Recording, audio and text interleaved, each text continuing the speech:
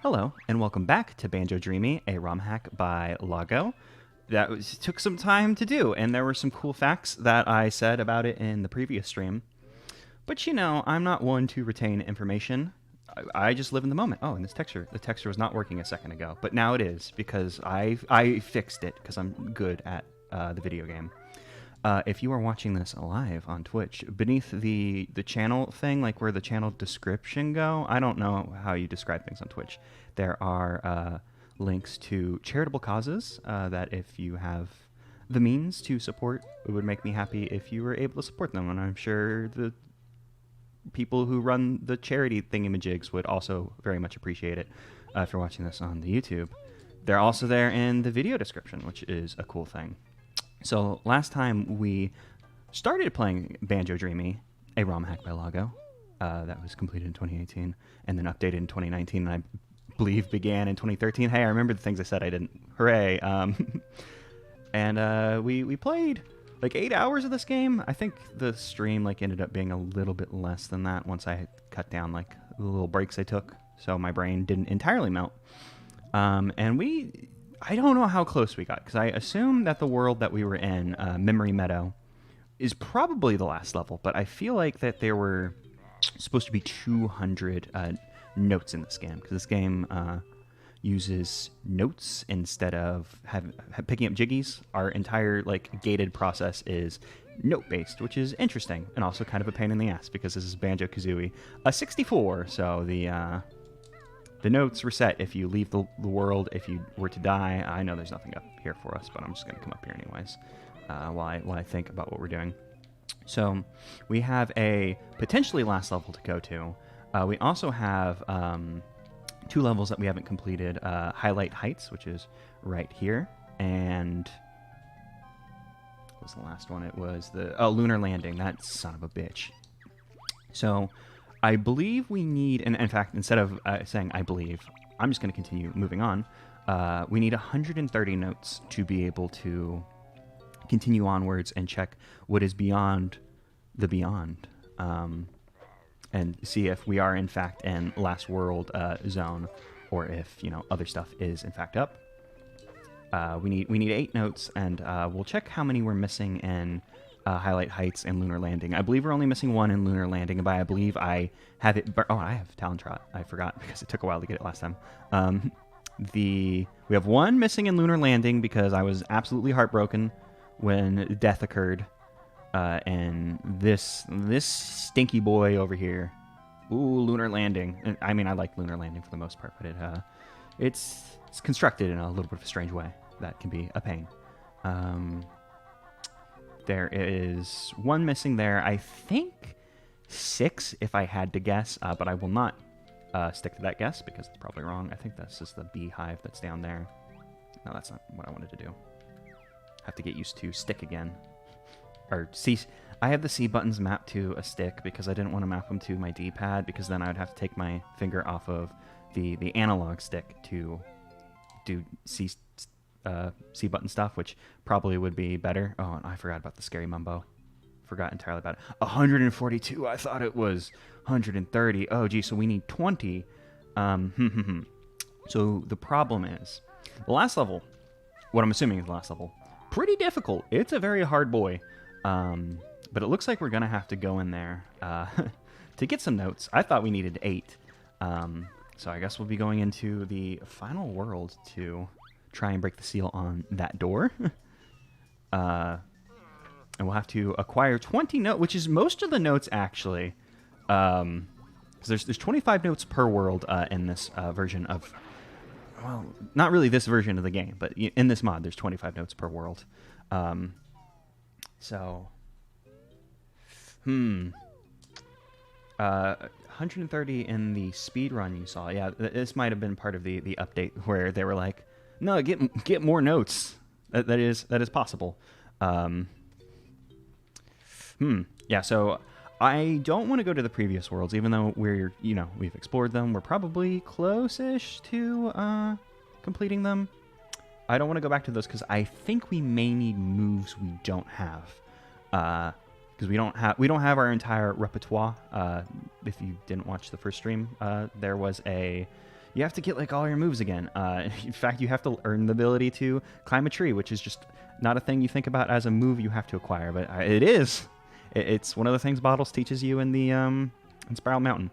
Moves have been our biggest like I mean, obviously the notes are the literal like key door function, the gating our progress. Oh man, went in there super smooth. Getting in these little holes is kind of a pain in the ass. Oh, does this not lead to the... I thought this led to memory... Yeah, here we go. Memory Meadows over here. Cool. The moves have been our real, like, progress halting gates. I mean, obviously... Oh my god! I have never seen the stupid... The jiggy transition thing work on an emulator. Boy. Glide N64 plugin. Very good. In your face, Jabbo. Sorry, Jabbo. You probably not bad, but the you know, time's up. It's it's all about the Glide in 64 now. Super glad I had that just already downloaded, and I don't really need this extra life. But I'm gonna grab it anyways because I'm pretty sure in Banjo-Kazooie your lives, yeah, they reset whenever you die. Okay, so we need lots of notes, an incredible amount of notes. So what I'm going to do, first thing I'm gonna do. I'm going to go into the caves, because in the caves, there are a bunch of... Was it the caves or was it the beach? I think it's actually both of them. Caves have water death, so we can come in here and drown a whole bunch if we wanted to. And then there's the shrapnels, which I found out in the last stream deal 2 damage. They're not an enemy I normally get hit by, but they deal a lot of damage. And dying in this game is a little bit miserable since whenever you die, you lose all of your notes. So for convenience, we may utilize the save state. Normally, I like to be a capital G gamer and show how cool and powerful I am. But you know, maybe we'll give it a break. You know, no need to, you know, what was it called? Champions Road, the Mario 3D level. No need for the perfect run from the Super Mario Galaxy the second. You know, because Banjo not really that kind of platforming game. And also, we would like to complete this game. I don't wanna not complete it because it can be a little tough. You know, I've shown my gamer cred in the past, and like in Wario Land Shake It showed how cool and good I could be at not getting hit by bosses, even though I'm a huge screw up, as one could see on screen. I don't like no damage challenges, just because, you know, you make a mistake sometimes, and just boy. So I would like to reiterate from the previous stream opinions on this game. I think this is a really cool and good ROM hack. I don't really get the obsession with making it super-duper hard. I mean, I guess, like, you know, you're a Banjo fan and want some challenge. It makes sense, but, like, some of the things are difficult and not in an enjoyable way.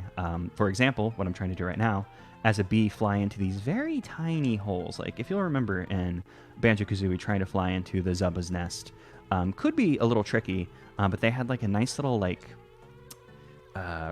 ledge that you could land on and then walk in. You didn't have to just like line yourself up perfectly and fly into it. And just this, I'm having a little bit of problems. And also, actually, did we determine if we can fly faster? Because we don't have the beak bomb. And normally when you press B as the bee, you would fly a little faster and blue sparks would come off. Maybe that's a Banjo-Tooie thing and I'm mixing it up. But I'm pretty sure the upgrade for the bee in Banjo-Tooie was the stinger attack. And I'm thinking because we don't have Beak Bomb, we can't move quicker.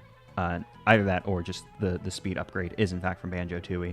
And my brain has it absolutely melted together. And oh, this is looking... Yeah, I knew that one was going to make it. We just had to get slightly above it.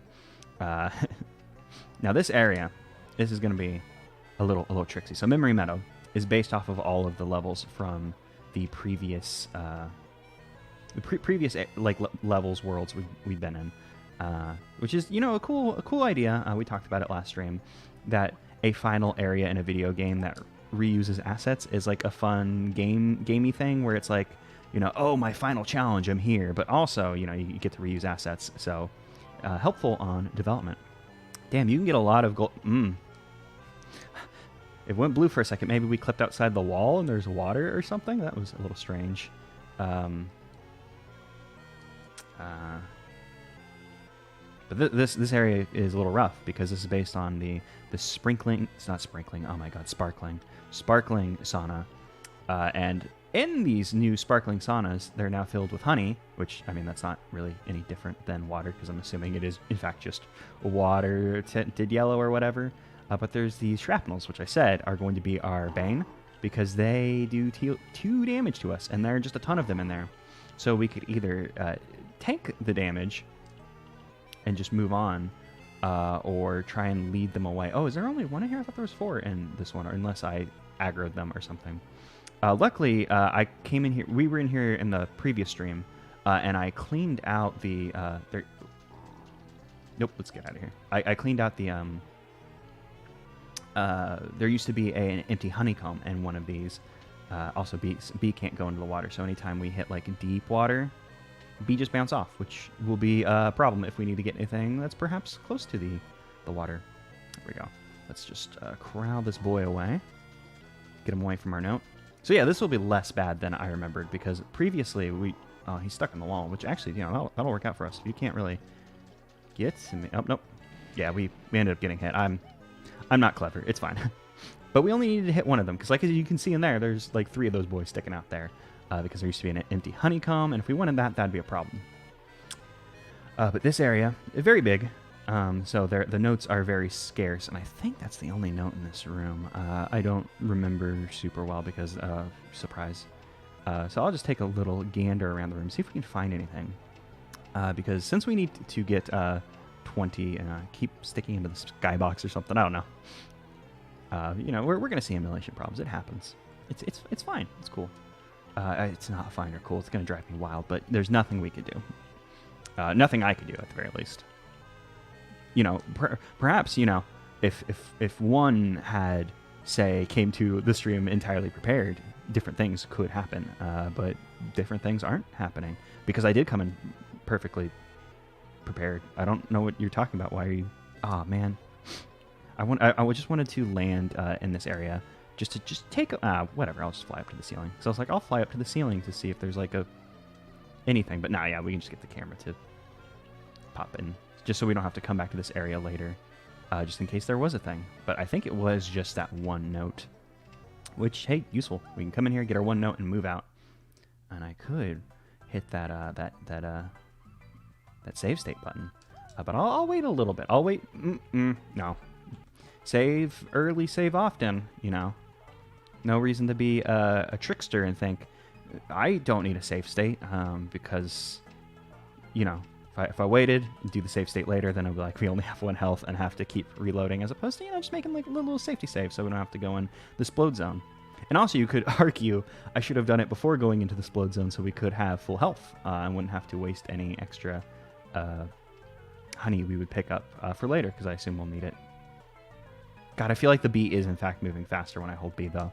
That could just be like a Pokemon brain kicking in and being like, oh yeah, you know, you hold down B and you catch the Pokemon better. It makes the chances better. That's how I got the Rayquaza with a Great Ball. But no, I don't know. It's hard to say. But is that really the only... There's no way that's the only note in that area, right? That'd be weird. Oh, I bet there's... Did we go... Yeah, we did go to the very top. So I was like, I bet there's a volcano area in there. That seems strange if that's the only thing in there. I kind of flew around to see if there was something just floating in the sky, or perhaps a... you know, anything like notable in the water that we could not see. Also, we don't have the ability to shoot eggs, which is a little weird, guys.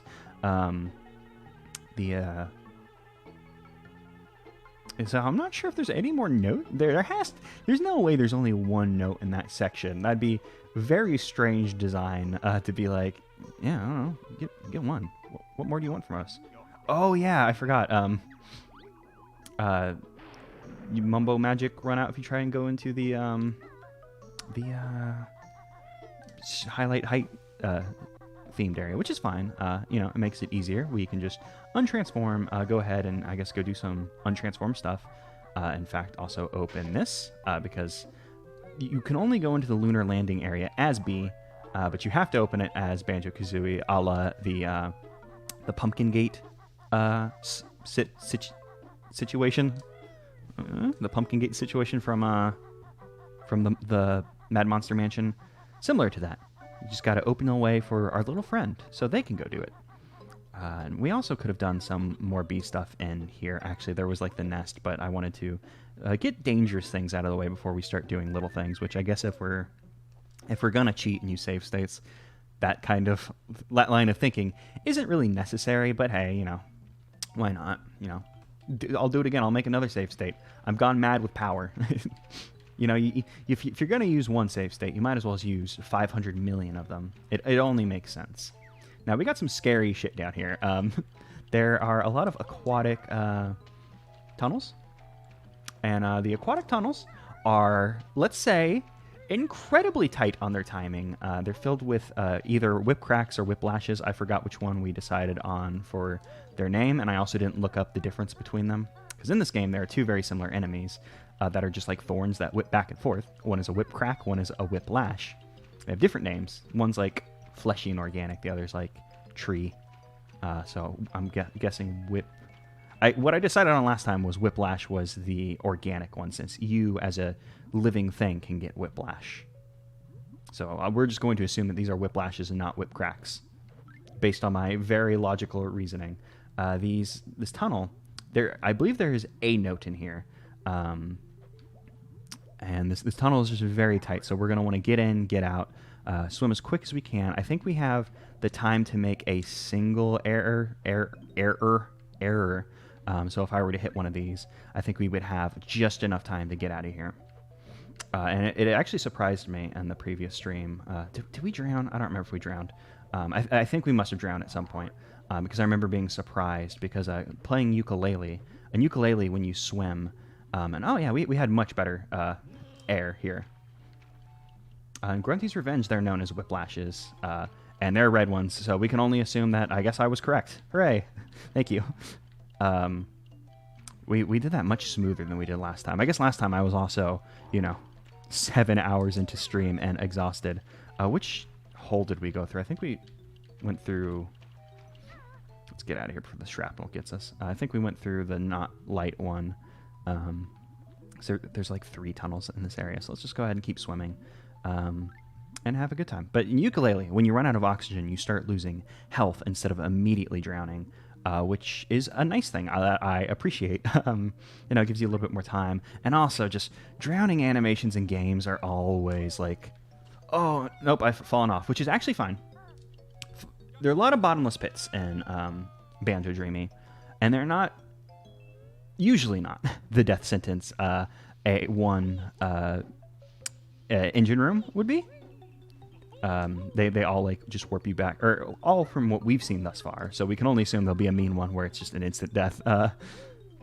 They just send us back to the start, unless we clip through a death plane or whatever the hell happened last time that almost killed us, but then actually didn't because it was weird. Yeah, if you don't know, just you can check out the last 7 hours of stream, I guess. Sorry. But yeah, it's nice if they were going to go and use all these bottomless pits to not make them death planes, given how just cruel that would be based on content of game. And oh man, I got yeah. I knew that was gonna happen because I was like, those two are like in perfect sync. They're gonna like figure out my blind spot and get to me. Okay, but and then I did the jump pad anyways. Oh damn. Whoops. But this is fine because we could perhaps find some health somewhere. Unfortunately, I don't know if there's a honey home, which is my new name for the honey hive enemies. Decided they're called honey homes now because I can't remember their name, unfortunately. And they are a home for honey, so it works. And also it has alliteration, so I'm sure it would get one approval from an official source. If the actual name isn't better. I'm sure, for sure. I'm going to probably pop another save state when we get in here, mad with power. I feel like I was going to make a point, but yeah, death planes probably. It's just nice that you don't instantly die since, since this game is note-based, it would be very mean to immediately die in all of these bottomless pits that they have placed all over the damn place. Okay. I think I hit the right button. At the very least, it didn't, like, load the state, which would have sucked, because then we would have had to go in Scary Water Tunnel again. And also, just because of the nature of this game, all of that was for a single note, which, like, based on, like, how just notes work in normal Banjo-Kazoo, it feels a little like, all that for this? But, you have to weigh it in the terms of this game when you pop a save state, just because you can. In which, notes are the damn thing. That's basically a jiggy in this game. Basically, if you only put the amount of thought that I just did into it. Okay, we'll go into the little mine tunnel this time. And I think we'll need to return to this room as B, because I think there's a hive that we need to go into. Oh, that is actually a good point. It is more like Mario Odyssey Moon as opposed to Jiggy, where it is a worthwhile, useful thing, a la a star or a Jiggy, but there's just so many of them that the quantity that you require is pumped up. Because, like, I think in Banjo-Kazooie, the last Jiggy door that you need is... Oh, no, that's not right. Because I was going to say, to go into the Gruntilda's Furnace Fun, I believe... Oh, there's a honey elm friend who's immediately, if we were to hit them, all of their honey's going to go just all over the damn place. So let's just punch it and hope we... Oh, yeah, see, that was just destined to happen. Let's see if we can pick some honey up off the floor of the ocean. I don't remember off the top of my head, but I feel like to get into Furnace Fun, you need maybe like 60, 70 jiggies, but then I feel like you need close to 90 to get into the final battle, and then all the extras are for the other stuff, but I could be wrong on values. Like I said in the previous stream, despite how much I love Banjo-Kazooie, I have not replayed, not Banjo-Dreamie, Banjo-Kazooie. Oops, this was a bad place to go into. I thought we could get out of there, but we could end up in a falling state if we're not careful. I've not replayed Banjo-Kazooie normal since 2017. Just because the entire time I've been sitting here going like, ooh, there's no way they're not going to do an HD Banjo-Kazooie port or remaster of some sort. It's gotta be in the works and or in talks to be made, because there's no way, with I've said this plenty, but the smashes, I combined Spyro and Crash into Smash, which, hey, confirmed. Your Spyro and Crash, it just feels weird that Microsoft Xbox, I mean, I guess that's not incorrect, but the Microsoft Rare people aren't like, hey, we got one that people like, we should do that.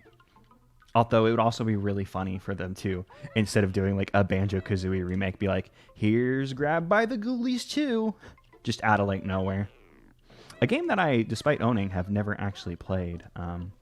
For whatever reason. I guess I didn't own it back in the day when it was new, and I picked it up and just been meaning to play it. 94 jiggies, 810 notes to get into the final boss of Banjo-Kazoo. Thank you. Let's see if we can deal with the skeletons who's... Oh, geez, I forgot their name again. I feel like... Actually, now that I think about it. Boop. Don't think I learned it. I've officially cheated. I've been using the save states, but I finally cracked open a cold one with these boys. The cold one I'm going to crack open is their skull, but we don't really have a good way of dealing with them. If we were to attack them, we could stun them.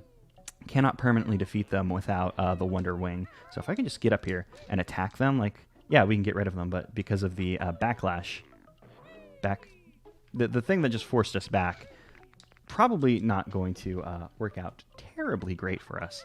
So what we just kind of need to do is time it, something that I'm not particularly great at. Timing, general. I suppose I could hit the save state and get a health back, but maybe that's being too petty. But I'm also just worried, based on what happened during a last time of running out of health and then things getting scary. Oh, there's one. Didn't use a save state. Cough. Any flickering of game coming back to here is just Banjo using the time machine powers that we all know Banjo have. Oh, hey, I did the thing, and then we didn't end up needing it. Hooray. We even get an Ikumbukum, a Mumbo token. It's not actually called an Ikumbukum. In fact, I don't even think Ikumbukum is actually... I forget. They have it like phonetically written out in Banjo-Tooie on the Mumbo pads, what it is, but trivia of game, which... I'm sure most people like probably know. I don't know. Like I like Banjo, and the Did You Know Gaming of World has made random gaming trivia like everybody kind of just knows it now. But it's just like Grant Kirkhope saying "Come and have a go if you think you're hard enough," or some variation of that, like split up, which is like a English like football, a footsie chant that they do. I guess. Maybe it's a regional thing, I imagine, probably for a specific team. Maybe it's just a thing they shout. I don't know. I have no way of knowing. Not only do I not live in that country, I don't watch sports. You don't understand a sport. That's not true. I understand a sport. I don't care because I'm a cool gamer, and us cool gamers, sports. Is that like Minecraft? Gamer, am I right? But we'll continue going down into the water. Yeah, I do love rares like, okay, voice in game. I don't know if one of you do. It's very like, is there just an egg in here? That's rude. Gotta swim all the damn way down here for egg. I mean, if this was a real world, sure, I'll swim down here for egg. But, and whip crack got me. I'm going to just swim back up before we drown. I mean, now we know that there is, in fact, a note down there, but egg and thing.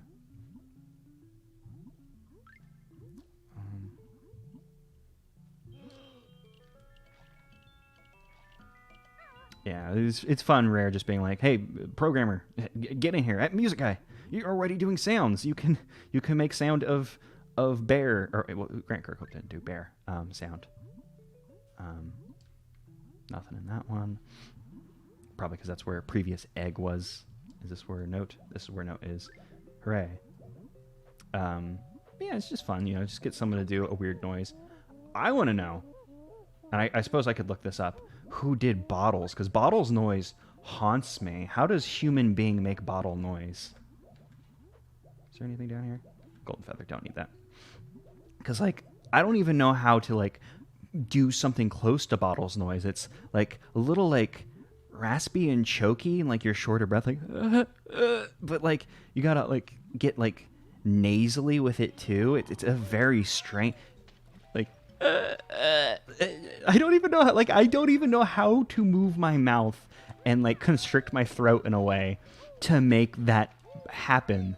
How does Bottles happen? Like maybe that's not a human noise. Maybe like I don't know, like, maybe someone, like, recorded, like, an actual mole gasping for breath. I've no clue, like, how that noise came into the world, because it's, inhuman. So, whenever I look it up and learn that a human being did it eventually, I'll be very impressed. And, like, not throwing shade at them or anything, like, your voice is inhuman, but, like, holy shit, how did you do that with... like your humanity intact? Did you like do a dark soul and like lose the humanity and hollow out and then try to like I don't know, do an emote and you went but nasally? Maybe there's some voice modulation on Bottles. Bottles was voiced by Lee Ray, credited for art department. See, that makes sense. Oh shit, I forgot about this fucking world.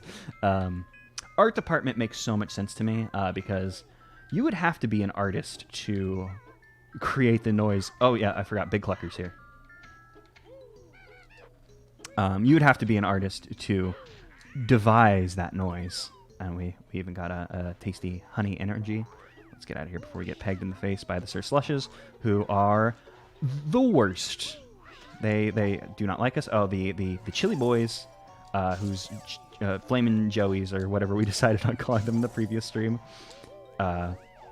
Who I was gonna say they're tanking the frame rate, but it's probably just the area in general. And I would have loved to have gotten all of those instead of just one.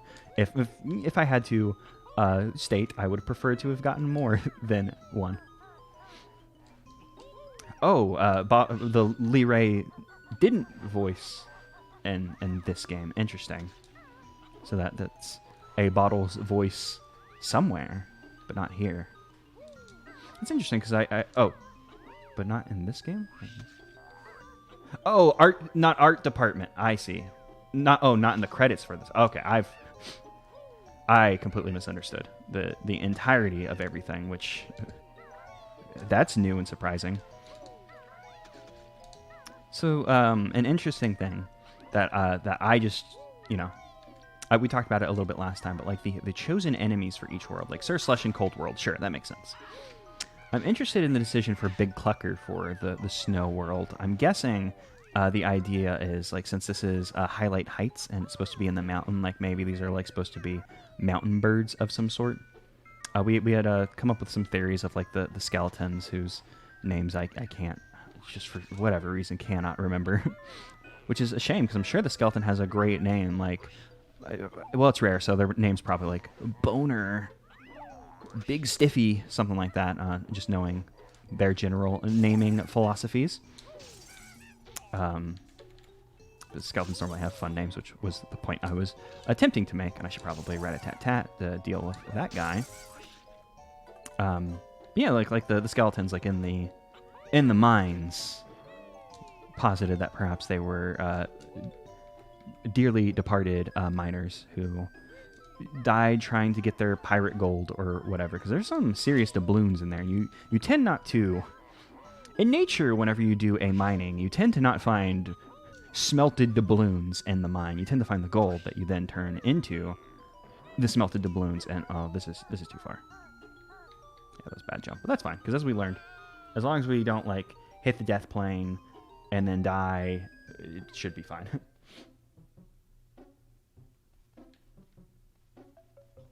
Oh, wow. Apparently, birds just enjoy being cold. Parrots prefer 12 degrees Celsius, which I think I'm just going to hazard a guess, because I've not thought about the Celsius Fahrenheit conversion since high school. No, actually, I take that back. I had to do it in physics at some point, probably, I assume. Like college level physics, and actually not this way. And if I had to guess, I would guess 12 degrees Celsius. I just saw chat move, so I'm gonna guess before I look over. I'm gonna guess it's about 30 degrees. Oh, 56. Oh my god. Damn it. Okay, so that's I thought that would be much colder than it was, because I was like, bird like cold, probably freeze, but no, birds are very small and they don't got a lot of fat. I guess they have feather that could protect them from cold. But that's, yeah, I was way off on my guesstimate. Oh, I think I did the pounds to kilograms. I think that one's a little bit more than double, if I remember correctly. And then there's actually like, you actually have to put thought into it, I guess. Now I understand why David Lynch has to think about it in his weather reports, doing it every day, which is just a great thing to have. Love to hear David Lynch give me the weather report for LA, a place I do not live in, every morning. It's a good service he offers. Thank you, Mr. Lynch. And I am worried because, like I was saying previously, I want all of the notes, and to get all of the notes, sometimes we're not able to get all of the notes in our first pass in a world because we don't have all the powers and such, and we don't have all the powers and such here. And one of the things I was worried about in World of Previous Highlight Heights was that there were a bunch of Sir Slushes. And Sir Slushes in Banjo-Kazooie sometimes have a little goodie hidden. Sometimes have a little goodie hidden inside of them. And I'm assuming that some of the Sir Slushes in Highlight Heights have goodie note hidden inside of them. So perhaps in this world there might be goodie note hidden inside of them, which would be really rude, seeing as we need We need 20 notes to be able to move on. And I'm not sure about our other worlds, but like if we're not able to get, 20 out of the 25 notes, we're going to be backtracking to other worlds as well. I'm just going to, just a little careful thing, just in case this happens. Oh, no, it didn't happen. Nice. Yeah, if we have to return to this world again to be able to get all the notes, would be very rude, seeing as, like, as you can see, the notes are far apart at the moment. But yeah, at the moment, like, the notes are far apart, so, like, it'd be really strange to be, like, whatever note we're currently trekking for, there to also be, like, and one of the Sir Slushes has a guy, and by a guy, I mean a note. Oh, it's like Cold Spiral Mountain. This is fun. It's a little fun. Oh, and there's a flight pad up here. And there's Bottle Friend. He's going to teach us how to kill the Sir Slushes. Yes! Oh my god. It's all coming up. See, I was worried because we hadn't seen a move friend, Mr. Bottles the Mole, anywhere in Memory Meadow, and we didn't see a Bottles in Lunar Landing, which I'm assuming Bottles is hidden there somewhere, because I feel like we should have gotten eggs there. It was the first time they ever gave us eggs in the entire game, and then we didn't learn a damn thing there, which I'm assuming just means I missed the thing somehow. Oh, damn. I thought I would speed away before the thing got me. I'm surprised I got that on the first shot. Wow. And there's an empty honeycomb in there? Hooray. Oh, and that even gives us more health. Hooray. That was, like, super good. Oh, but now we have to go back up there to get the flight pad, don't we? Oh, I shouldn't have stopped flying. I'm a fool. Ah, well, it's okay. It's okay. Also going back to Boston. Grunting while having your nose pinched. That's actually, yeah, that sounds like a reasonable way to create facsimile of Mole. You know what? I'm gonna reload the state since we were higher up on the mountain, and we gotta come back up here anyway. So I've learned my lesson. We will get to the top of Cold Spiral Mountain. We'll learn the beak bomb, and everything's it's gonna be cool. It's gonna be chill, because I'm gonna just learn how to kill all of Sir Slush. Oh, there's an alien down there. That's nice. Maybe we can do some reconnaissance before I go on my Sir Slush execution spree. That'd probably be helpful. Just do a little reconnaissance first. Learn if there's a alternate flight pad, or if every time you stop flying, you have to come back to the top of Cold Spiral Mountain, because that would be a little rude. I guess it will create an instance where we'll go ahead and learn this move, make another save state, and then just have to do the perfect run of flight. Man, there's like a... Yeah, there we go. There's a thing to skip dialogue in Banjo-Kazooie that I can just never remember. So I just did the time-honored tradition of pushing enough buttons until a thing happens. Load. Bottle has to dig through the entire length of the mountain to get up there. Yeah, I would assume so, like... Oh, for a second we were able to see the Sir Slush low poly model, which was cool. I know I said I was going to do reconnaissance, but then that guy... Oh, there was a note in there. So that was probably a guy we need to murder for good. Just get super close and just brain him. But yeah, Bottles probably does have to go through entirety of mountain to get to that height. Which, is probably like a fun... Like, that's probably the Mole version of a hike in reality, like to dig through a mountain. Like, oh yeah, I had a good time digging through a mountain. And then I got to the top, and I relaxed, and I taught my bear and bird friend how to just dash to their death, but also deal damage while doing it. Sir Slush, will you? Yeah, about face, and let's go ahead and line this up. There we go. Yes, another flight pad. Everything is perfect. Didn't use a save state or anything right there. Just had to cough. And when I coughed, it made the game lag because my computer and I are one. Fused together, one entity, working together in tandem to bring to you the Banjo-Dreamie. So something that we talked about pre-stream that I meant to mention. Since the previous stream, I swapped... I guess we hinted at it. I swapped off of the Jabo's video plugin and swapped over to Glide N64, which has allowed us to do such things as pause the game without getting static. As you heard me excitedly exclaim earlier, be able to see the jiggy transition whenever we... Oh, I thought that was going to hit us. See the jiggy transition whenever we... I knew that one was going to hit us. Whenever we go through, like, into a new world, there's a jiggy transition, which is a thing I had worked on back when I did original Banjo-Kazooie, Banjo-Tooie LP. Worked a whole lot to try and figure out how to fix that. And it turns out, either just I didn't know a damn thing about a damn thing, which is true, or the one that we could pretend is true, technology hadn't advanced to the point where Glide in 64 was there to be our beloved friend. And oh yeah, I managed to even pick up the thing like pro gamer. Glide in 64 is pretty new. Technology wasn't there. We're just gonna assume that one is correct. And it wasn't due to me not trying hard enough, which also would have probably been a very likely possibility. And we have that nice number of feathers, but now we don't because, you know, it's been a while. You know, it's fun. I enjoy saying a nice whenever that particular number comes up. It's fun. We all enjoy it. But you know, it's been a while, so it's fine to leave the nice by the wayside. There's an even more accurate plugin called Angry Lion. I'll have to look into that, see how it works with the Banjo-Kazoo. Runs at 10 FPS. Never mind. Okay, not gonna use that one actually. Was there anything else cool in here? We got the note. We got oh, there was a Mumbo token. Okay. I went to check out. Before we do that, gonna check out this cold. Not cold water. This is just normal water. There's cold water somewhere in this level, but this is not it. In fact, actually, let's not dive down with not full. I almost said HP.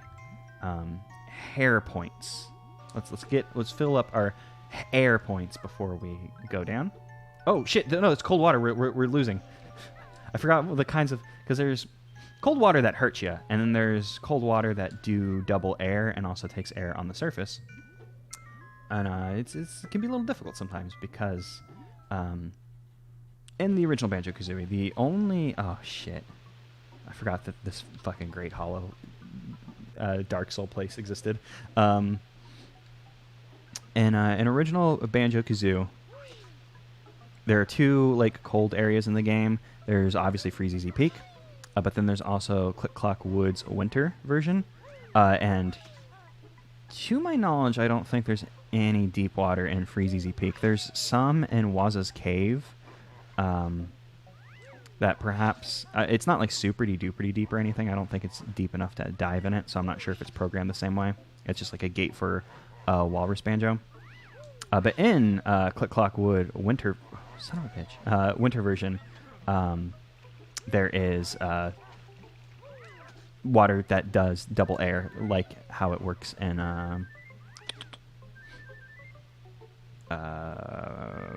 Rusty Bucket Bay. That's the word I was trying to think of. Where does this lead to? Leads to a Mumbo token. Okay, we'll get the Mumbo token afterwards. Let's go back to the top. I probably should have popped a save state while doing this harrowing task of navigating the Great Hollow.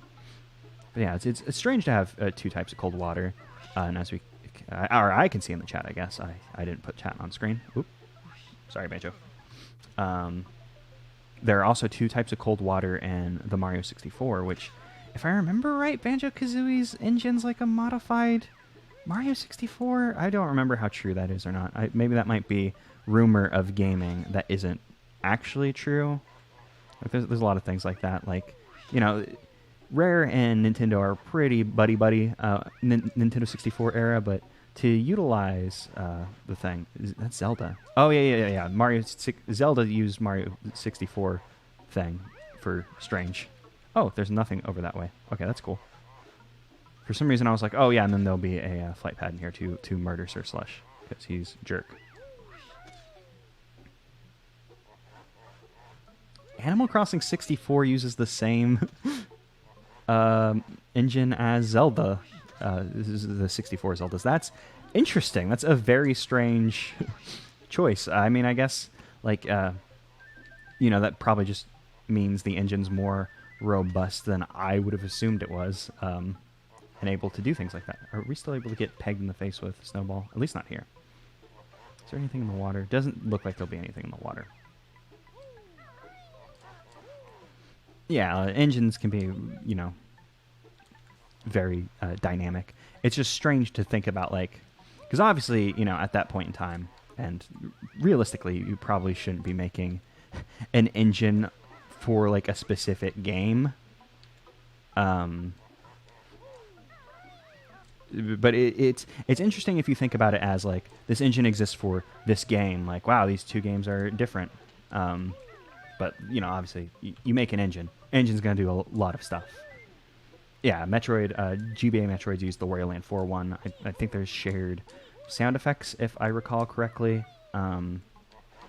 It's been a while since the Wario Land 4 LP, and my brain has melted a lot since then due to global brain warming, which is actually a completely different issue than climate change. It's just also the brains get melty too, which is, damn, a lot of shit happening. Cough.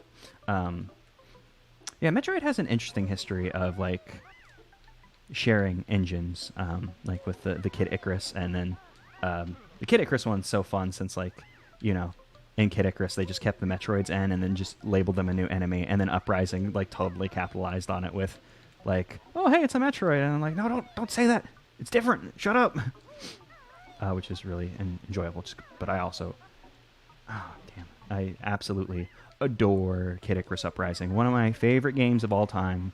Would love to see it get ported to other things. Not because I will defend its controls, because I don't think the controls are actually as bad as people make it out to be. But they are absolutely, I think, more like, I mean, I'm just talking about Kid Icarus Uprising now, but I think Kid Icarus Uprising's controls are more intuitive if you think about them as a mouse and keyboard. And then if you like work backwards from that logic, they make a lot more sense. So I know it'll never happen because Nintendo doesn't understand a damn thing. Man, why am I so bad at this? But I would love a PC port of Kid Icarus Uprising. It would be incredible. New Super Mario Bros. U uses the same engine as Yoshi's Island on the GBA. That's versatility right there. It's power.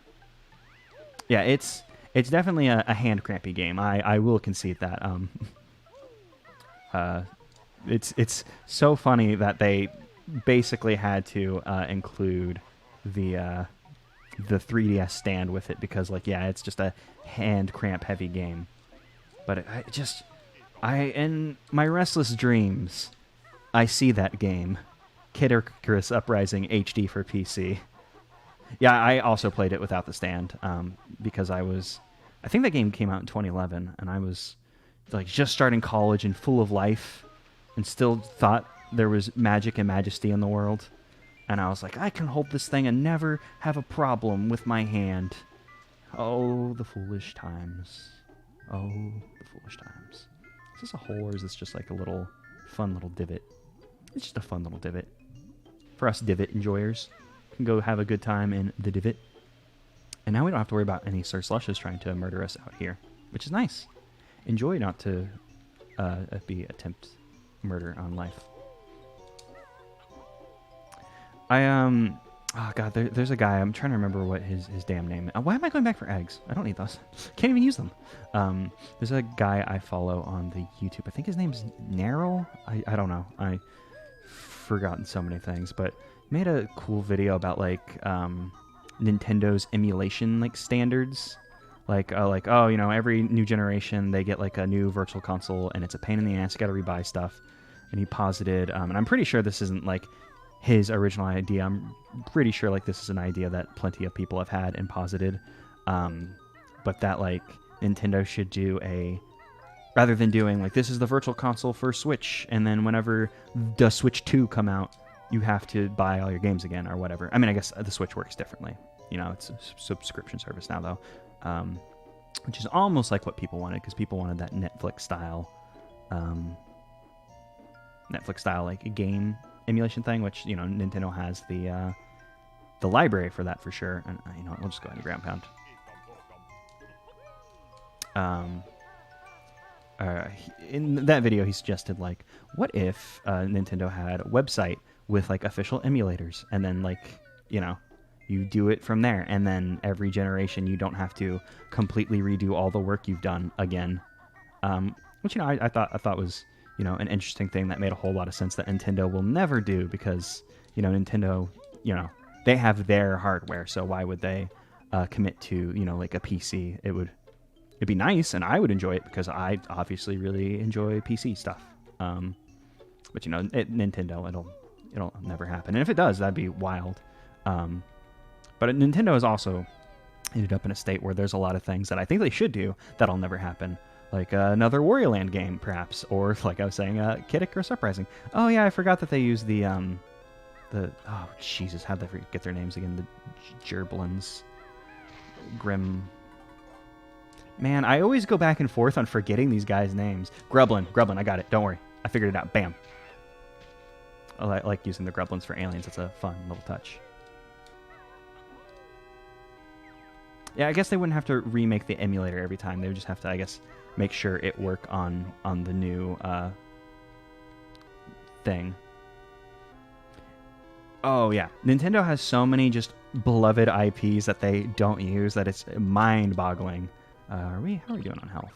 We're full on health. I can leave this tasty Grublin honey here for later, just in case a big scary hand were to appear and come at me. You know, it's so fun that they have aliens in the ice level, and then instead of like lunar landing, people, I guess Loggo, love Alien. Alien are cool, so I don't blame them. We can come here and probably get too close to the big butt pen. But, oh, they're daring us to go into the big butt pen. And you know I'm going to do it. You know I'm going to fall for a dare. Oh, even though I haven't hit save in a while. Oh, yeah, I forgot you can... I'm a dummy. I forgot you can attack them and stun them. I was just like, oh, yeah, big butt, you need Wonder Wing or else you're just screwed. But no, you can hit them and stun them. I'm a moron. Like I said, haven't replayed of the Banjo-Kazooie since the 2017. Also, but Big Butt doesn't show up in 2E. I guess they don't really share enemies. They do all the new enemies. I'm trying to think if there are any enemies that translate between the games, but I can't think of any off the top of the head, since they like go into like Gruntilda's sister's like army, like the little green boys and the pterodactyl guys, instead of having oh, that is a good point. The cows in the alien area. I didn't even think about that. That is a fun. I do agree. There's a little crane game in here. Oh, and hey, sneaky little note. Sneaky little bastard of a note over there. Oh, is this an infinite death pit? That's what it is. I thought this was water, but this is infinite death pit. So I probably should figure out how we're going to do this. Can I flip-flap up into that? No, that's just slightly out of flip-flap range, I think. Yeah, we'll give it one more shot. Okay, I think the idea is thusly we maybe come back to this one. I mean, I guess I could just do another save state. I just felt bad since we already did a save state, but hey, who cares? We'll do as many save states as we damn well please. And there we go, camera. I want the camera to shift behind us so I can get a look. Please, camera. I'm trying to use the buttons to shift the camera behind Banjo. I keep forgetting which buttons do which. So that's always a good sign. I don't know why, but I've just been having brain problem situations vis-a-vis button usage as of late. Let's see, if we turn around in first person, does that turn Banjo? Yeah, oh, it does. That's convenient. Because unfortunately, nothing can be done to the camera here. So we just gotta hope that it goes well. That wasn't so bad. I think I made it. I think I just got too nervous and didn't. I was using my nervous brain instead of my cool logical brain, which I should think about a damn thing first. That's probably a good idea. Oh, we got some what do you call them? The Clanker Edie boys.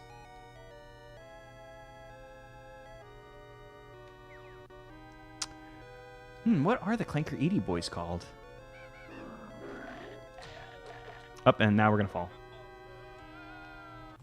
which is fine because we'll just come back up here and we'll collect this note again because I have cheated once more. Yeah, it's some precarious platforming, which this game just seems to absolutely adore.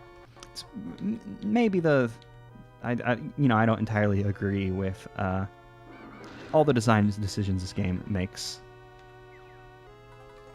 Like, at least it's not like, a Rusty Bucket Bay where we're going to instantly die or anything, which is nice. But, I don't know, it's a little too precarious. Having to just come back here, a little bit of a pain. Is that a teehee? The hell is that? Oh, it's a big mutant snipper, I guess that's what's in there. Can we do anything to get in here? Because we don't have the beak barge. We never learned the beak barge. I mean, we already got a note in here, so it's probably fine. This is probably just here to be like, ooh, look at the weird alien mutant thing. I probably didn't finish my thought about precarious platforming, but I've basically just keep saying the same thing over and over again about it, so it's probably fine. We're probably good. We got a note in here. I will not worry about the giant mutant snipper clipper boy. God, what are the... That's what I'm going to have to do. In the first break, I'm going to go look up enemy names, because I can't believe, like, my brain just wildly facilitates between, like, oh yeah, I can just name all of them off the top of my head, no problem, boom. And, like, oh no, what is skeleton called? Chompers? Champas, that's what the grill champas, that's what they're called. I remembered now. Still haven't remembered skeleton friend. But it is probably, Mr. Stiffy. Some kind of dumb boner joke. It's I was gonna say probably not. I don't think it is, but it's a rare. They love a wee a humor. It's their bread. It's their butter. It's both their bread and their butter. I think we've done everything we can do as the Banjo-Kazoo at the moment. A Limbo, thank you. I like Limbo as a name for them. That's a great name because the skeleton do the Limbo. It's the cartoon thing that they do, and it's not a Mr. Stiffy or whatever that it could have been. They probably had like a whiteboard up and they were like, names for this enemy: Mr. Stiffy, Bones a lot, Simply Boner.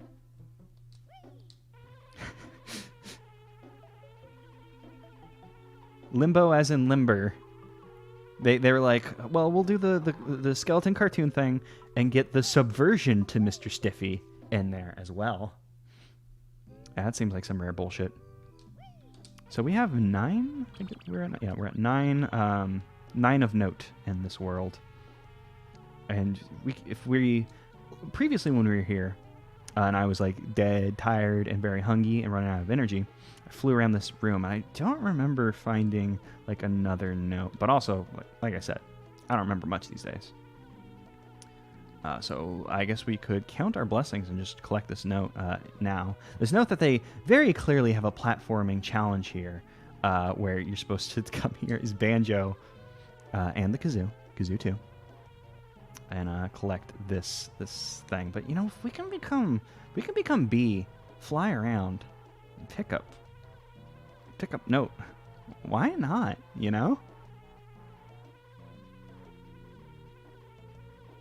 Oh, that was close. I was just thinking, like, it's weird to think, like, how unruly this flying is. Entirely just, like, off of, like, oh, damn, that would have been good. Oh, there's another note over there. Uh-oh, we're going to have to look around in this room, I guess. As Banjo-Kazooie, when you're flying and you want to land, if you know there's ground beneath you, you can just hit ground pound and you're good. And you'll just land. I wonder if, like, the flight... like the control, the controls, like the stick and stuff, it's all the same, like A to go up, control around, but like the controls as in like turn radius, speed, that kind of stuff, I wonder how that varies for B. That might just make it a little bit more difficult. I don't know if there's things like that. Never thought to really test that, because nice, as Banjo-Kazooie, in Banjo-Kazooie I should say, you don't really spend a lot of time as the bee, Click Clock Wood. Like, you get the Jiggy outside of Click Clock Wood. You go do the Zubba shit. Oh, I should get that note before I saw before I go in there. And oh, man. If I hadn't gone up, we might have been good. Before I forget about this. No. Oh, nice. No. Nice. It worked out in the end. Okay. Let's actually survey our surroundings. I guess that's actually probably a moot point since something might not load in the distance. It looks like the sprites are pretty decent about loading in the distance, since they're, only sprites. Yeah, let's just take a look around before we go in there, and then I just say, like, yep, this place good. I assume we'll be fine. Oh, Mumbo Magic run. Get weak. Forgot about that if we get too high in this area. Mumbo Magic get weak and we get booted out.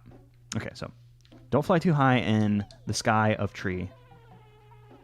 Oh man, I forgot the canopy. That's what I was trying to think of. I don't know if forests have canopy or if canopy is a jungle thing, because I always think of canopies in a jungle. I don't know if that's just like if you get a collection of trees, you get a canopy.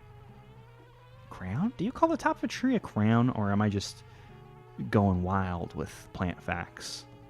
Facts in quotation marks. As we know, I know plants.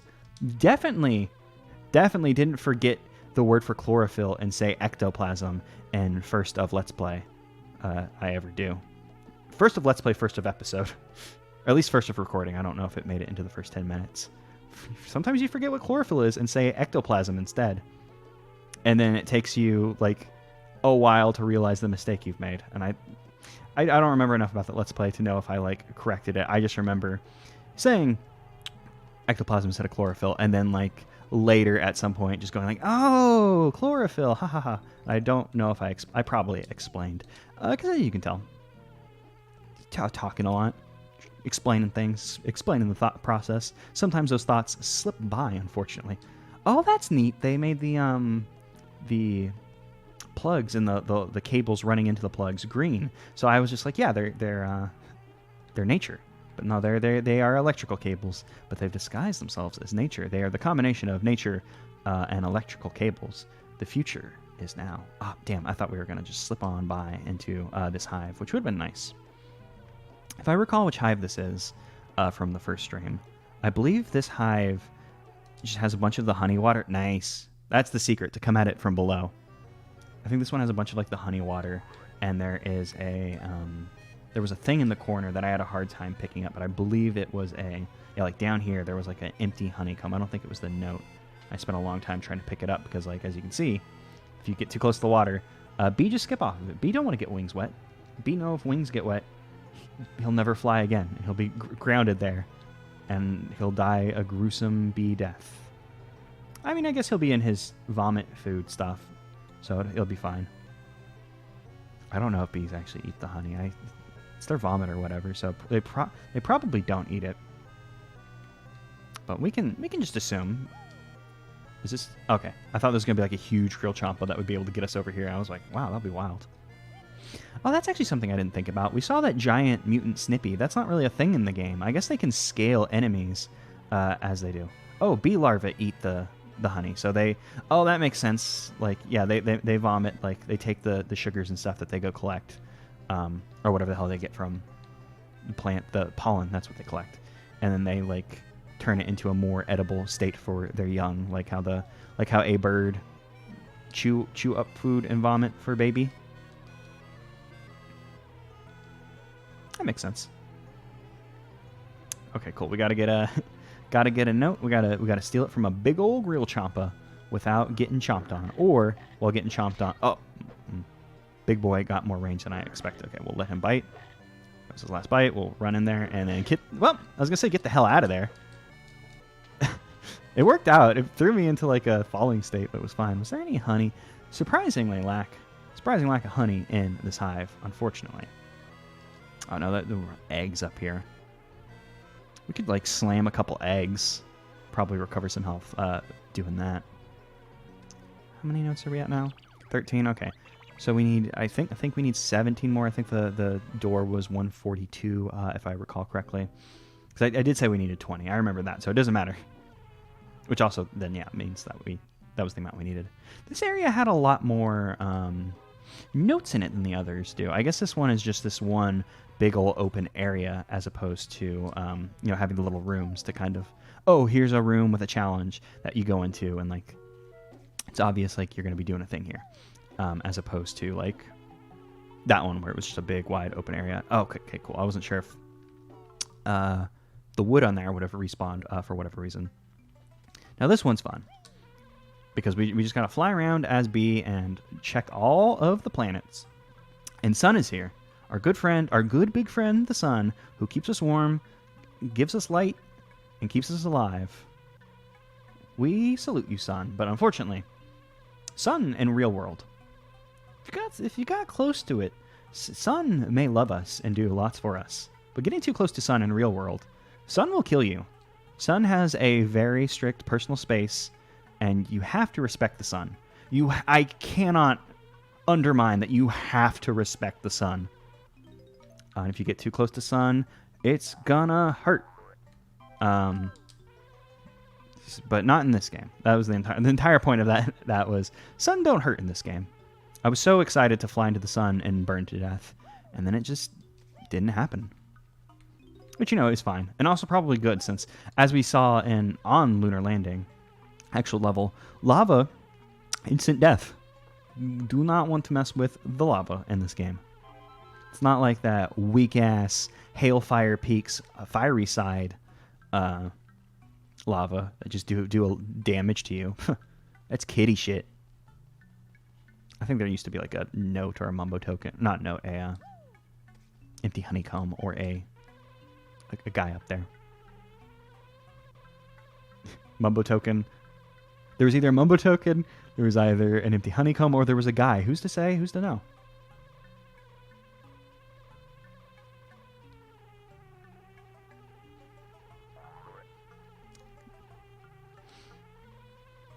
Banjo, okay, so it's been posited that perhaps Banjo became more powerful and was able to deal with it. His posterior, he did some rear end development, which is a little programming joke for leg day. You call it rear end? No, you call it back end. I'm a dumbass. He did some back end development. Increased the strength of his boot, his glute. And when Hailfire Peak lava hit his booty, he went, huh, you call that lava? And only took like 1 damage instead of immediately dying. Perhaps the knowledge that his wife friend Kazooie can become a dragon made him realize, I gotta get in lava shape. You can't be in lava shape if you have the potential of having a dragon wife friend. You just got to be ready for it. Just got to make sure there's not anything underneath the moon. Nobody tells you, but underneath the moon is where the aliens are. That's where they're hiding. Of course, they're not going to be on the moon. That'd be too easy. They're underneath it, idiot. Jeez. Learn some space facts. Come on. Okay, I think we explored everything there was in here. It's a bit hard since because of draw distance and room very big. Room is so big that Skybox doesn't know what to do. Actually, draw distance actually isn't that bad. But because of draw distance, it is a potential factor that perhaps there was something we missed off in dist. So I'll fly back here because we didn't come back this way, just to see if there's anything over hiding around the sun. I don't think so though. Oh, but that would be fun if they put a note on top of the sun. No, I've hit invisible wall. Oh no, I've not hit invisible wall. I'm slurping up the tasty sun. This is why sun has a personal boundary that if you get into, sun will murder you. Because sun is just so tasty. Tasty, honey, sunny energy. And sun doesn't want you to have it. Sun does love you, but sun does enough for you. Sun can't also be your yummy honey food source. You just gotta, the sun does, just let the sun take a break. Jeez. Come on, moon, step it up. I mean, I guess that's literally what night is. Night is the sun's union mandated union mandated break. Perhaps the Banjo sun is just a ball of honey. Perhaps our sun is. I've heard one philosopher, or several philosophers known as They Might Be Giants, posit 2 different theories on what the sun is. And, one theory, came later, and they're like, hey, our other theory was wrong. Also, they sing it because they're just really good scientists. But perhaps they might be giants. Don't have all the knowledge. They don't know shit about Honey Sunny theory. My new conspiracy theory. Just like how we learned Hollow Sun in the previous stream. Hollow Sun, true, but no one was brave enough to realize the sun is hollow because dragons live in there. Only we were brave and smart enough, and by we, I mean I guess Loggo, brave and smart enough to figure and posit this theory to us. Which sounds true to me. Hey, yeah, sun's hollow and dragons live in there. I get it. I'm not going to question it. Sounds right to me. Oh, damn it. Also, Honey Sunny just sounds good. And if it sounds good, it's got to be true. Otherwise, why would PR exist? And I can't believe ever since I figured out that trick of coming at it from below, like this has just made so much more sense. Oh no, I remember this area. I better not hit a save state or anything, because this area has some teehees in it. And teehees will kick the ever-living shit out of us. They are very scary ghosts who want to do bodily harm to us. Bodily harm. It's fine. I tried my best. Also, something a little mean in this area. The fire doesn't hurt us. And now that's not what's mean. The mean thing is they put things in the fire, daring you to go in there. And it's like, I wonder why Loggo put things in the fire. Because the fire doesn't hurt us. And, it's just there for an aesthetic thing. But to then, point out, hey, the fire doesn't hurt you by forcing you, well, I guess not forcing you, but, daring you to go into the fire by putting things in there. It's a bit of a strange decision. I said it was mean a second ago, but I don't know if it's mean. It's just an odd decision. It wasn't able to do a hurty thing. And, that's fine. I'm not going to complain that the fire doesn't hurt us, even though I guess that's what I'm doing. It just seems strange to put fire in aesthetically and then be like, now you got to jump into the fire because it doesn't hurt you. Seems like just a strange choice to me. And I'm just nope. Let's get out of here. I did, I guess, make that a save state just in case. But I would like to check behind if the camera would work with me. Yep, I just wanted to check behind the grave because that would have been a sneaky place to put a note. Is there anything else in here? I think we've seen everything in here. I guess we'll just fly up to the top. Oh, this fire's in the actual game. Fire in Banjo. I actually can't think of it. I can't think of any off the top of my head. Just like a little flame in Banjo. Let's think about it on a level basis. No. None in there. Yeah, I don't think there's any, just a fire source in Banjo that hurts you. So perhaps this is just a lighting thing that they use in Banjo. And it was never meant to hurt you. Because it's just this is just here for lighting purposes. And Loggo saw it and was like, yeah, I can put it in the thing. And then oh, it doesn't hurt you. I assume, game was in development for a long time. That developer knew, oh, this won't hurt you. Obviously knew, because put thing in fire for you to jump into to go get it. Just a bit of a strange decision to hide things that way. And point out the lacking nature of the fire. I mean, I guess it's a fun joke, because we discovered it in Twinkling Tunnels. I almost said Twinkling Tavern. Jeez, Twinkling Tunnel. We discovered that the fire don't hurt you. And I guess maybe it's just a fun little rib from the developer to be oh hey, yeah, the fire doesn't hurt you. There's things in the fire. Go get it. And if you hadn't learned that earlier like we did, you'd probably well, I guess I just got a tank of damage to get the note, and you fly in and you don't get hurt, and you go, oh, what the? What? I'm so confused. How many notes do we have? We have 17, so we're 3 away from our goal. I'm trying to think what we can do, because we've, as far as I'm aware, kind of cleaned everything out. We haven't gone into the sparkling sauna version of Memory Meadow. Excuse me, little burp. We haven't gone into the oh my god, I'm gonna have this problem with this huge asshole now, cramming a bee in there. Damn. Man, unfortunately, that's not the only time today I've said have to cram this bee in this huge asshole. I don't know why this is just a reoccurring thing with today. But we haven't gone into... Oh, you know what? Actually, it would be easier than going back to Mumbo. I'll just fly over to the snow area, which will immediately untransform us. Yeah, Mumbo magic get weak. Thank you, Mumbo. Don't know why I didn't think about that. Because we haven't gone into that place, Sparkling Sauna, as the Banjo-Kazoo. I doubt that there are 8 notes in here. I believe we only picked up 1 when we came in previously. I'm going to jump on the fire just because we know it won't hurt us. Bow before your god, yum yum. Bzz. I am Banjo. How long have we been playing? We've been playing for an hour. We'll poke around a little bit longer before we take a little break. I mean, we've been playing for an hour, and we're still doing memory meadow bullshit. We haven't even gotten like the 20 potential things that I said I wanted to get. Let's see how far we can... Oh, yeah. Damn. This is immediately slippery. This game, as we saw in the previous stream, a little strange with its vertical, like, slopes. Sometimes you can run up a crazy slope that, like, it's insane you can run up it.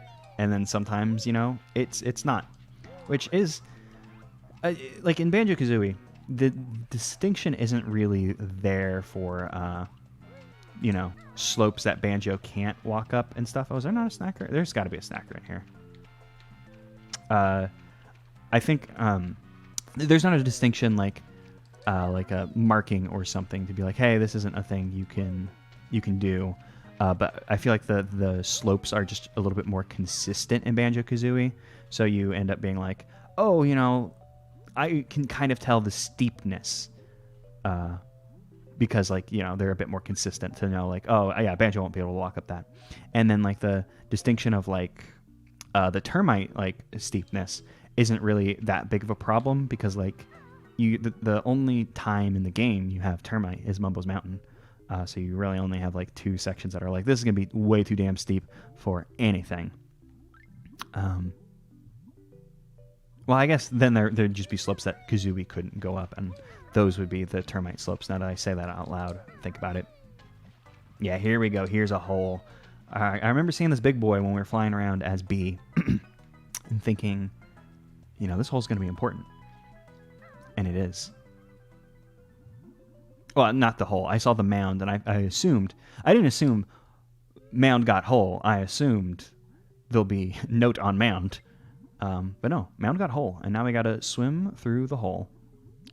See what's in here, but I still doubt there's gonna be 8 frickin' notes in here. Ah, here we go. Here's the lava. And that, I think that's walkie lava. As we learned in the volcano area, we can walk on like that kind of lava. That kind of lava down there, that's just straight up the lava from Gruntilda's tower.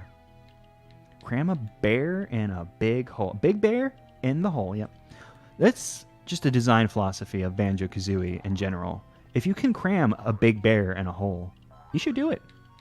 And I'd posit, you know, that may be a design philosophy of Banjo-Kazooie, but you should extend it into your real life. See how many big bears you can cram into holes.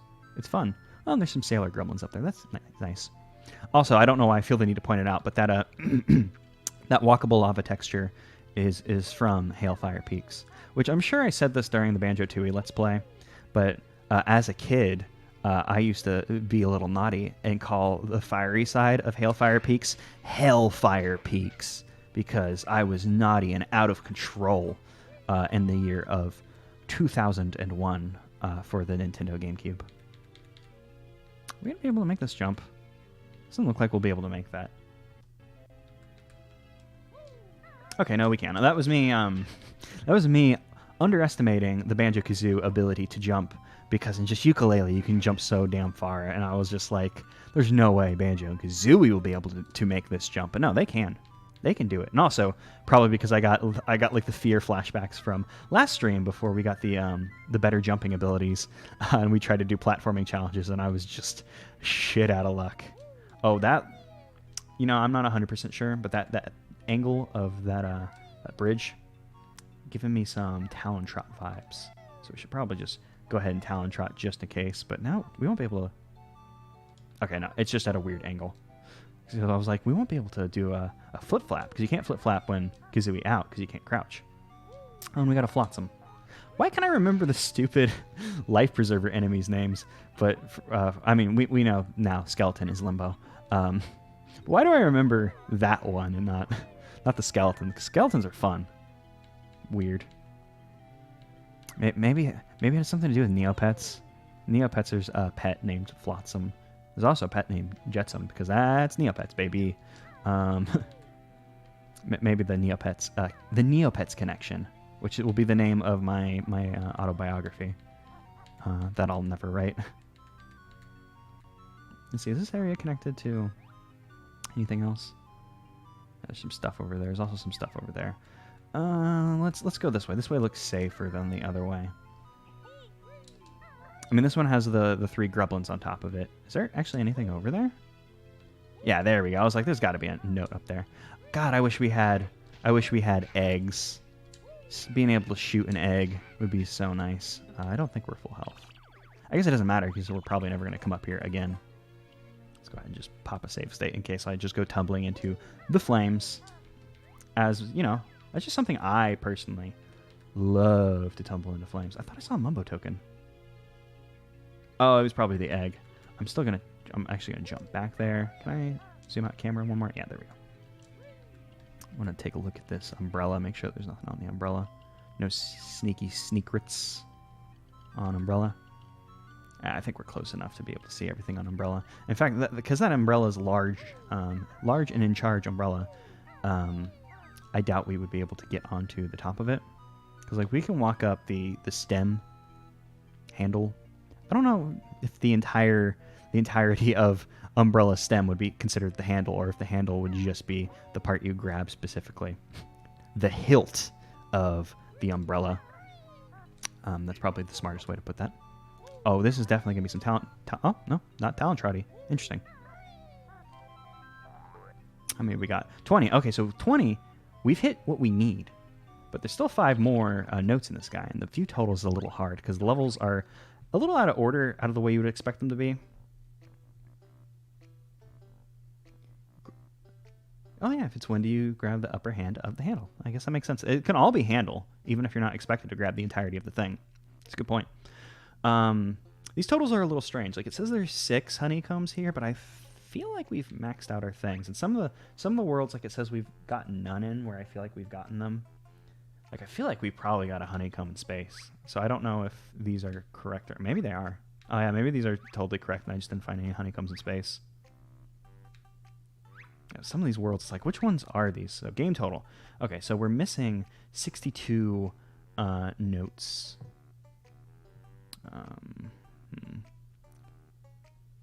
18 means we get 3, which is reasonable, but 24 feels like a more correct honeycomb count. So if there were 4 here, that'd be the 6 we're missing. I think one of these was 1 out of 2, so that'd be 7. That'd be 9. Yeah, I'm not confident in the game total honeycomb thing. Maybe bumping up the 1 level to 6 like screwed with some stuff data wise. I don't know. Well, since we're here, I guess I'll go back and see if we can get on top of that big umbrella, just in case there is a secret note hidden on top of it. And, you know, because we're just exploring. I don't know why, but I was about to justify the use of a save state. Not that, you know, I've been using it the entire time. Why justify it now? I wonder if we can just clip through this. I mean, I guess once we get here, we'll be able to swivel the camera and, like, yeah, there's nothing on top here. So that's good.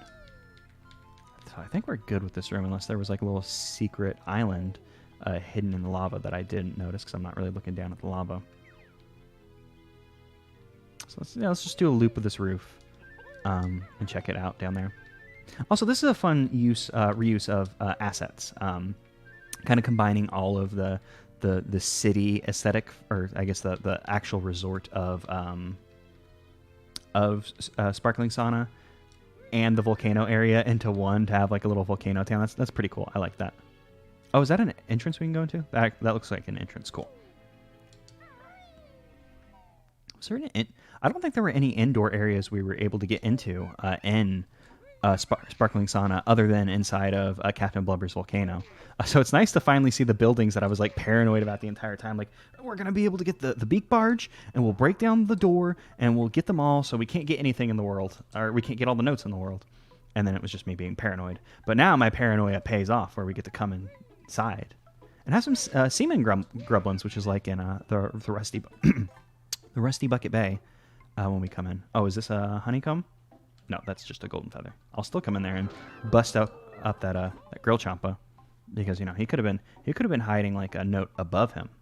I believe there's a grill champa in Rusty Bucket Bay, in one of the refrigerators that does something similar to that.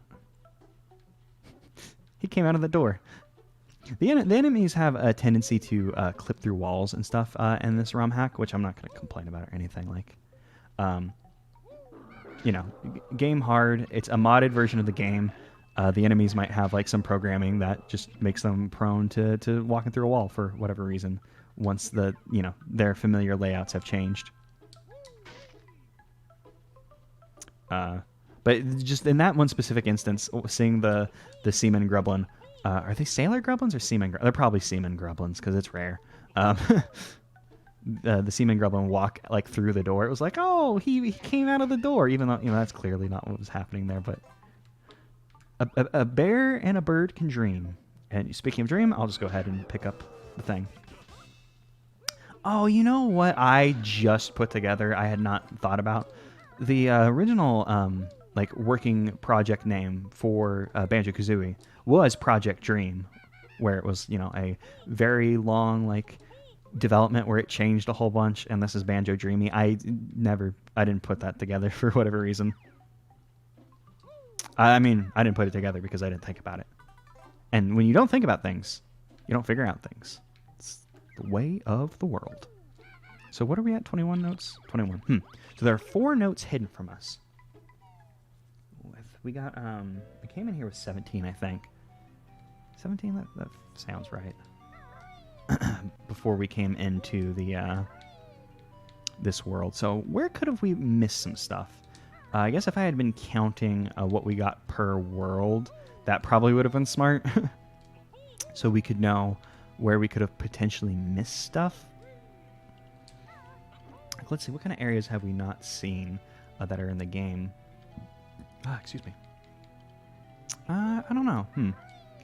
I guess we can just do a little lap around this pool and see if there's any notes hidden down there before we jump in and have to make our escape. I mean, I guess there could actually be more notes outside in the more beachy segment. Oh, the shrapnels are fucking pissed. They're so angry. They're texture model warping a little.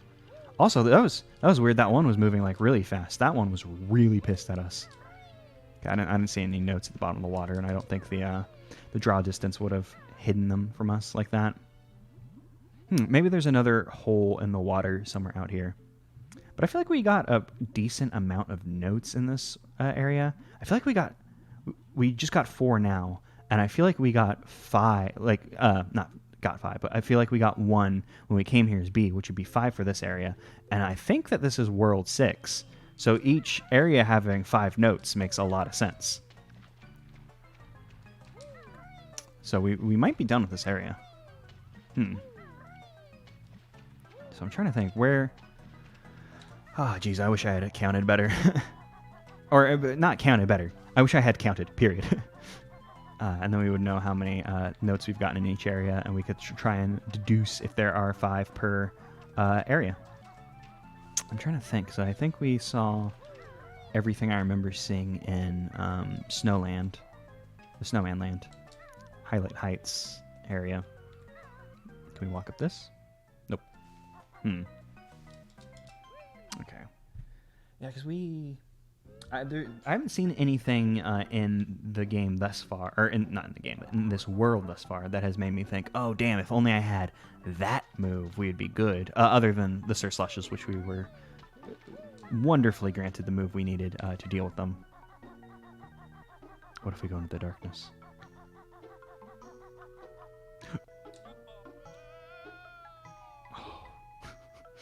For a second, I was worried, like, what if this is the one? What if this is the death pit?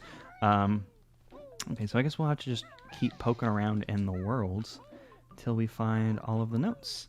But I think I'm going to take a short little break before we continue. And by take a short little break, I mean I'm going to get to the top of this stupid honey thing first, because I decided I wanted to get up there. But I also might just give up. No, we did it. I'm super cool and good. Hooray. Okay, we're going to take a just short little break.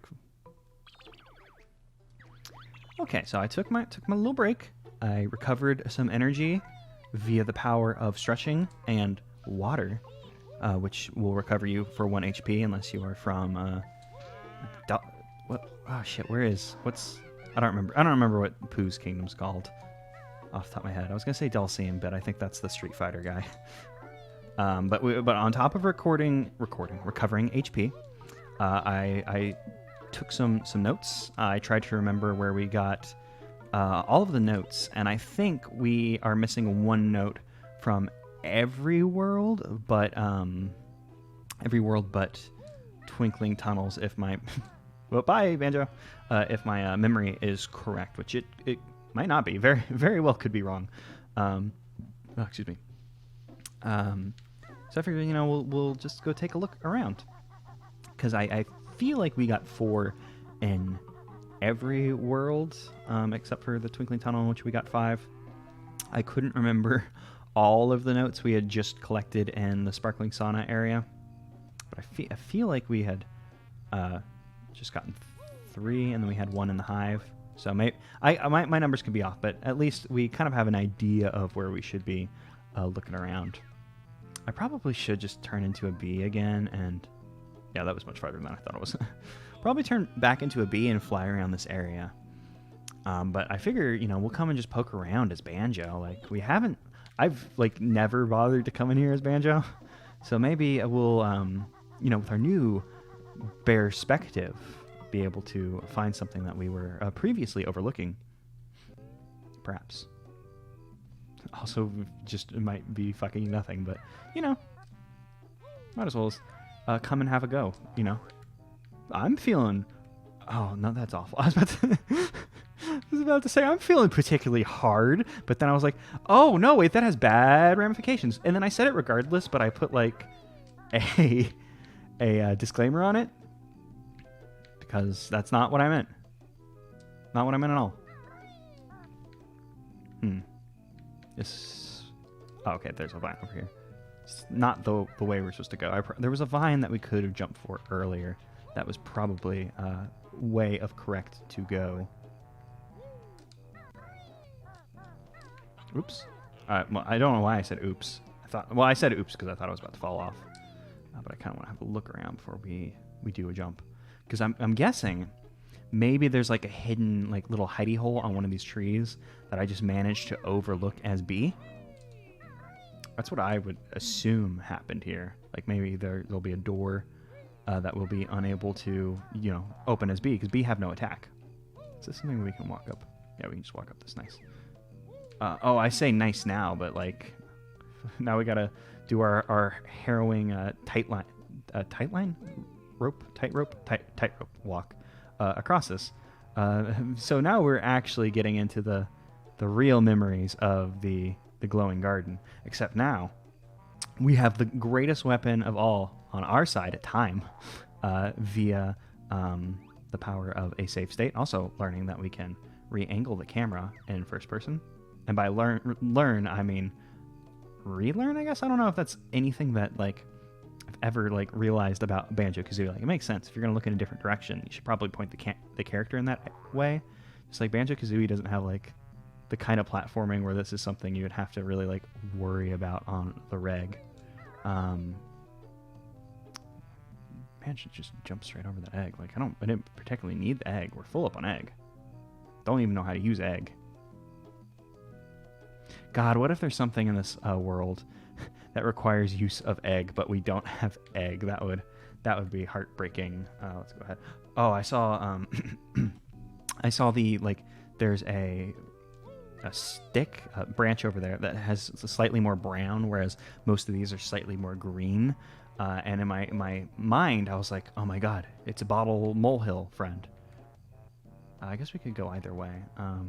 I pop a save state here. I thought I did, but I didn't notice the game slow down, so I was like, maybe it didn't.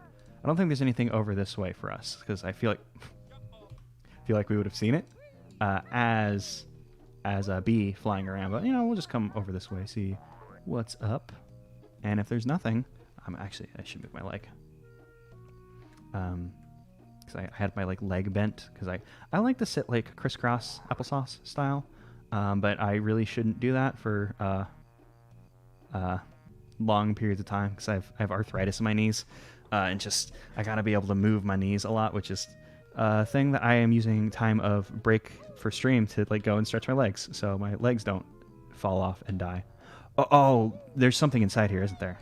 There's something inside of the light. Wow.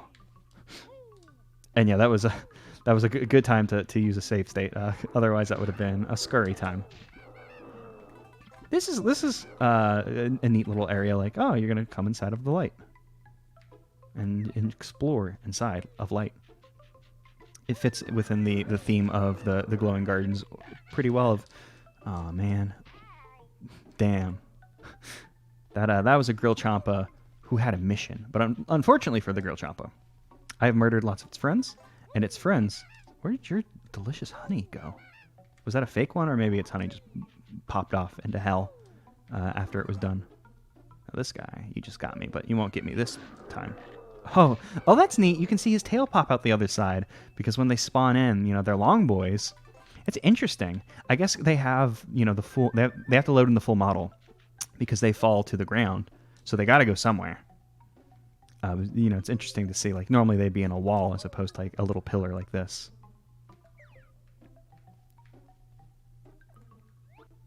I don't really need this feather, but I'm excuse me. A little concerned that there might have been a honeycomb or something hidden behind one of these. So we might as well just. I didn't want to jump all the way down here. Are we full health? I guess it doesn't matter. I could have just grabbed it because we're not going to be coming back here. It's not like if I were to become low on health, I'd be like, oh damn, I need to get into the that light in glowing garden. It's not going to be my first instinct. Okay, but I think we're good on glowing garden, because if my will this get us out of here? Yeah, cool. I wasn't sure if that'd still be a door or not. I think we only need assuming that each area has 5 notes, which I would assume is a safe. I would assume an assumption. It's a safe assumption, because there's 5 areas. Makes sense to do 5 per area, but I might as well do some risky bisky platforming to come back to this area. See if we can just go way of this guy. I like how I came in here and cheesed this with the bee, and by cheesed with the bee I meant had a difficult time because of Blees. Brian Lee, wow. I think that's their Twitter. But the bee's unruly nature, and then we just come in here and just do all the platforming. Oh, this just leads back to the beginning. Okay, I see. Just make sure there's not another thing, another facsimile of. Oh, sorry, I just whistled with my tooth. That was probably bad in the mic. Okay, cool. Well, we got thing here. We're probably good. Let's see. So which one? We don't need to go to the Twinkling Tunnel. So I guess we'll go to Snowman Land, highlight height type area first. It's the one that we haven't been to and the longest. Now this is going to be an interesting one, because I feel like we were decently thorough with this level. I guess they could have hidden a nope. I just want to see if I could jump on. No, okay, whatever. I wanted to jump on top of that honeycomb structure thing, and see if we could get on top of this. I mean, there's a flight pad here, so we can get anywhere we want. But with flying, if I had to guess, I'm going to hell. If I had to guess, I would guess maybe on the cold spiral mountain where Bottles is. Perhaps maybe there's like a cave somewhere on there that we're supposed to fly into. That'd be my immediate guess. There is also the mutant Snippy. Or Snippet? Snippy? One of those. That perhaps, if we had beak barged or something, we would be able to get into. But it does seem like that's just like a little for fun, like, oh, here's a thing, behind a wall. Like mentioned in chat earlier, green thwomp of Mario Kart 64, or well, it wouldn't be the same. I was gonna say Conker's Bad for a Day chocolate and the super great thing. That's not exactly the same, since that one's literally like, hey, there's a thing here, but you can't get it and you want it. That one's so mean. That's like, oh, hey, look, there's just a little freaking thing boy down here. Thank you, thing boy. That one was easier than I thought it would be. Oh, you know what? Now I think about it, whenever we were climbing, well, that's that's fine. That's fine. Okay, cool. I wasn't sure if we were gonna die. That's totally fine because, not fine, but what I'm trying to say is, I should have known that we were missing one there, because I remember seeing those platforms sticking off one of the Sir Slush little island mountain boys. Probably should have assumed that there was a thing down there, and I think I was at one point like, oh, I need to go down there. I thought it in my brain. I didn't say it in the stream, and because I didn't say it out loud, I did not commit it to memory. I know we already checked that there was nothing up there, but might as well just have one more go, and just because. Okay, cool. They didn't do any hidden mumbo areas. Such a strange decision to remodel Mumbo's skull, but like keep the indoor like the same. Like obviously, changing the indoor would be difficult, to say the least. But to leave the interior the same, but then be like, no, I'm gonna make Mumbo a new home, is a strange call.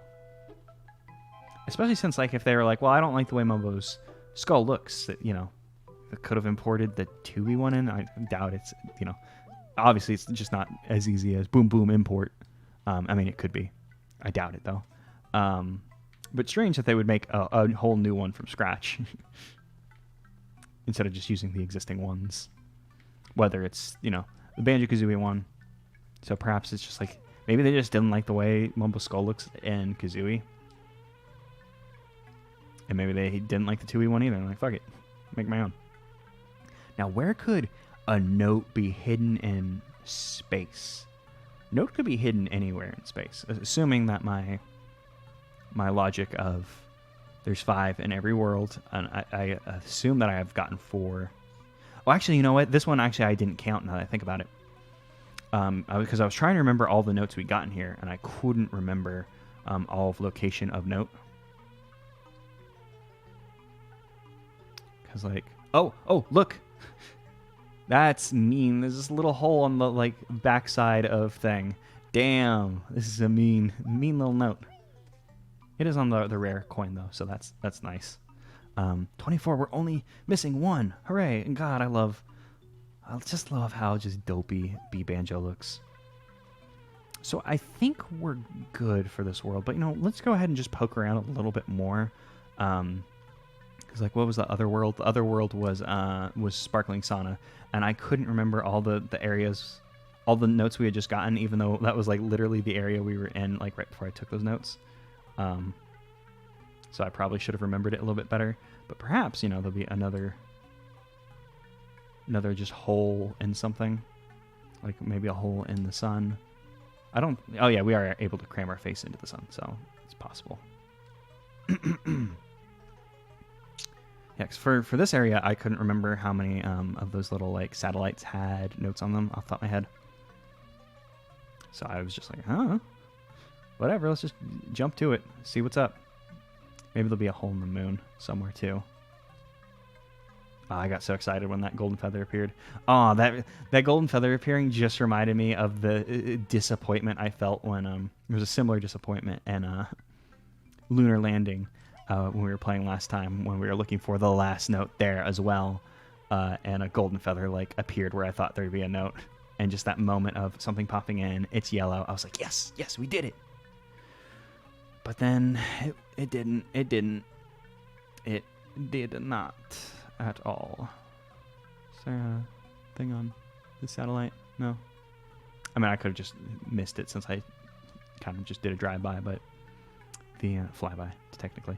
I saw those feathers popping, so I'm just going to assume that also we would have seen the other thing. Unfortunately, we cannot go into first person while flying in Kazooie. That is a TUI original. It'd be really helpful to just kind of look around right now, though.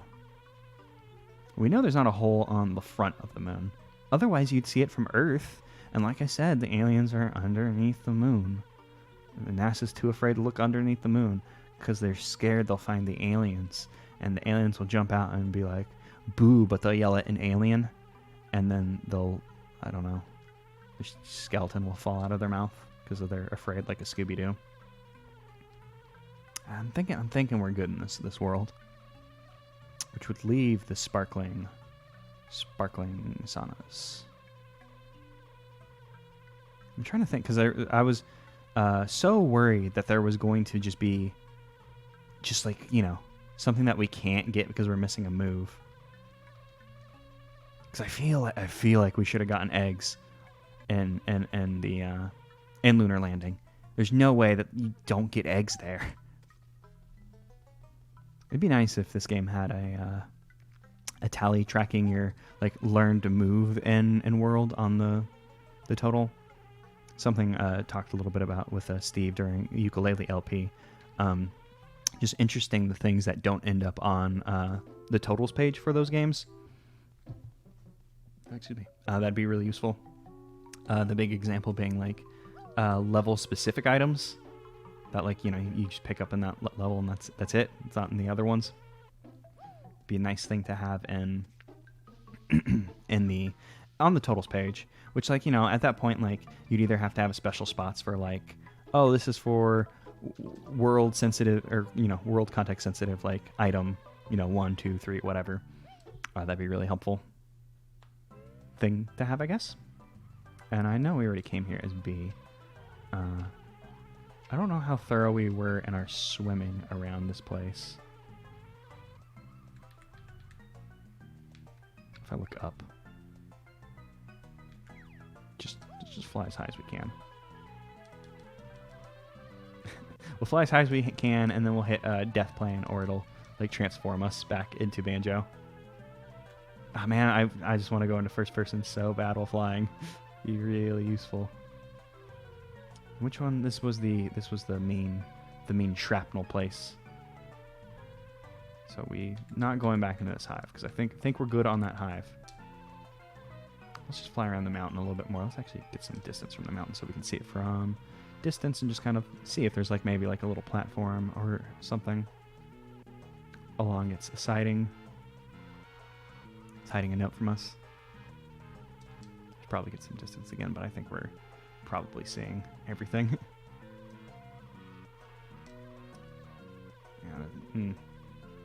Doesn't seem to be here. Let's just try and land. There we go. God, I wish I could zoom out one more layer.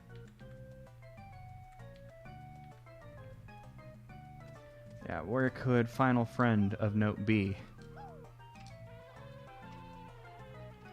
I mean, I guess, technically, if we wanted to forego completion, we could just leave and be fine and get to the end of the game, probably. But I want this last note.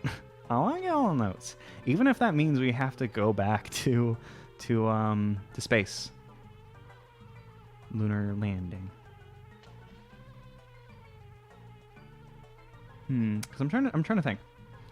Probably should have just thought a little bit harder about where how many notes we had found inside that little water cave in this area, and I probably could have figured out how many we had gotten, but I couldn't remember. I think I counted 3 off the top of my head. And that's the mound we saw before, I think. Unless there's a second mound. I mean, I'll do another round of the island, but I'm pretty sure that's the mound we saw. Yes, I think we're probably good here, unless there was something in that little like the fire town area. But I think we were pretty thorough with that. I'm pretty sure we're done with the twinkling tunnels. That area was pretty simple to navigate. So where could we be missing a thing? We could be missing a thing in Lunar Landing. I mean, we could realistically be missing one anywhere, I guess. Assuming my notes were right, though.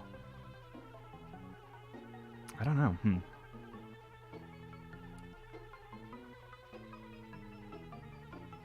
There's not really a lot of room to fly around in here. What was in the hive in here? In this hive, there was teehees. And that and the glowing garden hive, it was just like the flowers. I don't think we saw a hive in Lunar Landing now that I think about it, but it's a bee-only area, so there's no point to have a hive. That hive had the shrapnel, and there's no bee access for Cold Town.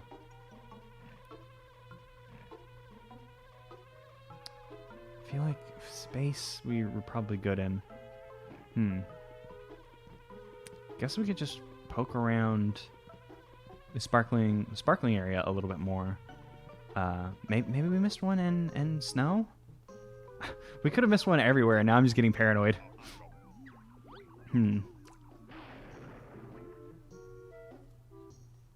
I could pop a save state here. We could leave the level, go check out what's behind that door, and then just return to here once we see it. If it's like move, that might make it clearer what we could do. But I feel like if I do that, and then we come back, I'm probably just going to end up being like, fuck it, we're not completing the game.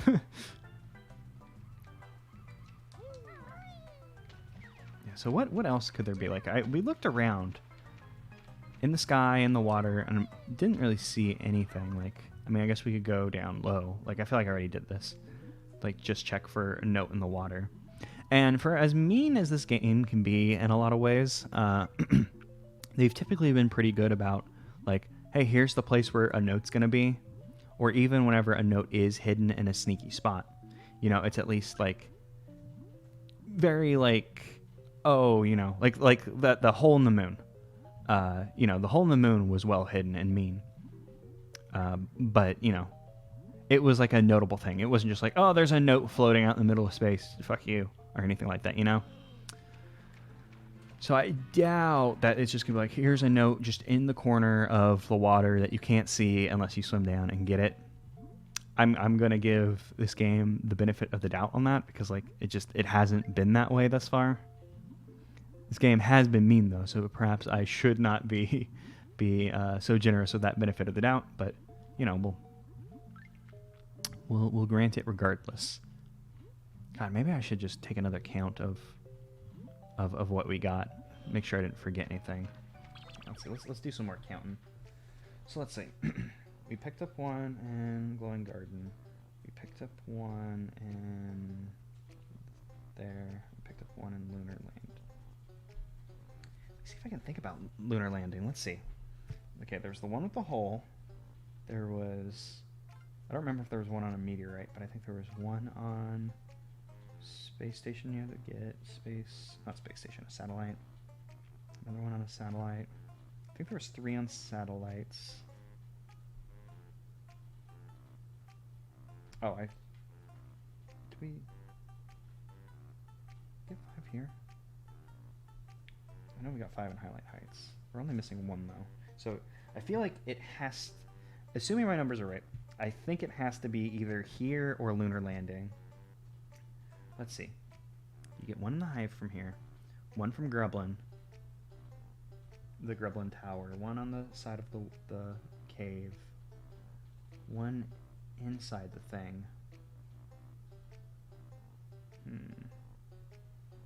I can't think of another in that area. So yeah, I'm going to go back to the volcano area because I can only remember getting 3 3 notes in that area. So I'm assuming that there is either one somewhere in this area that I have not noticed, which seems unlikely. We've flown around as the bee quite a lot. So I think this area is probably good. I doubt that they put there's a second hidden note in that shrapnel area of the hive that I didn't pick up, since the hives have had one note up until now. We didn't see a hive in space, but there are, you have to be the bee to get into space, so it's probably fine in there. There was no hive in snow either in the highlight height area, but we can't get into that area as bee, so it's probably fine. So what could have we missed? There could have been like a little hidden area in the lava. I checked for it, but I wasn't like the super thorough with it. Can we? Oh, this is gonna be a bad idea. So I'm gonna just pop save state. Just try and look over it. Oh, nope, forgot. Inverted controls. Yeah, just make sure there wasn't like anything in that corner.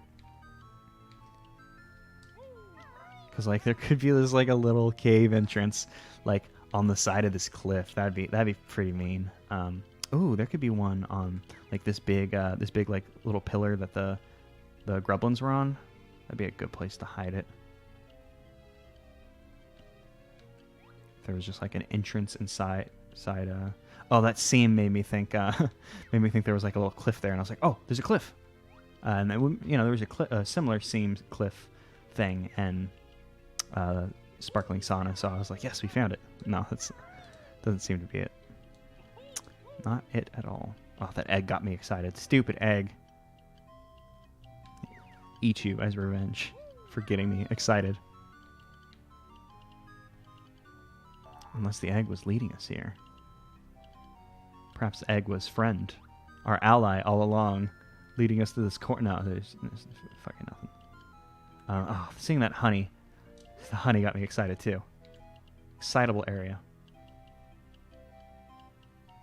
Yeah, there'll be like a little divot that you can like just sneak into whenever the lava like goes down, and you have like a split second. You have to perfectly time it to like get in. Actually, putting something close to the lava, it makes sense. Like, oh, here's a challenge. It'd also be mean because this lava is surely instant death.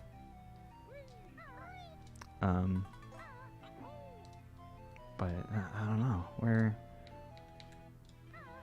you at, friend? Hey, friend.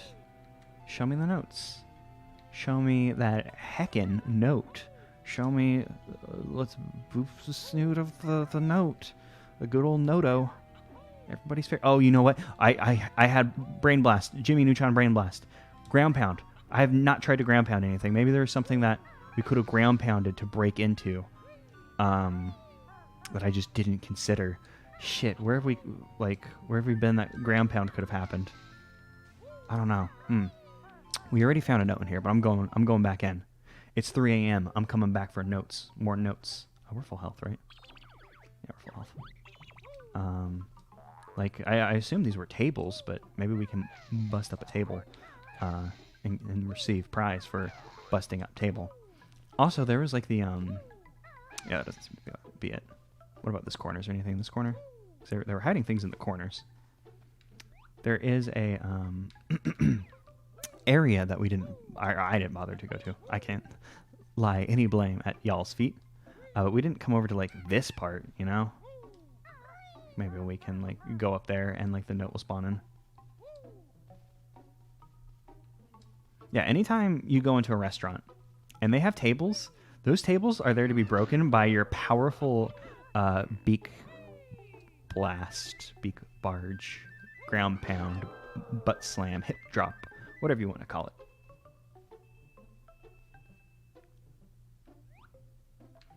Yeah, most restaurants aren't going to appreciate it, but one day you're going to go to the Banjo-Kazooie Ukulele Experience restaurant, and you'll be handsomely rewarded for your instinct to smash those tables into pieces.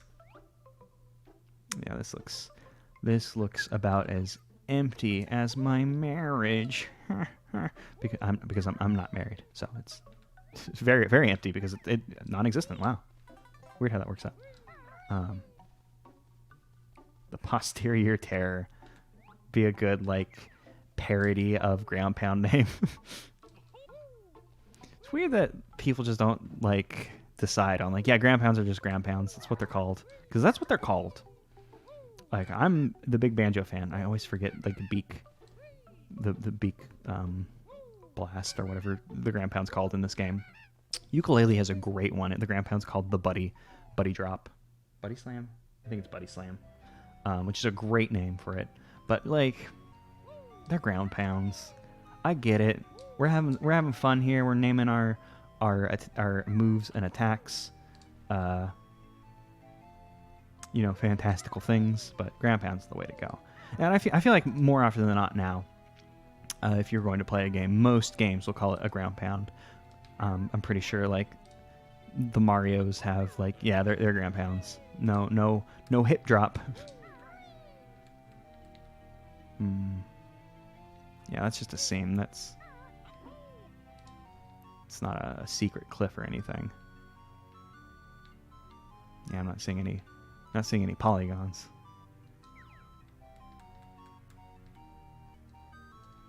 Let's just go ahead and pop save. Yeah, that's not a walkable surface. What if we come over here? Because over here at the end of this, there used to be a note.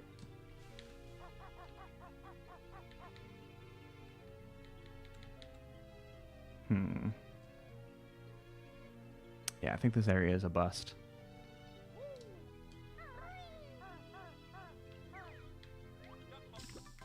That's okay.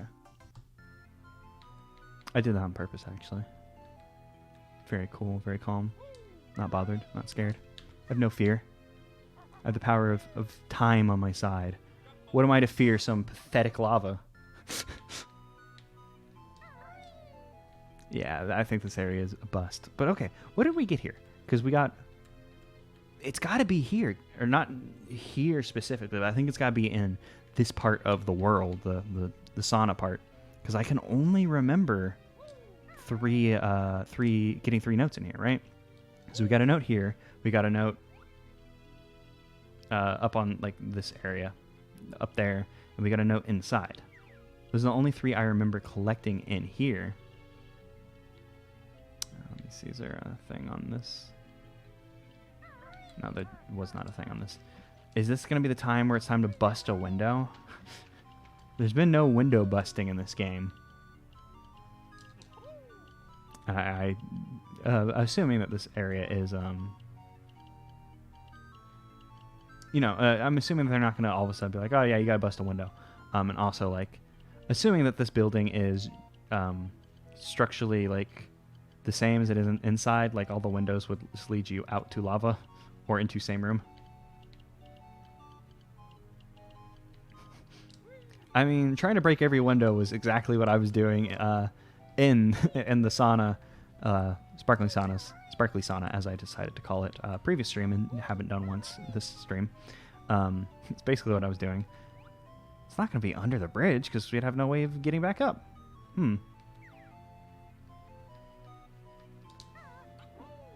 Where'd they put that tasty little smack roll? Where's our friend? The note. Give me my friend the note.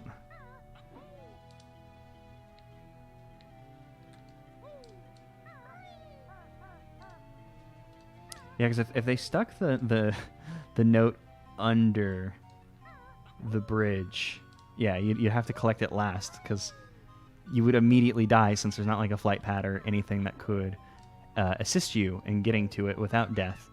And you would just have to make one perfect jump, assuming you're not a big old cheater, pumpkin eater using save states.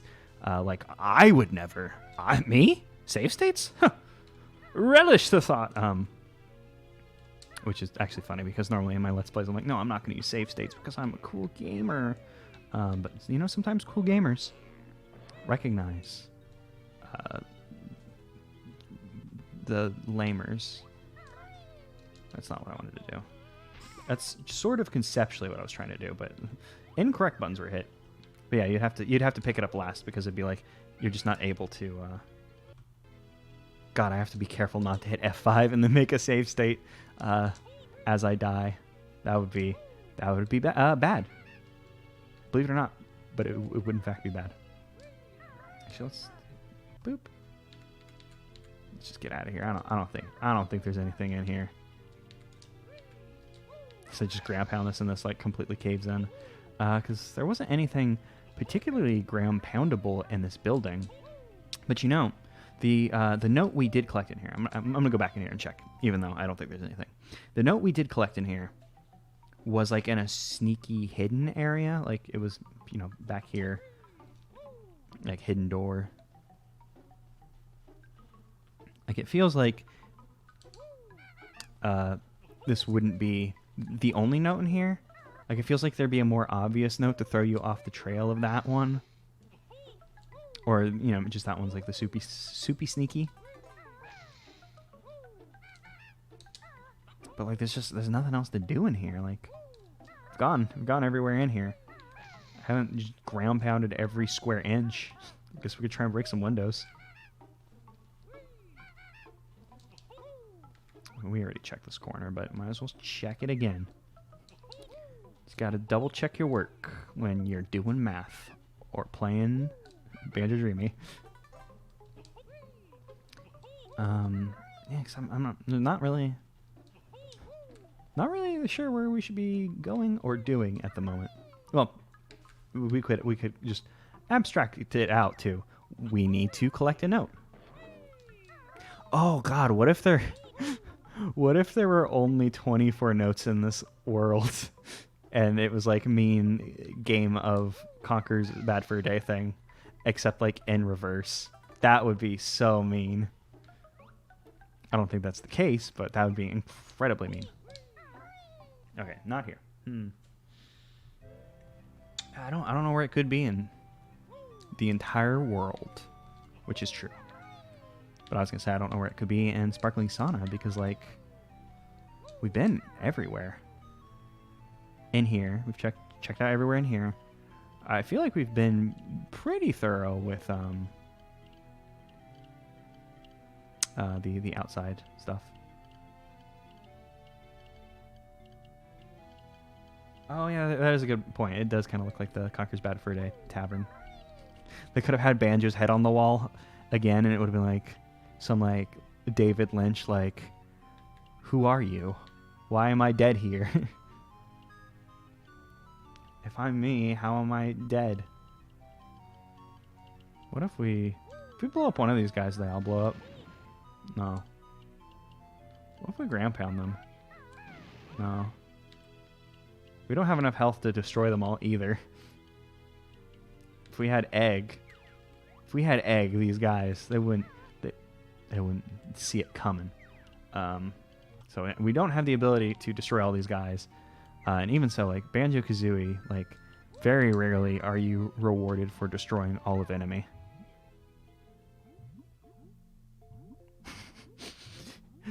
The ground pound explosive stage of desperation. Yeah. We've only been streaming for a little over 2 hours, and we've already hit the point where I'm like, yeah, I don't know. Ground pound some shrapnel. Shrapnel would be like a good name for like one of those like protein powder things. So you'd be like, yeah, I'm gonna pound some shrapnel, bro, and then I'm gonna go do some deadlifts, which is what I plan to do after the stream with my very pathetic home exercising equipment, which have actually served me pretty well in time when gyms are illegal now. But I won't be able to get a great deadlift because I not sprung or anything, but can deadlift a whole lot of weight, and doing my pathetic dumbbell deadlifts just haven't been the same. But if this stream ends up going longer, I may end up being too out of it to do a lift of the dead one, which, you know, you'd think it would work the other way around, but no. I mean, I guess we could go back into hives we've already been into, and perhaps we missed something there. But I don't know. Not exactly sure.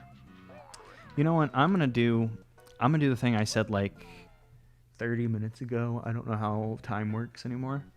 And I'm going to become B, pop a save state, and we're just gonna go and open that door and see what's behind it. and just hope nothing goes horribly awry. So I think, you know, just go see, like, you know, what's up. See if it's like, oh, you've hit end of game, goodbye. Or if, you know, we're just gonna do some reconnaissance. We're gonna take a little break, but not like the kind of break where, I switch over to chat and go, cry in between the thing. F5, I don't cry in between things. Was that? Pretty sure that was a golden feather, but yeah, you never know. What was I saying? I don't know. It doesn't matter. It was a dumb joke anyways. Time to whip out the walkthrough. I would... Oh, damn. Big butt got me there. I would appreciate the walkthrough whip out.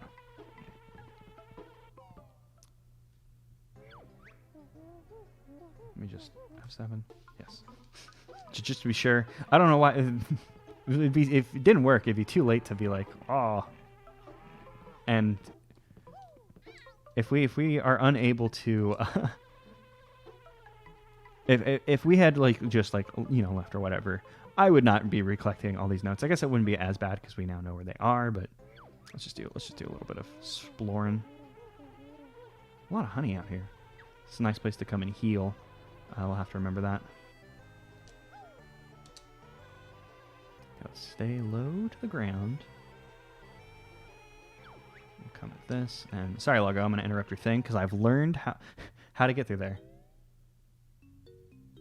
Loggo did the whole thing in 23 minutes? Oh, damn. I mean, they made the game, so that doesn't make me that upset. Not living up to creator of game, I think I can deal with that. What's up here? Oh, golden feather. B's not allowed in lunar landing, so I'm not going to get close to it. Gonna check out these asteroids, though. Mumbo token, sure, I'll take one. Why not? Fuck it. I mean, anything I collect here doesn't really matter because we're not gonna stay. We're obviously gonna go back to the memory meadow. See what up. Hey, where the hell was the last note door? I don't remember where the hell it was.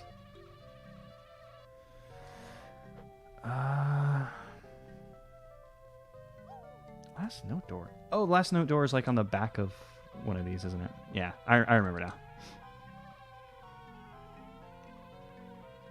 Damn, the 23 minutes, like, to play this entire game, that's incredible. I wonder if it's like a... Like, I'm guessing since you're watching it, it's not, but I was about to wonder if it's like a cheatsy, like, oh, here's where you can sneakily, like, get ahead. But no, it's probably just... They are the creator of it and just, like, know where shit is. No Memory Meadow? Oh, they just don't go to Memory Meadow.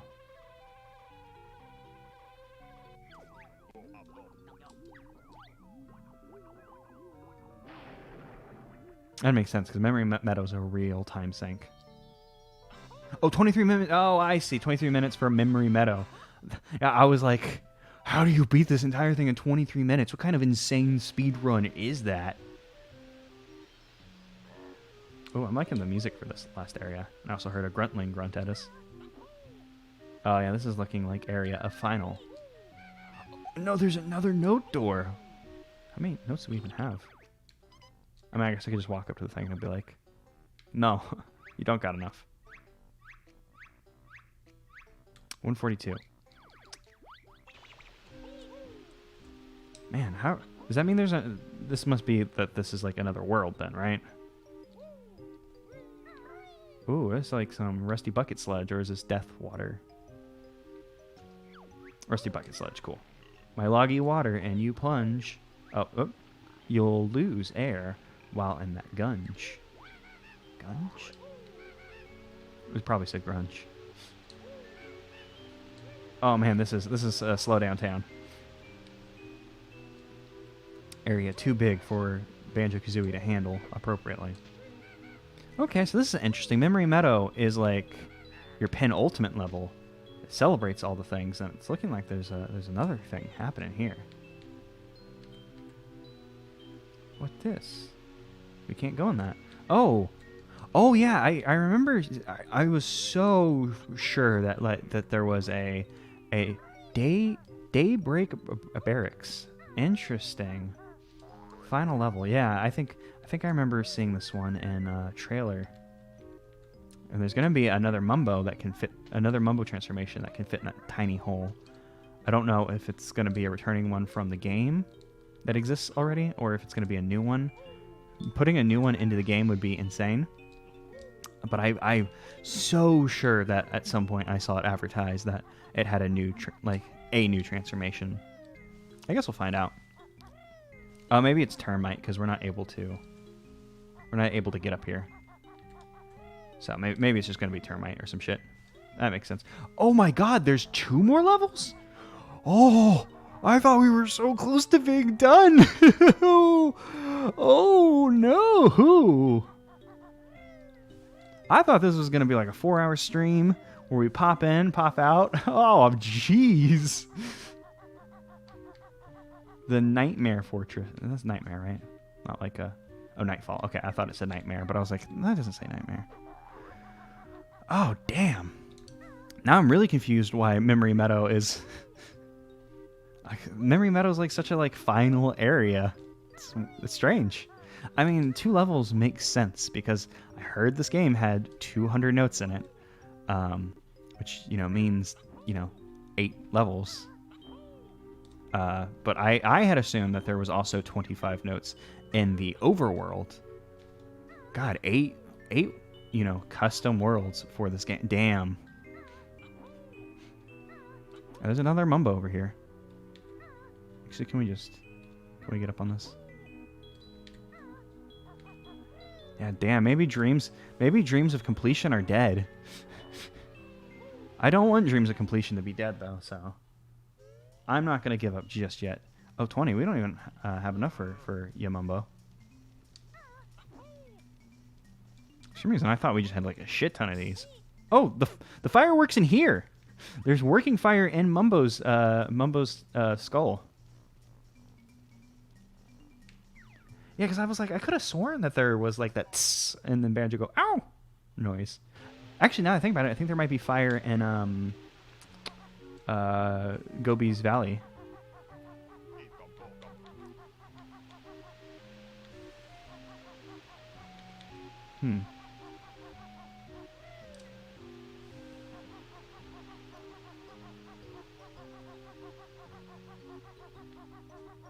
Yeah, we can get another Mumbo token over here if we need it, but not really necessary at this time since we're probably going to be going back to the other world to finish it off, unless if we need another move to get all the things in Memory Meadow, I don't think it's happening.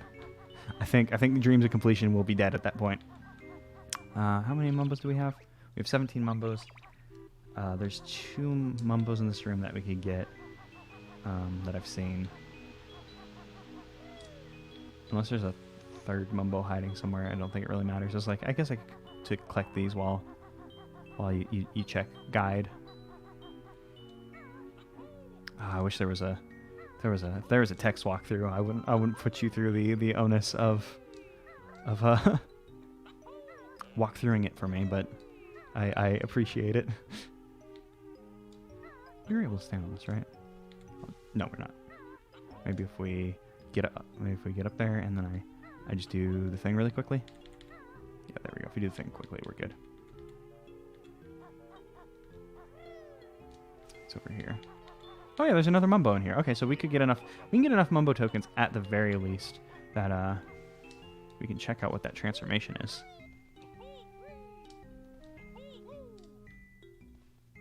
Weird. Smog there. Oh, I thought that egg was a Mumbo token. Which I think that's the 2nd time that's happened to me this stream alone. Let's go ahead and swim over.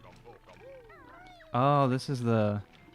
Loggo did say it was his loggy water, but I didn't comprehend. Yeah, toilet gross water. Icky picky. Now, where was that last damn Chaos Emerald? That's the 4th, not the last one, but you get it. You get joke of meme. Can we actually make this jump as Kazooie? looks a little too high for Kazooie to just... Oh, no. Kazooie got hops. Did not expect that. Oh, there's an area up there, too. Where was that last Mumbo? Stand up here so I can start the Talon Trot again.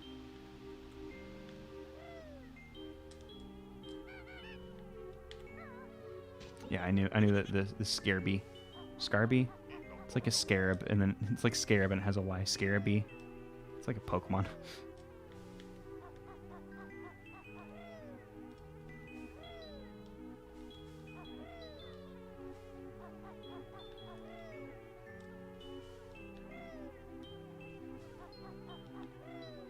Yeah, this isn't working. Let's just go back up this way. I don't know why I'm trying so hard for reconnaissance. I mean, I guess this could end up becoming progress if Memory Meadows turns out to be bullshit. I mean, not to say Memory Meadows is bullshit or anything, but man, that's a lengthy boy. I mean, I guess, you know, now we do know where everything is, so it'll be less. Or we know almost everything is. Oh, Scarabee. Breaking my balls over here.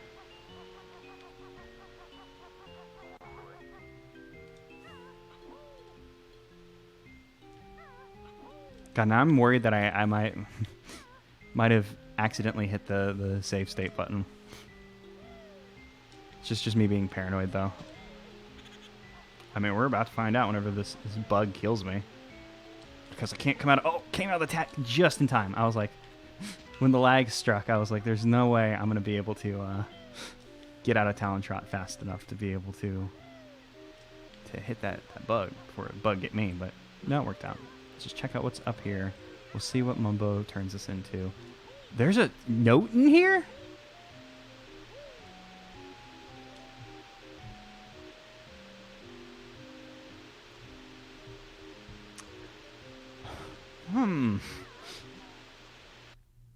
Is there one note in Overworld and only 24 in Memory Meadow? Oh, that's down. I can see that now.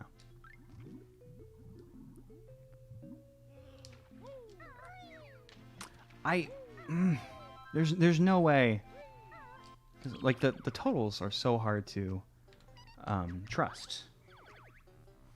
But there is 25 here.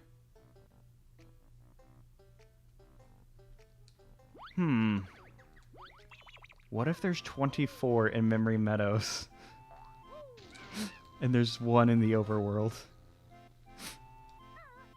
Oh, what if? What if, gamers? Rise up.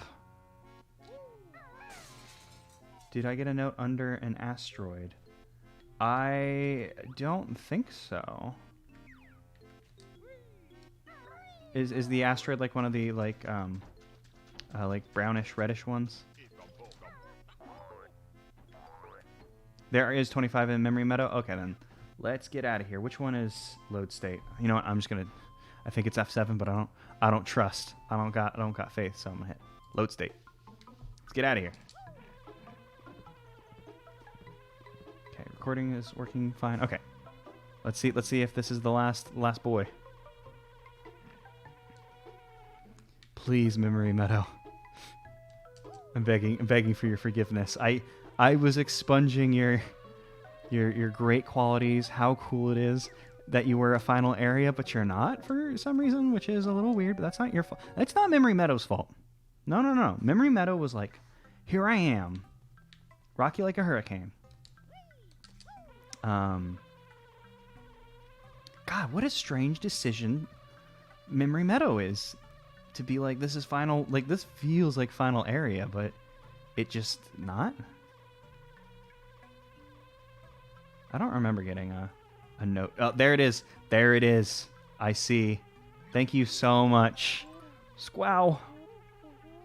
Scowo. Scowo. Took a couple passes at it. Probably got it right on one of those. Thank you so much. I would have never found that stupid note. Squow. Is that the right one? I said it a bunch of times. A ladder. Okay. Scowo. Scowo. Because it, yeah. It's like a whoa on the end. Whoa. Thank you so much. Now we've completed it. We're good. Dream of completion, not dead. There's still faith.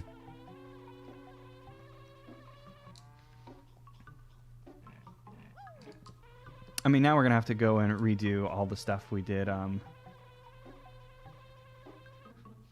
Yeah, first try, I used my jiggy sense. I was like, what'd be a good Spidey sense for Banjo? And obviously it'd be jiggy sense, which my jiggy sense is failing me in this game because there's no jiggies to be had. Oh, that was a moment of gamer. Ah, best note score for this world is 25. Oh, you'll love to see it.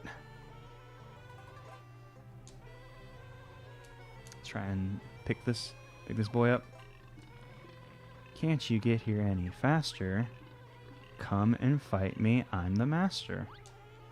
I feel like Loggo was trying to say that previously when we were leaving. They were saying something about faster at the very least. I've learned secret of getting into Hive, but I have to execute now. Oh, yeah, there we go. And do you know what? F5. Progress is saved forever. Hooray! Okay, we could go back to Lunar Landing and Highlight Heights now that we have the beak bomb, because I'm guessing that the extra notes that we are missing in Highlight Heights at the very least will require the beak bomb to destroy some Sir Slushes. Lunar Landing I'm less confident in. There was a moment where the moon, or not the moon, the opposite of moon, sun, when sun was on the wall, and it was posited in chat at the time that perhaps we beak bomb the sun and the sun explode and there'd be a note behind it.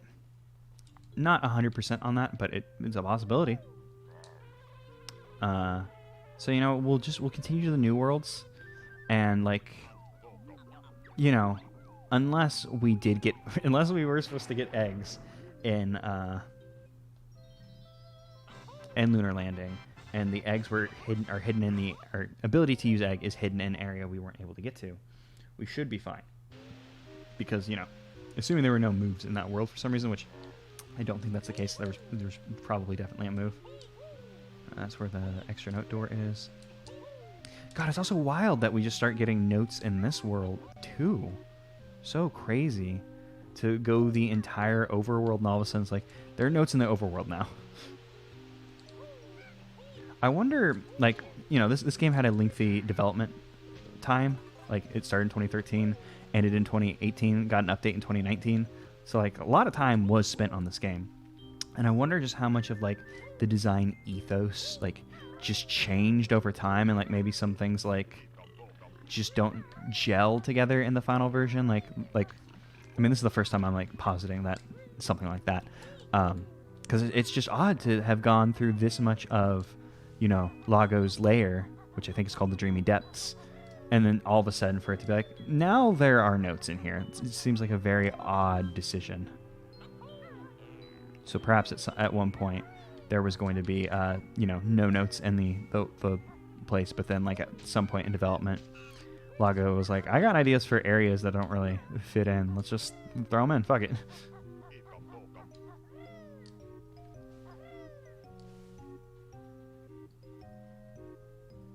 Yeah. The way I would think about it is, you know, the old stuff that doesn't work would probably just end up getting scrapped. So I'm thinking that's not absolutely the case, but there probably is, like, some just left over. Yeah, and perhaps God, now that actually has me worried, because I was just assuming that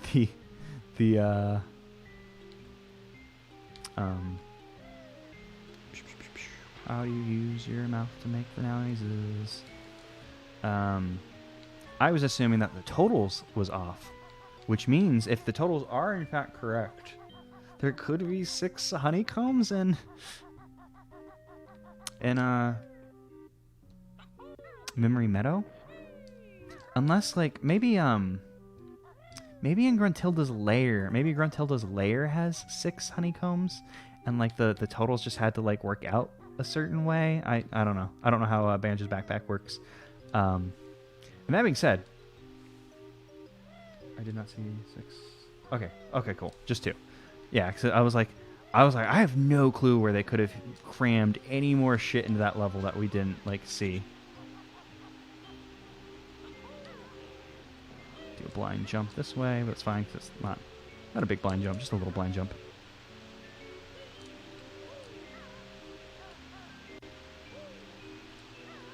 Hey.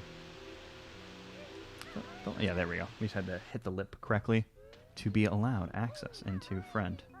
And actually, can we jump up here? Yeah, we can. Just want to make sure there was nothing hidden up here. Just stick a sneaky little note up there if you wanted. Oh, man. That would have been cool if we just managed to jump over it. I mean, I guess I wasn't looking at it, so... You know, to just make a jump that I wasn't trying to make would be a little too gamer for me. At that point, I might have to stop streaming to regulate my gaming levels. They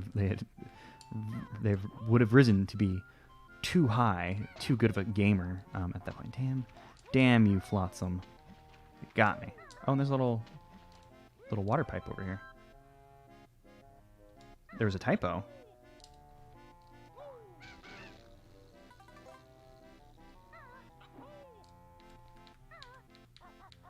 I didn't see a typo. I didn't see text. But also, as I posited at some points, I keep saying posited. Don't remember if it was the I think. Oh, never mind. It was the ukulele LP, where I said I could not read. So gotta stick with the. Oh, whoops! Did not mean to jump into the boombox. See, having eggs to deal with these guys would be phenomenal.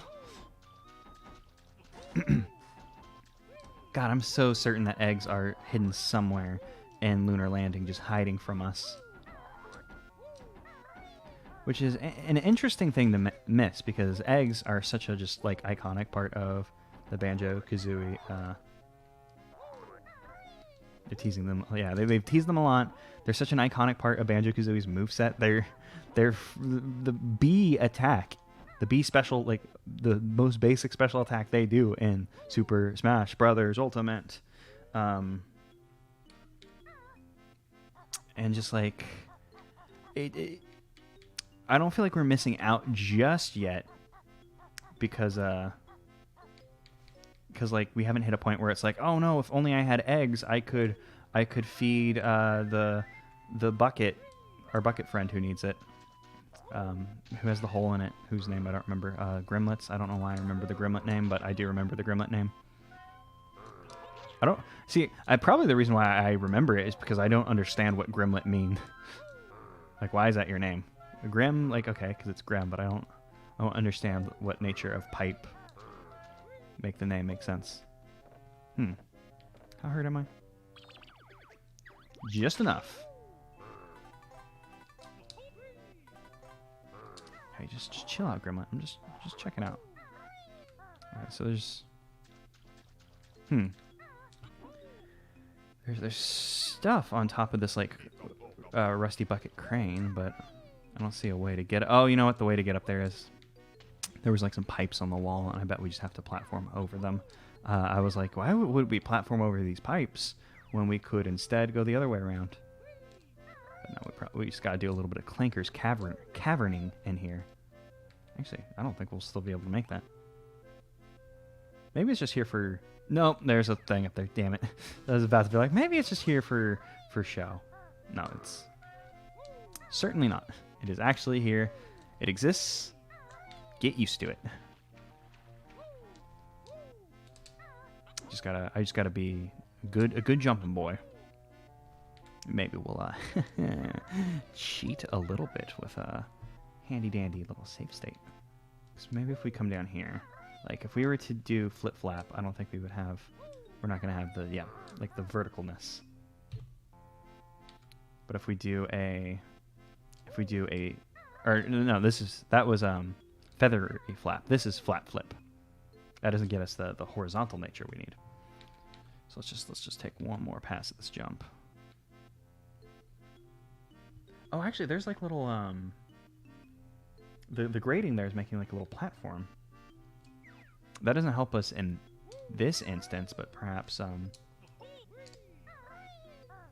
the roll jump.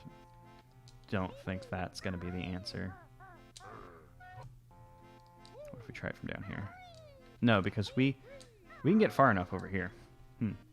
Yeah, I don't know. We'll just have to remember there's a note over there. Just go down in this hole. That'll probably kill us. Maybe it'll lead to an alternate way to the top. Nope, there's just a note in here. Just a note in here. And what? There's not a move in Banjo-Kazooie we could learn that would help us earn or help us get higher. Like if we could. Nope, that's not what I meant to do. Now we're gonna die. Nope, we're not gonna die. Cool. We can sit up here, get our breath. There's not like a jumping move we could learn in this game that would help us. Can we move camera? Nope, no moving camera. That's fine. Totally cool.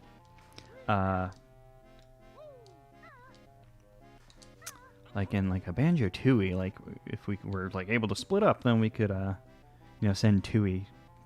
Oh my god, we could send Kazooie to her death to like do a jump up there. I didn't see a shock spring jump pad. Oh, there's a pipe over there. We're supposed to come at this from a different area. Okay, cool. Let's get the hell out of here.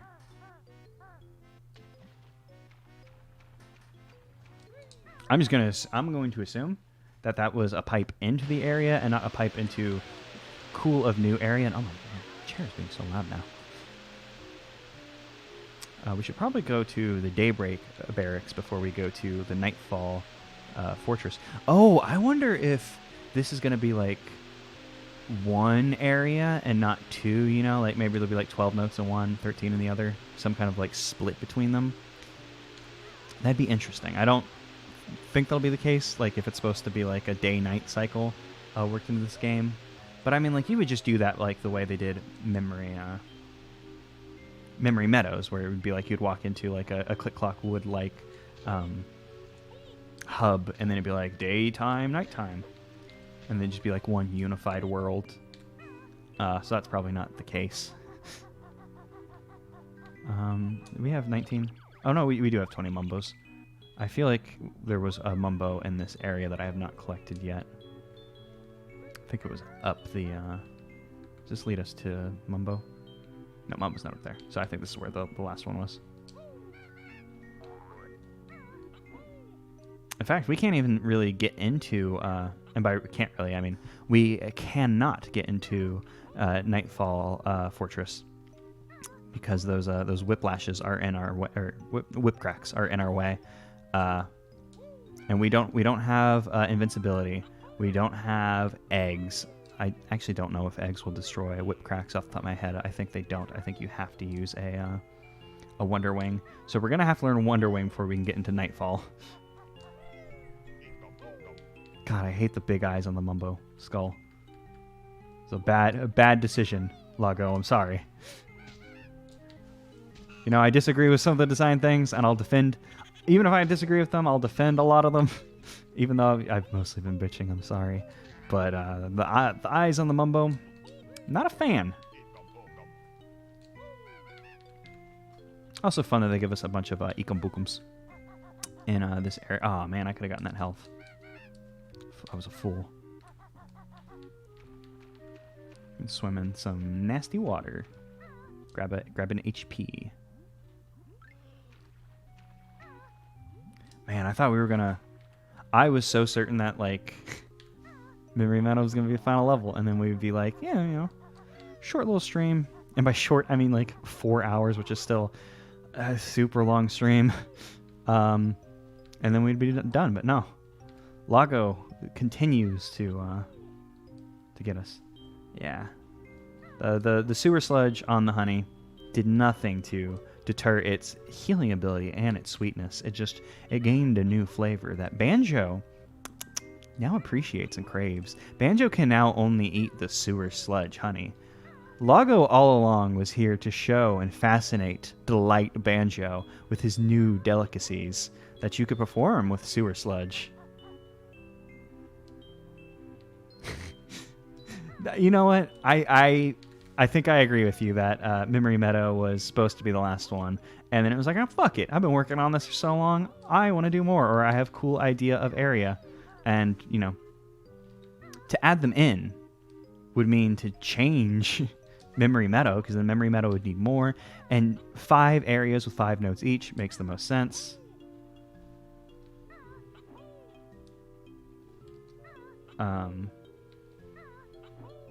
Five areas with 5 notes each makes sense, and then like oh no, now there's 7 areas, and we had to have a weird split between them. Yeah, like in terms of just development, like there's always that like oh god, what do you call the scope creep? I've done that a lot. Damn it, I should have just made a safe state when we got up there. Like just with my own like personal stuff, like I've had like just like I mean, I've only worked on the design documents, and like anytime I've sat down to program it, it's like because I want to make a game. Anytime I sit down to program it, just shit goes wild, and it's happened consistently for years. So maybe the problem is with me. Who knows? But anytime I like do design stuff, I always want to, you know, I'll have like it'll be like Wayne's and opposite of Wayne's. What does Moon do? I can't think what Moon do. Rising? No, that's not what it is. I don't know. But it comes in tides. So like you'll like, oh, I wanna keep the scope like small, and like this is what it's gonna be. And then you have like other ideas like, oh, I want to stick that in too. But it's like you can't, because it's like you gotta keep the scope nice, but also like I don't know. Things are hard, especially for something like this, where Loggo worked on it for like 8 years. 8? Is that? I just want to hear the pumpkin soup. Pumpkin soup joke. The 6 was the number I was looking for, by the way. 2013 to 2019 is 6, which is almost 8. Basically 8. Might as well have been 8. Fuck it. But also, as we can see here, not a new transformation. God, I wonder what that transformation thing was. Maybe I had a dream about a Banjo Kazooie ROM hack that had a new transformation, and then I just assumed it was real, because in the quarantimes, which actually that's the first time I've ever heard the phrase quarantine. Surprised. Dreams have gotten weird. So, oh, there's something interesting that won't be spoiled coming up. I wonder what it could be.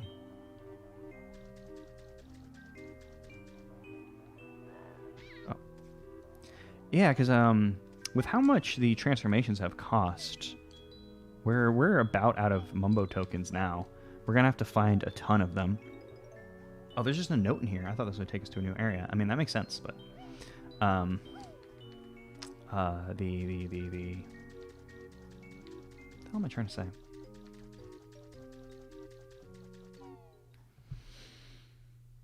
I don't know. Dreams have been weird. All over the place. Wouldn't be surprised if I mixed it up with reality. Is this the world? Do we just sneak into the world as a pumpkin through an alternate means?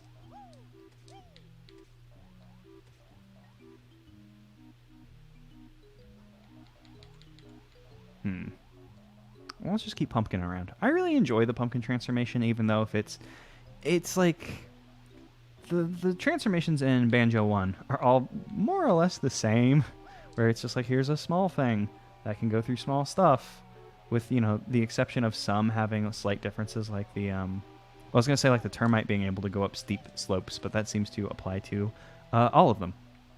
But like, you know, the crocodile can attack, bee can fly. Those are the only like 2 like radically different ones, and even then they're like not super-duper different. Yeah, so most are just like small thing. You can go through small stuff. 2E really changed the game with transformations. Oh, that's fun. If we jump under the water, we make a splash at the top. Oh, the T-Rex transformation is so cool. Love it. Well, the giant statue, I mean, you become the little, like, stony boy. And the giant statue was Mumbo Magic. But yeah, it's... 2E really, like... I feel like whenever I say Banjo-Kazooie's my favorite, like, Banjo-Kazooie's worlds, I don't know, like, most of them just feel like they have more personality to me. And also, just a nostalgia. Because 2E's... I feel like 2E's both better, but also, like, a downgrade. Like, it's weird. I don't know. I love 2E. 2E's great. And 2E's probably the better of the two games. And, you know, that's just something I'll have to talk about in therapy. Like, why do I prefer Kazooie, even though 2E probably better? And then the therapist will be like, what the fuck are you talking to me about? Yeah, it's... In fact, I wouldn't even say that it's a better game that's less fun to play. I wouldn't even say it's less fun. Like, it's the same game but bigger. And I appreciate, like, all the ways that it becomes bigger. Really, I think the thing I think that Kazooie has over 2E is, like, Kazooie's worlds feel like they have more personality to me, I think. And I don't know why, because, like, when I think of the 2E worlds, like, Mayan Mayhem is, you know, it's just bigger Mumbo Mountain with a more, like, hey, here's a more specific, like, theming of it. Glitter Gulch. There's another G in there. I almost said Glitter Glaze, but that's, like, Glitter Glaze Glacier. Glitter Gulch Mine? Is it just Glitter Gulch Mine? There's another G in there that I'm forgetting. The Glitter Gulch. You know, it's a sparkly cave, which is fine, but, you know, it's a cave. Witchy World. Witchy World, probably the best level in the game, like, for theming. Like, I love a spooky level. Witchy World is really cool.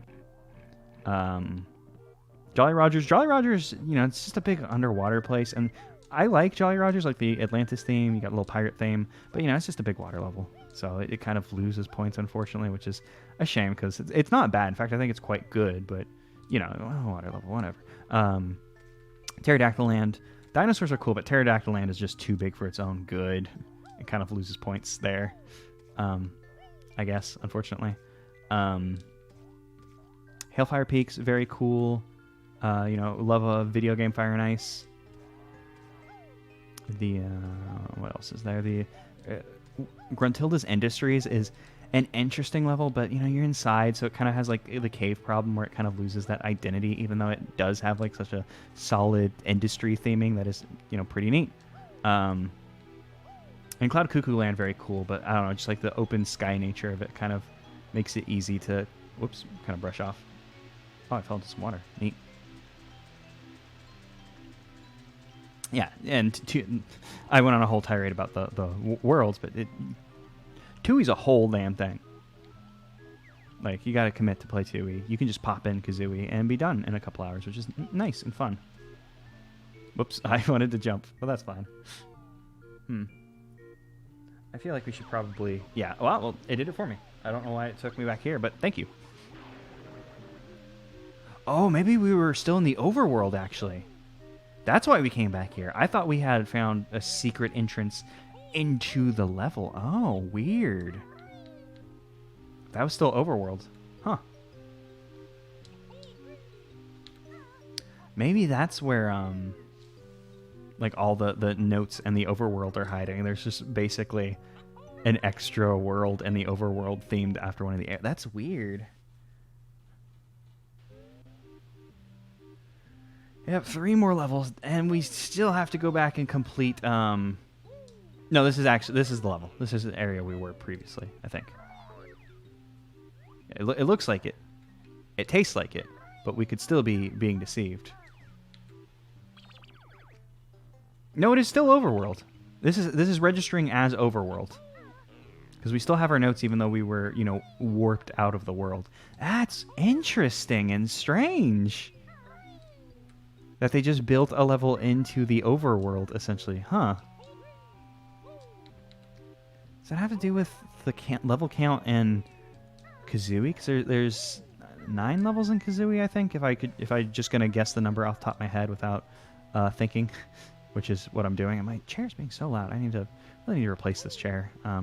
Like I don't really need to. It's not like a problem. It's just it's gotten loud and it's embarrassing how often chairs squeak. So it's getting old, but it still works. It's still chair. So why replace it other than embarrassment? Chair expensive, so I'm probably not going to replace it until it falls apart and dies, which is fucked up of me, but that's what I'm going to do. Man. Can Banjo walk up this? Oh, thank God. Thought Banjo was not going to be able to walk up that. Probably would have helped if I was jumping in the direction of thing. Man. Oh yeah, I could probably grease my chair. I even have some WD-40 like sitting out because my elliptical is it's a cheap elliptical and it is quite loud. So I just have the WD-40 just sitting out like ready to go. Could just spray the chair. For some reason I had never considered that.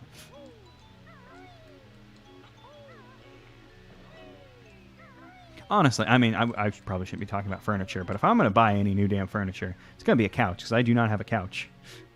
I just kind of sit in my office chair, because my apartment not very big, so just swivel my office chair from computer to my little table that by TV. Well, not, by the TV. But you understand. Just need to buy a damn couch.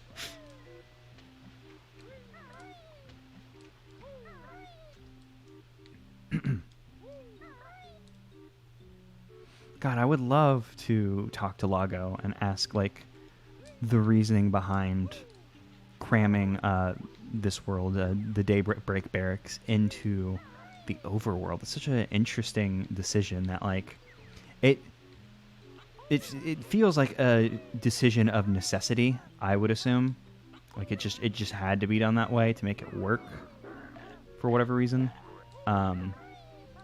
But, like, why? Like, we can assume... Man, Banjo... Oh, we're about to die. Huh, didn't notice. Probably go look for some honey elsewhere before we continue that.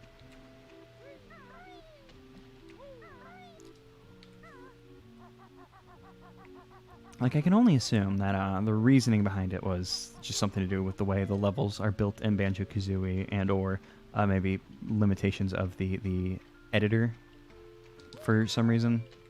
That maybe, like, one of the other worlds is secretly 2. That doesn't sound right because you get that jiggy transition when you go to a new world, or not a new world, but you enter a world. So you'd probably notice.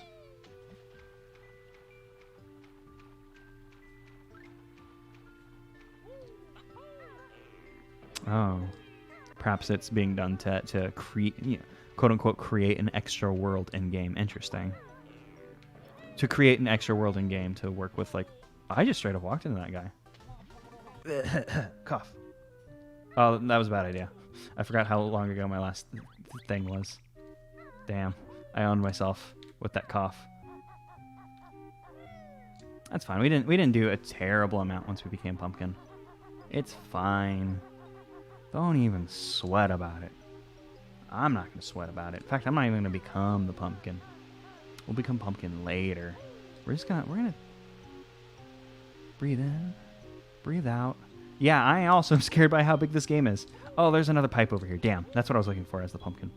This game pretty large. I mean, this is basically like, what if you played Banjo-Kazooie for the first time again? But I think I'm going to take a little break before we continue in the Nightfall Barracks, aka the hub world secretly.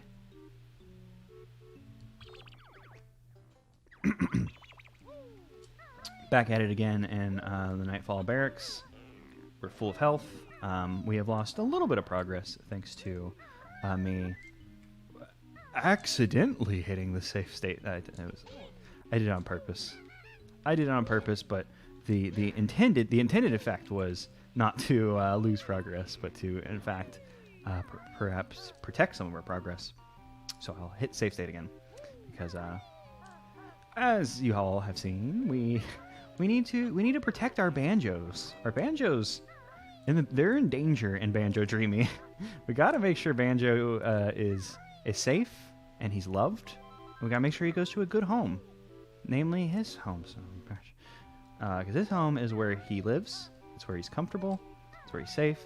It's where his wife friend Kazooie lives, and I guess his sister lives with them too. That's a bit odd. But hey, you know, sometimes your siblings come and live with you and your spouse and or very good friend who you experiment with in college and then didn't marry. There's competing theories on Banjo and Kazooie's relationship, and we're not going to say which one's right.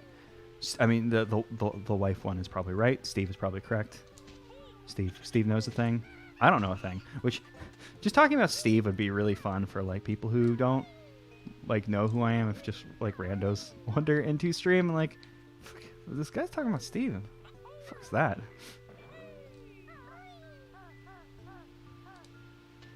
Grandpa and grandniece between Banjo and Kazooie. That's a. We're getting into some wild interpretations of the character at that point. Like their relationship, you know, not to say you're incorrect. I mean, you know, it makes sense. You know, you got your sassy young teen Kazooie and your chill old lazy grandpa Banjo. It makes sense. But I'm not going to be happy unless Banjo and Kazooie have at least, you know, done. I was gonna think of a funny like phrasing for sex, but whenever you like phrase sex in like a funny way, it like only makes it grosser. Like people like the horizontal tango or the marriage ritual. That one actually sounds dark. Marriage ritual. Hey, why did we lose air here? I guess this is still the same loggy water from outside, which would make sense that it's the same water source, but this water looks particularly clean, so it's a little confusing to lose air here, but you know, we've been warned that loggy water is about, so we'll have to just remember that any and all water could in fact be some loggy toilet water.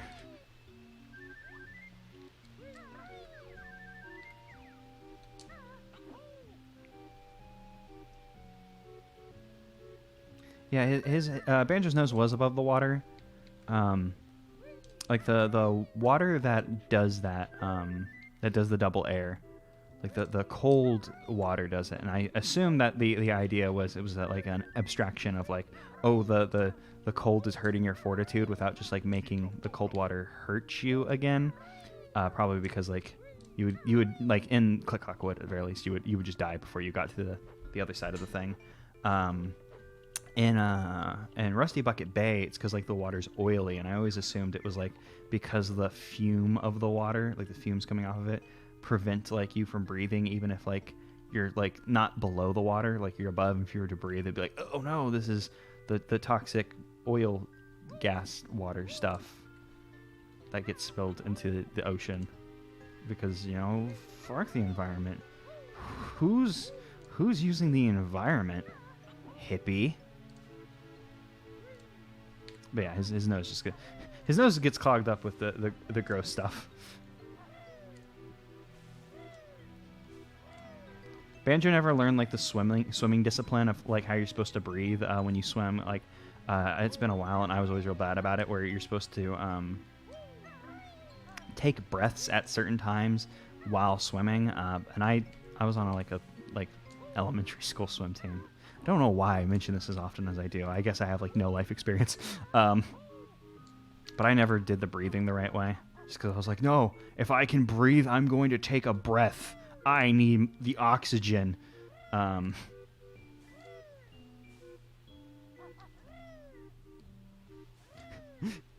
don't know why you just said Wind Waker. Oh, Wind Waker. Okay, I was like, why are you saying Wind Waker's BS? Like, what does this have to? Yeah, Wind Waker water swimming is crazy. Like, I get why they did it that way, where like rather than like oxygen, like Link just gets tuckered out, like just so you can't swim to island, and never have to use the King of Red Lions.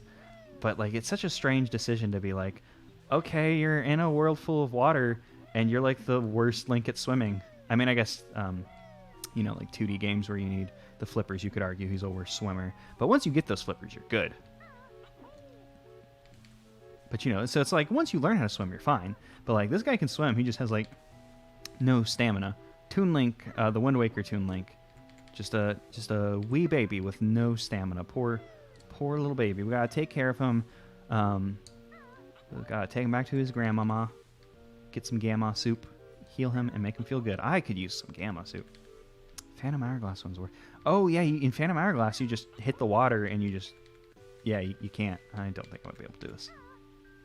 You just can't in that game, and there's not, like, flippers or anything you unlock to swim. And it's been a long time since I played Phantom Hourglass. I guess I watched the Chugga Conway LP last year, I think that was, for it. I was actually... Phantom Hourglass being a sequel, he forgot how to swim. Maybe it's because like he's inside of the world of the not Windfish, and inside the not Windfish dream, and his restless dreams, he forgot how to swim. That's a pretty dream-ass thing to happen, where it's like, yeah, I can't. Oh, is this a pumpkin hole? Yeah, this is a hole for a pumpkin if I've ever seen it. I guess we found the reason to become a pumpkin in this world. Let's go ahead and save before I jump down and fall. I was actually planning to do like a video, or maybe just like a blind, not a blind let's play, but a kind of a bumbly let's play of Phantom Hourglass at one point, since I hadn't played the game since it was like new. Just because I was like, I guess I could just play every top-down like Legend of Zelda game because I really like those. But then Chugga Conway did his LP, and I'm like, you know, fuck it, don't need to do it anymore. Problem solved. Not that there are other games that I feel like a Chugga Conway will LP one day, and I will still want to LP. I mean, when he did Skyward Sword, I mean, I basically just went, no, I want to do Skyward Sword too, even though I'm not prepared at all, and just did it at the same time as him. Which was fun for me to play Skyward Sword without the knowledge, and then watch a Chugga Conway LP, and then go, oh, yeah, here's the things. Oh, yeah, you were, now I think about it, getting the cool Chugga mentions. We're gonna go and fall and be warped back to where this area actually starts. Oh, now that I think about it, I guess the Fool... Oh, you know what it is. I was positing the Fool hub world was an area. I understand it now. Earlier, it's not that the whole hub world is one area. It's just this. Damn, why didn't I think about it? Because we're not being warped back to like the beginning of the game. We're being warped back to this area. This is exactly what I was saying about these levels like being intertwined in some way. So like to do the day-night cycle between these, it's one area with the hub being... The weird thing is that it's not like one consistently named level. I mean, we haven't gotten to the nighttime one since we can't. So I'm sure there'll be a more change to it than just this one, you know? There'll be more of a change to it than just this at night now. I'm just guessing. But that hub world is like going to connect those two. So it'll be like, I'm guessing 25 notes between this world and the other one. Which also helps because I was starting to think like, well, where the hell are we going to find like... Because like we only have 8 notes here, and like I feel like we've seen a majority of the area. Like we haven't tried to go into that house yet. We haven't been on this pirate ship yet. So like obviously there's going to be stuff to do. But I was like, I don't feel like we're going to get enough stuff, you know? I wanted to do the beak barge, but we don't have access to that move. Can't believe we still can't do a damn beak barge. Crazy.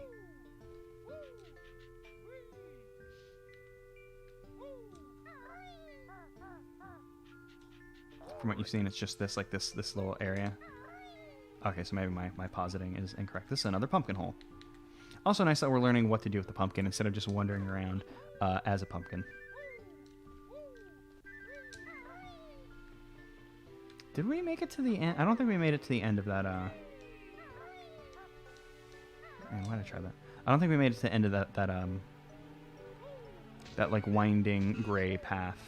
I think we tried that as the pumpkin and I messed it up. Let me turn the camera so we don't get got by a grill champa.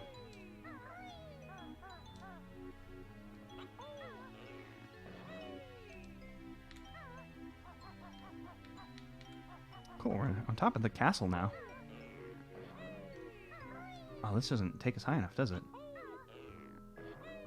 That doesn't take us high enough to get up there. Maybe we have to... Does that work? No.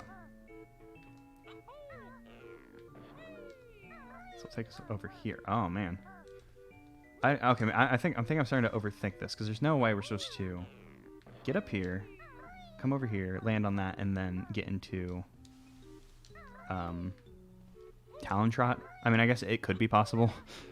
I would just suck to do. So let's just forget about that pad and let's go exploring. Look around what there is to see. Yeah, I don't know what we're supposed to do with this pad at the moment.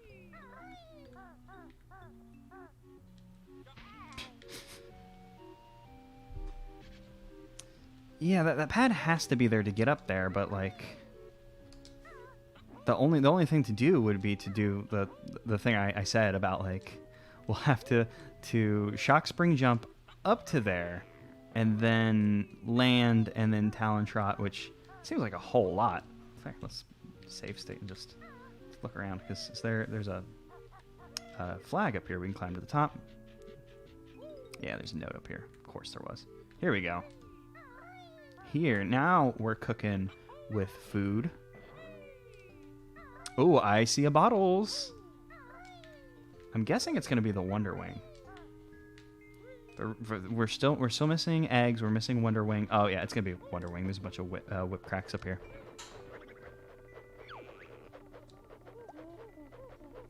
The ancient way is it the egg? The egg. Cooking with you can cook with food, or you can cook with, not food. You know, not food. Wow. Why did they start teasing eggs back in Lunar Landing? I wonder if that's like another design thing there. It's just like, oh, you're going to get eggs here. And then, nah, never mind. Or maybe it was so you can start stockpiling eggs before you get to Bottles. But, I mean, Bottles... No, that doesn't make sense, because Bottles gives you egg. Like, he just gave us the 50 eggs. Also, you can use eggs to destroy whip cracks, really?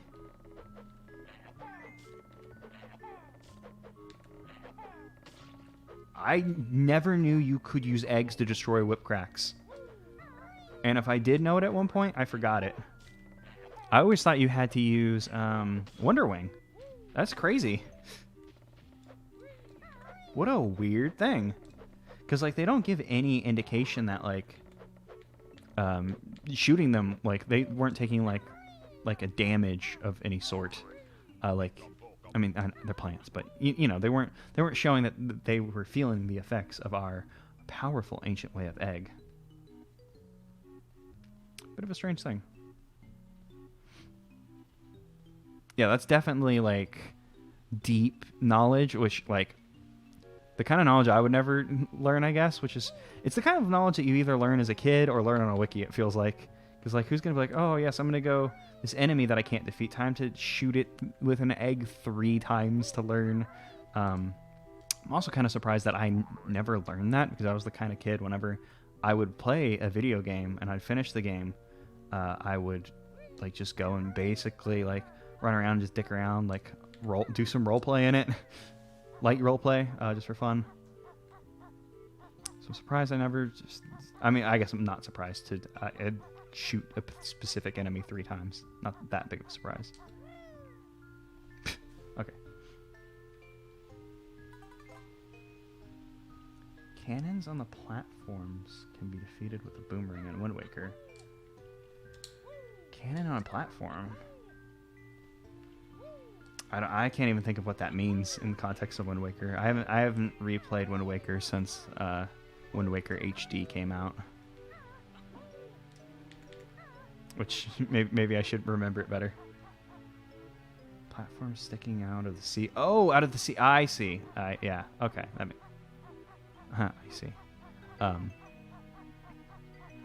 Yeah, I had never thought about destroying the cannons on that. Or if I did, I tried to shoot them with a bomb, but apparently you have to kill them with a boomerang. Oh.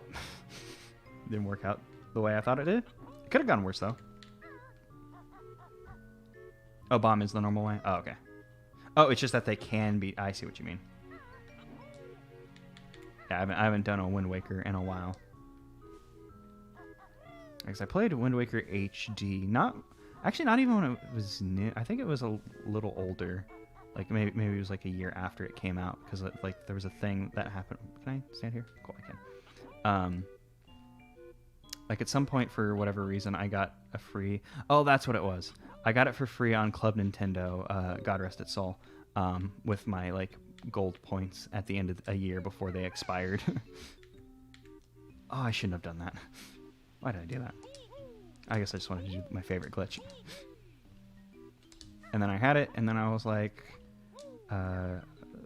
my friend that I was living with, like she had never played it.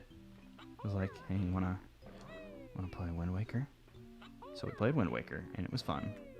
Fun game. Wind Waker HD, pretty cool.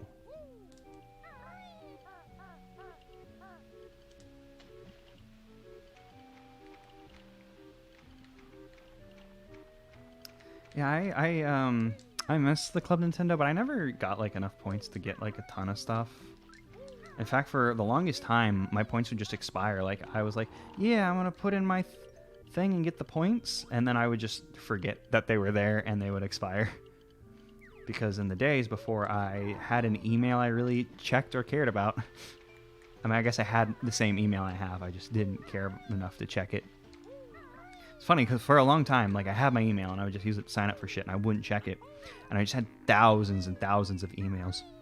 And my inbox was just like, whatever, I don't give a shit. I'm not gonna check my emails, are you kidding me? And at one point, like, I was super bored at a girlfriend's house, like, at her, like, parents' house we were visiting. And I was just like, you know what? Fuck it. Gonna go through my emails. I cleaned out my emails, and ever since then, paid attention to them. And now I can find out when things are happening, because I have emails. Oh, no, I was probably... Please, let there be a mast that we can climb and don't have to platform from a specific spot. Oh, no, we were supposed to platform from a specific spot. Can't use my words. Ooh, there's a sneaky little area in here. Let's find out what secret lies in here. Is it a note? If I had to guess, I would guess it'd be a note.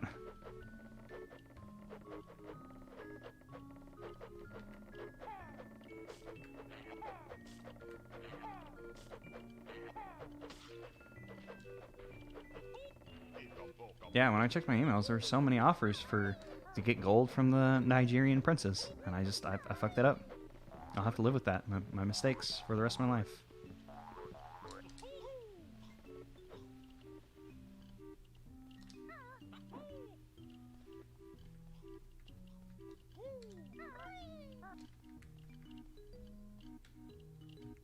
Wrong button. Okay, it didn't matter. I was trying to move the camera so I could see the just walk straight on the platform, but that wasn't gonna happen. Peace was never an option.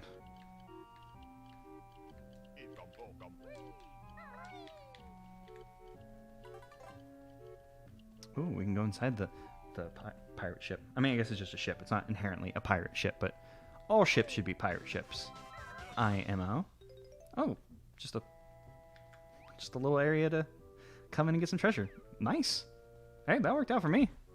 I'm down for that. God, I gotta grease this stupid chair. Don't know why I never thought about that. Well, I know why I never thought about that, because I just never considered that I should grease it. Oh, that's fun. We can walk up the mast a little bit. Can we climb you? That'd be so cool if we could climb you. But alas, we cannot. We'll have to go up the mast.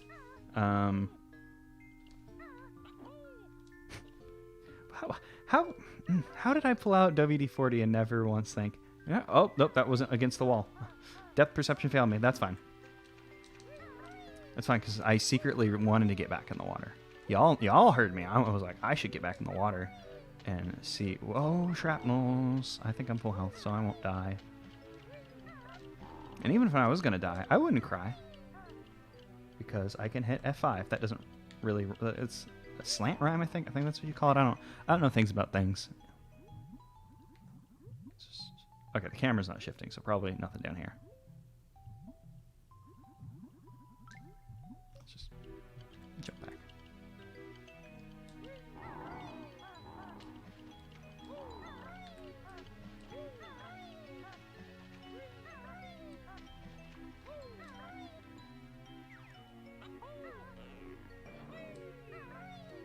I'm not sure if earlier you had said something along the lines of like this is the only area, and I wasn't sure if that was in reference to like this level is just this big area right here, or if it was against my theory that like this and the Nightfall barracks are like one continuous level.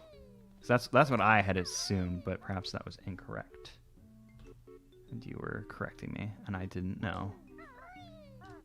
Oh, we can stand on the sail. Cool. I mean, I guess we found out we could stand on the inside of the sail, but I didn't expect it to work in reverse.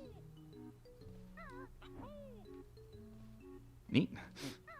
That jump was a lot easier than I thought it'd be, because I thought it was going to be trying to land on that one specific thing. Whew. Well, let's go ahead and just make sure we land correctly. I don't know why I grab handed. That wouldn't have saved us, but I did. Okay, let's move the camera. So I can, see that I had assumed that it was like up against the wall until this little hump right here, which was wrong, as we can see now.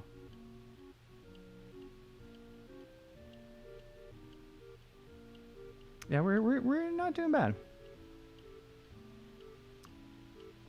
I know we keep saying it, but like, and by we I mean I guess I'm saying it. You're saying it in the chat constantly. You just chat will not stop saying this. They just keep posting it over and over again. But I'm just surprised how large this game is. Like during like the intro to the first stream, when I was like, this is a full video game, I didn't realize how full this video game.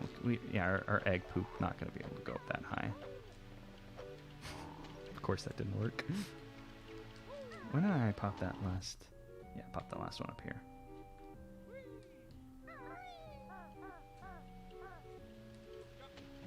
I can make that jump. Just got a gamer. Oh, I gamered, but then I didn't trust myself.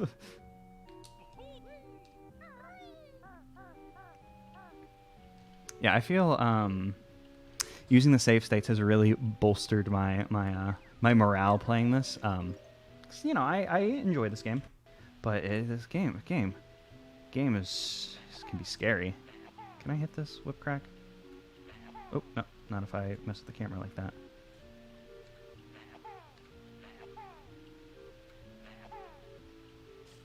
There we go. Damn, it dodged. Never seen a plant dodge, but yeah, this is I think just a little too tough to do with save states in a timely manner. Like, you know, it's the kind of thing where, like, you know, we'd probably eventually complete it, but like it would probably be a slog. Like in last stream, like there were like times I was like, oh no. Like basically the entire reason I'm afraid of the lunar landing, because of something that might have been able to be avoided by a save state. I don't know. I feel like we probably needed excuse me, a move in there. I'm guessing eggs, since there are eggs in that world. Just like daring us, like, hey, come in with some eggs or something. Okay, I feel like that was everything we could get in here without the pumpkin. I guess I didn't thoroughly explore, like, let me go in first person, look over this waterfall. Like, did we... I know we went down there, but did we die? No, we've never died. That's why we're still alive. But we've never died in, like, this world, is what I'm trying to say. Doesn't look like there's anything over the waterfall. Oh, yeah, we lose air in the water. I should be careful. Yeah, so let's go become a pumpkin. It's pumpy time. Oh, wait, no, I see a Mumbo token. Gonna collect the Mumbo token. Thank you, Mumbo token, for your service. So now we're at like 12 Mumbo tokens, since 20 of them are going to be consumed by... Yeah, the waterfall not pushing us off. Very kind. It's a very gentle flow. Its bark is worse than its flow. Oh man, I actually managed to jump to something. There's not anything over here, right? Yeah, we won't be able to make that jump up there.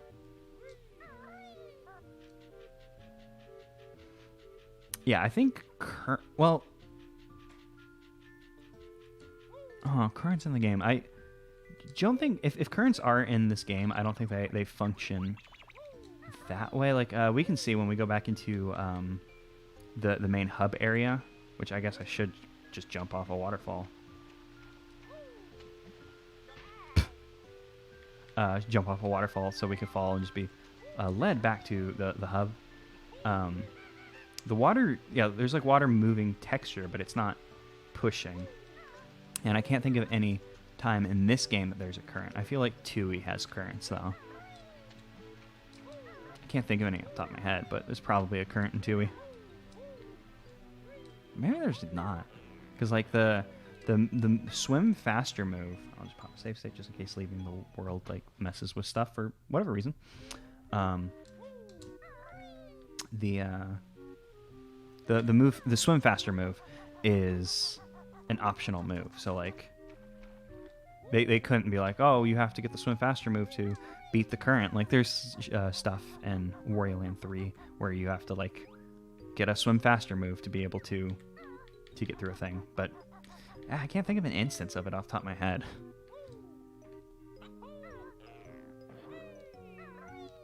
So maybe Banjo-Kazooie is Banjo-Kazooie as a whole is anti-currents.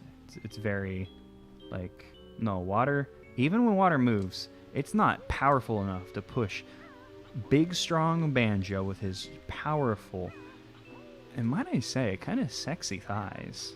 Once he gets in the water, he uses his powerful thighs, the most important part of your body during swimming, I say, and I could back up with facts. But nobody's going to question, because obviously the thighs are just the most important part of your body when you're swimming.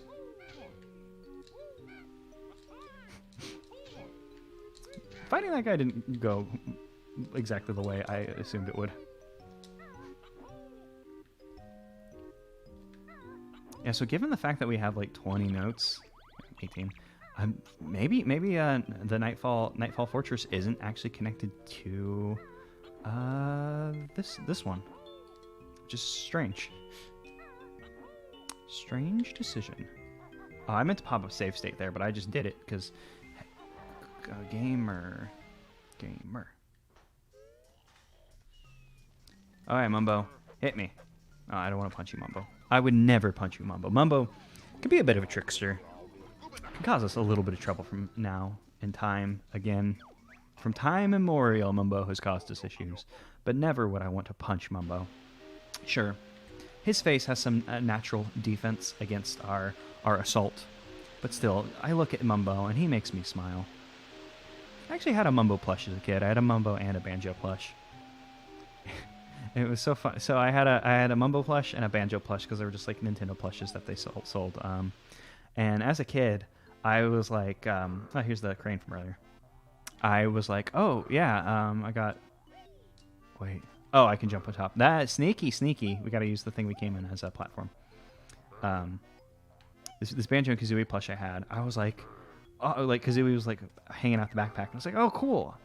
I'm going to pull Kazooie out so I can have a Kazooie plush, too. And obviously, the Kazooie plush didn't have legs. So I tore it out, and then, like, it was luckily sewn at the bottom. But it was just, like, Kazooie's, like, body was, like, a little circular. And like I could still put it in the backpack, so actually it was good for me.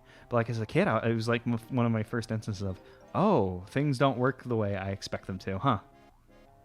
And it's funny because Fangamer recently released a Banjo-Kazooie plush, and it has legs. And in the comments, because they give you like a little comment section where you can tell them about stuff.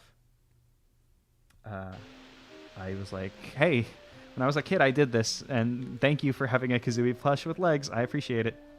Yeah, the amputee Kazooie was pretty cool. I actually really liked it because then it was like she would come out and was like, yeah, she can fly because she doesn't have legs, so she's like flying like birds because birds' legs hamper them to fly. Like I didn't think that far, but you know, it did enhance the feeling of flight. I'm trying to invent wall jumping right now in Banjo-Kazooie.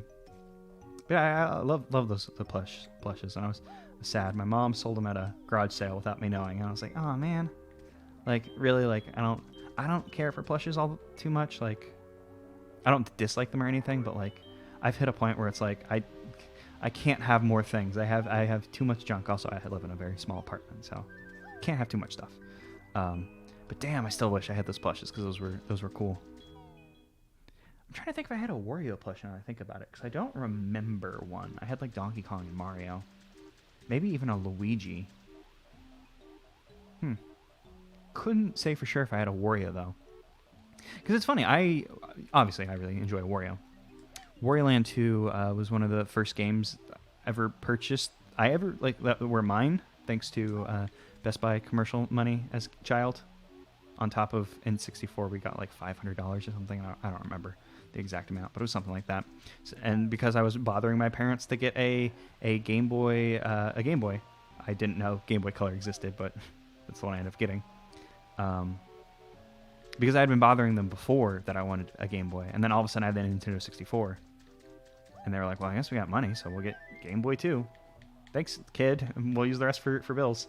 Which fair, because you know what was I gonna do with $500 at 5? I think it was 5. Actually, I'm confused about how the timeline works out on that, because I remember feeling a big attachment to the Game Boy, but that might have just been, you know, it could go anywhere, so it was very useful. First games I got though were Pokemon Blue and Wario Land 2 for it. First, like my dad was like, you can get 2, and those are the 2 I got. So Wario has been big loving force in my life. Love that big loving force, Wario. Oh no, big butt.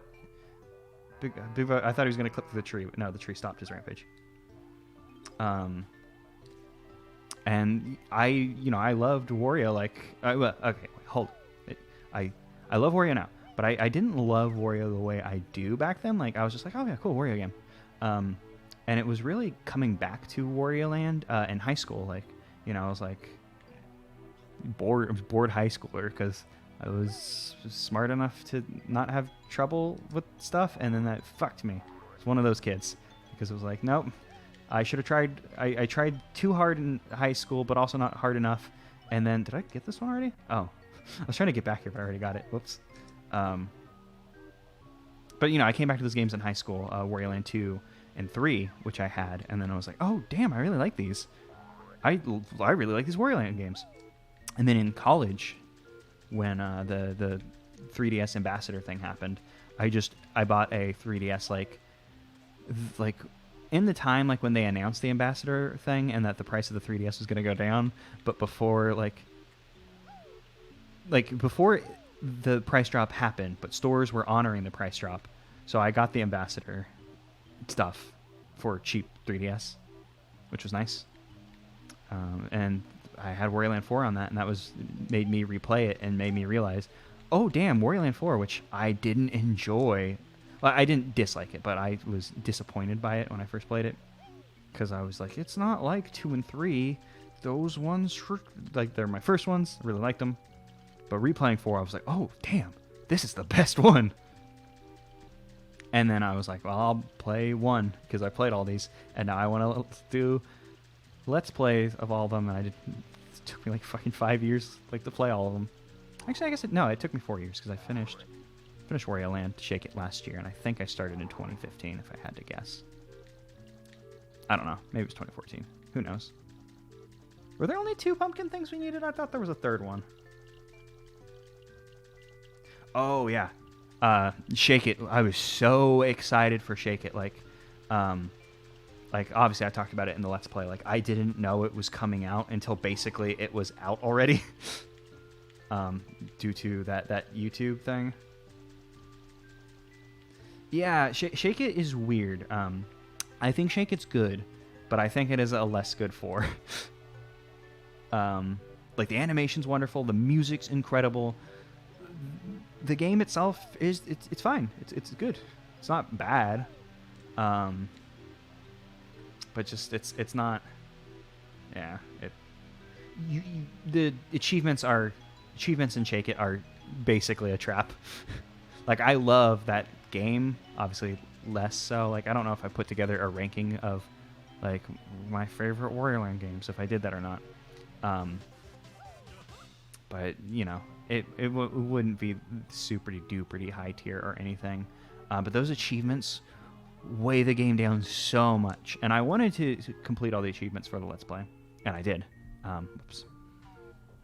But they're not great. There's some fun ones in there. I think it's the kind of thing where if you see an achievement that sounds interesting, to go after it. Like, yeah, sure, have a fun time with that. Excuse me. But doing them all, like the no damage ones and such, they can be mean. Okay, I'm gonna set a savey state. I'm just gonna pop my head into Nightfall Fortress and see if it messes up our thing, because I don't know. Whoops. I guess I got the thing right there. Just see if there's some notes in here if it stops. Yeah, just doing whichever ones sound doable or like they'd enhance the fun of the level. That's definitely the way to play Wario Land 4. Especially like the boss ones. Oh my god. Those boss ones are toughies. No damage my ass. Hate it. Yeah, okay. Yeah, this is a different level.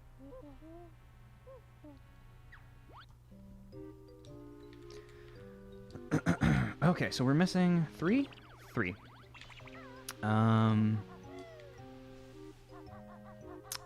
Where could we have missed some? Is there one just like hidden in this like little area? 181. I think we came in here with... What is our total notes actually? Is that interest?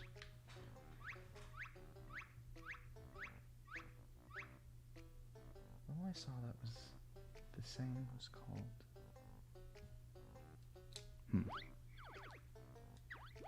Okay, so we couldn't even open up the note door, even if I was like, screw it. I'm trying to think where there could be notes. I think there's a pumpkin thing I'm forgetting about. But even so, like, even if there's one note as pump. Oh no, what if did you watch the entire playthrough, or have you only been like checking through it whenever I get stuck? Like, have you seen a full playthrough of this game?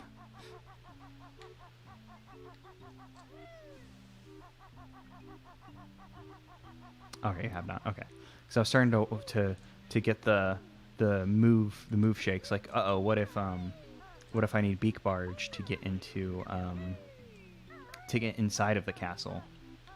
Because it makes sense that we'd get to go inside of the castle. We haven't gotten to yet.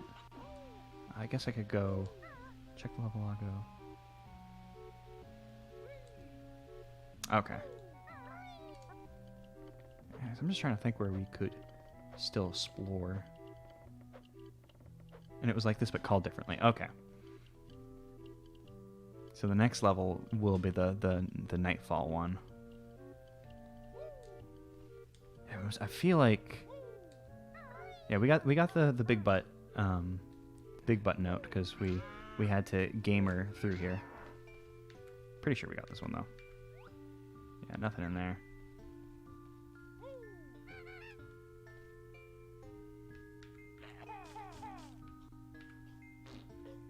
I just had to check.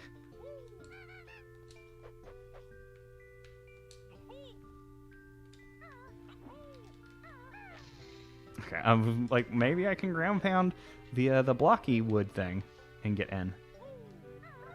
But no, that was not the case. And there hasn't been a breakable window in this game, so I doubt, I'm hoping that they won't just all of a sudden be like, and now there's a breakable window, you got to break in to get into castle. But it seems like all the windows are kind of off of the ground, as you would want on castle.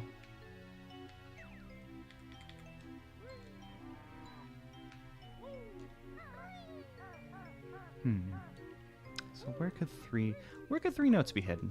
3 notes makes me feel like there's just like a little sneaky area.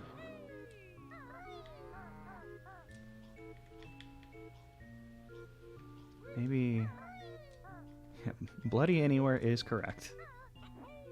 But 3 feels like the amount that, like, perhaps there's a oh, you can just jump to that. What the hell I was doing before? I was like going around the other side instead of jumping up to this mast or flagpole. I think they're only masts whenever they're on a ship. And I guess a mast is a more thorough structure than just that.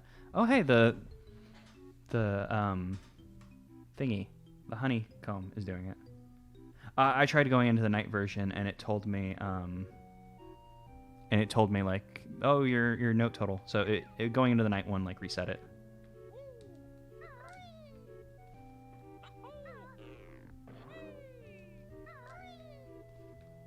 Because we saw. Let me zoom out this a bit.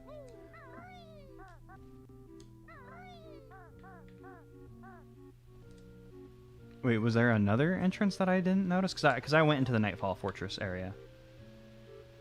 Level called Nightdale. Oh. Maybe it was it still Castle-y? Because maybe it was renamed?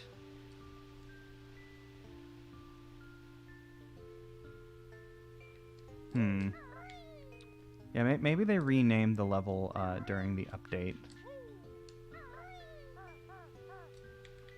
Because even if there is like an extra like part of this, yeah, let's just go back to the hub, look around.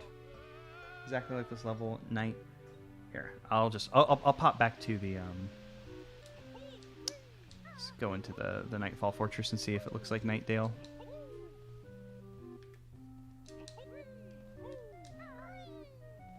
Let's see, F5.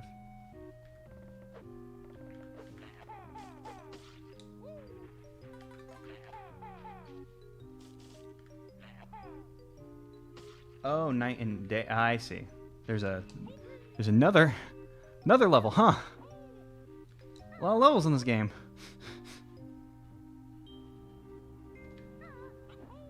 In fact, I think there's, unless Night and Daydale is a the level I'm thinking of. I think there's a level that has cherry blossoms in it. I'm not sure if that was this one or a different Banjo ROM hack I was looking at, but there was one that had cherry blossoms. I'm afraid that there might be... How many more levels could there be? Oh, here's a note that I missed at some point. That's nice. Oh, you know what it is? I bet the notes are out here from like when I F5'd it. Not F5. F5 is to save. When I tried to like do the save state, but it took me back. I bet I collected some notes in this area. That just got lost to time, like jiggies in the rain. So we'll just poke around. In fact, I bet, now that I think about it, I think they're in the swimmy area. I bet that's where they are.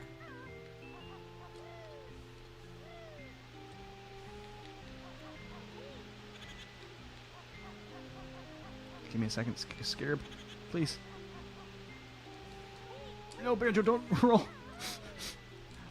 wanted Banjo to punch. It's interesting that it keeps loading the egg texture inside of the honeycomb.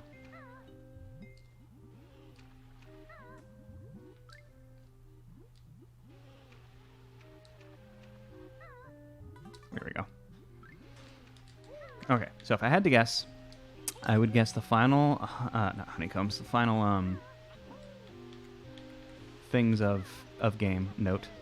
The notes that we want, the noteworthy notes, are hidden somewhere in this area. Oh, it's very castle-y.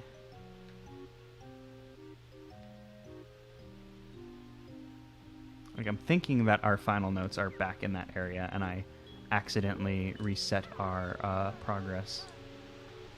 Damn it! I was hoping I could like get on there and then do like a sneak attack, like before I started to slip, jump and do a rat-a-tat-tat to get this scarby, whatever they're called.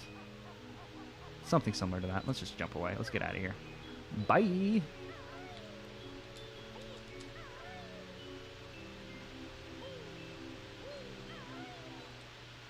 Yeah, I think what I think happened was earlier when I died in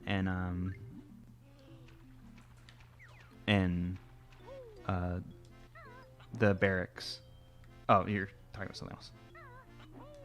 But just to finish that thought, when I died in the barracks, I think I might have lost my... Nope, this is still open, so I didn't lose my notes in here.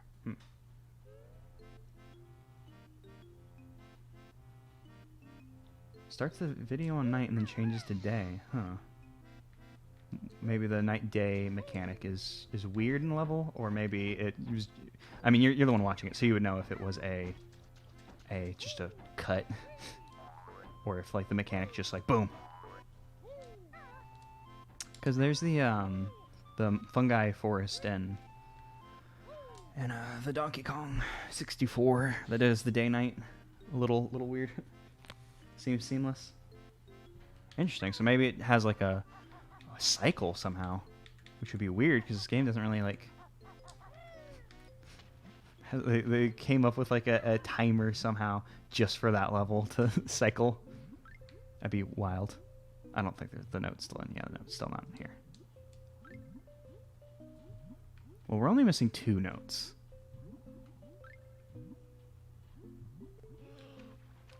So where art thou, note? Because we need to actually.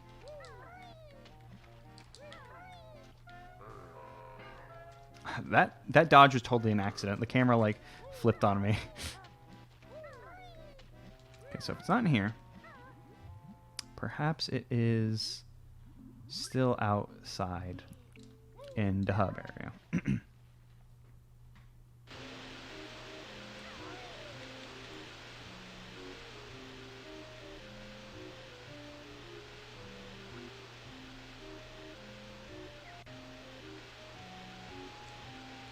Man, I was hoping I could just get that attack off on that stupid bug. Get my revenge.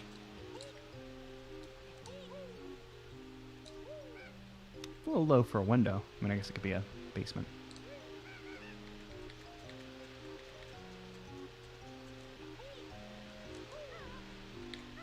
This is what I should be doing. Okay, where... I don't think there were any notes in the water. There was there's the pumpkin entrance, there was the mumbo token.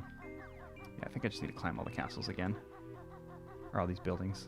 Oh, there's a shark screen pad over here.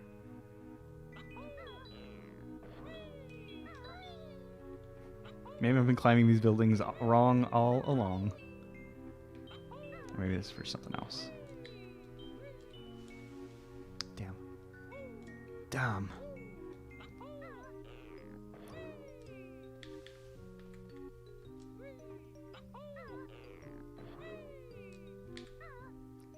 Is the sky all right? Sky all nightly near the Nightfall Fortress? Yeah, day. Oh yeah, it shifts to the star. That's cool, the way the skybox shifts. Pretty cool. I wonder if that was a pain. That must have been a pain in the ass to do.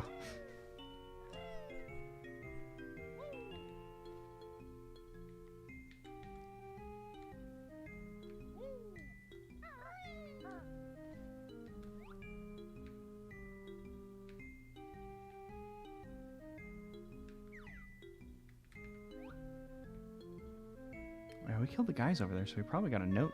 There was a note up there. That looks like this might be... Oh, I'm going to take damage.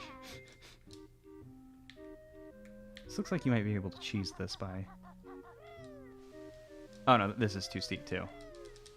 How do you do the... I shouldn't be trying to do the the thing where you can like. I think if you just jump fast enough, I don't remember how. No, there's like a secret to how the speedrunners do it, where you gotta like jump backwards sometimes to be able to scale things that Kazooie can't scale. So I don't think this is the right way. I think we're probably good on that one. Oh, I landed in the water.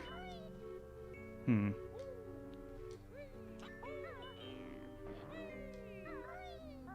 just need to find 3 more notes.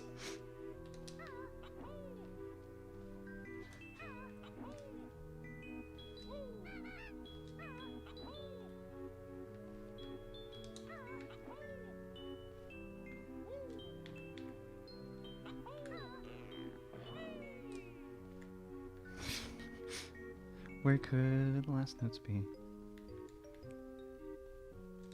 I'm trying to think.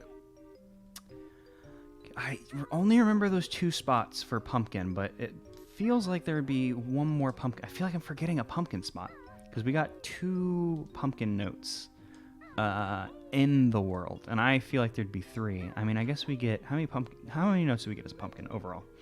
We get 1 in crane, 1 in the crane, and this like cub part of the area.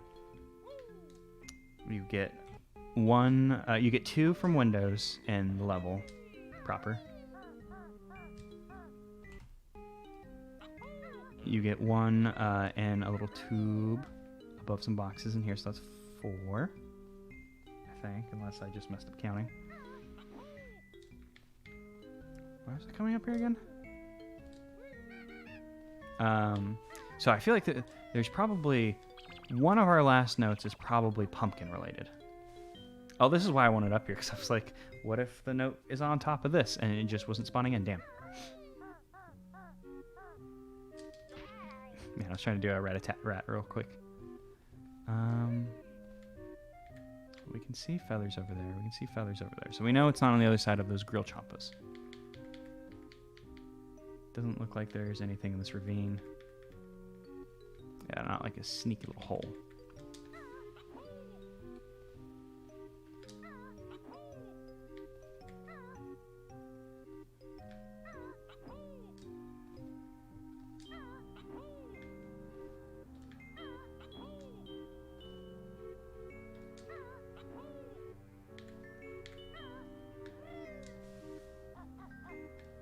Nothing over here. We killed all the enemies over here. Guess we'll just become a pumpkin again. Do some pumpkin exploring. I mean, exploring is the... Actually, I mean, I just worked to get up here. So I feel like I should probably just become the pumpkin. Yeah, worst case scenario. If we look around, can't find anything as the pumpkin, I can just jump into a bottomless hole and immediately warp me back to Unpumpkin Zone. The Unpumpkin Hill, I suppose. But if we find it and we're already pumpkin, time is saved from the time meter.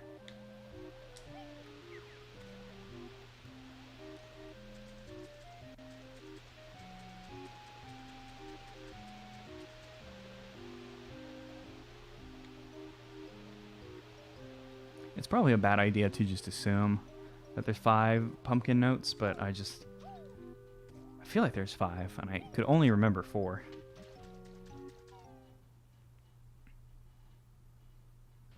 I feel like there was like a little sneaky hole in the water at some point. So I guess we'll just run around the outskirts of this world checking for sneaky little holes.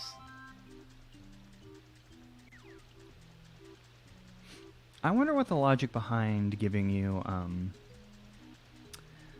what do you call items that you use? Resources. What do you call, or the logic behind giving you resources that you don't need and can't use yet? Because that makes me think that you in fact need it, probably. Like, we keep getting golden feathers in this area. Perhaps golden feathers are useful. But I mean, the same logic, like golden feathers were in, I believe, Lunar Landing. I think we've been seeing golden feathers for a while in some areas that we've like basically not needed them. And at first I was like, oh, well, perhaps it's to just so you can like start stocking up on it. So whenever it comes time that you do need it, you have it. But bottles like tops you off at the start. Like, I mean, oh yeah, just to give you stuff to collect, so it's there since notes are more scarce. Yeah, that makes sense. I feeling that one. It's probably the explanation.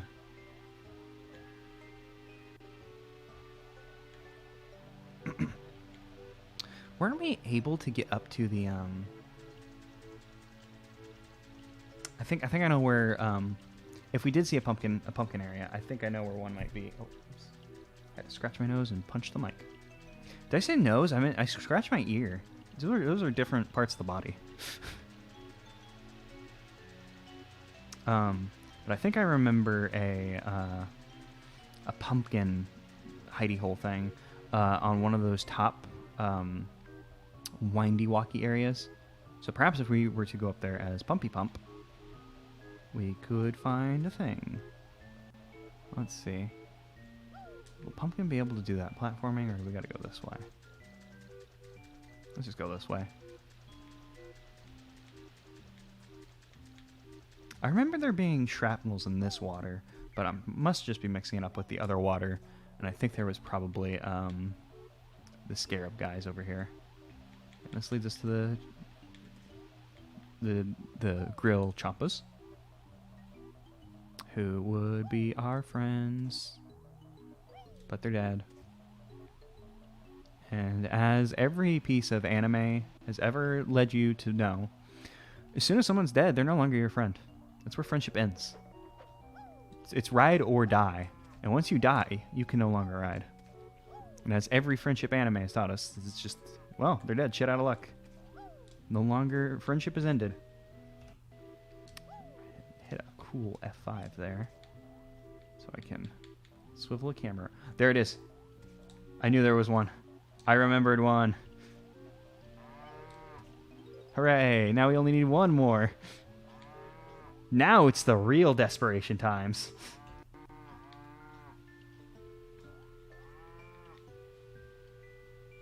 Because, like, we were able to get to that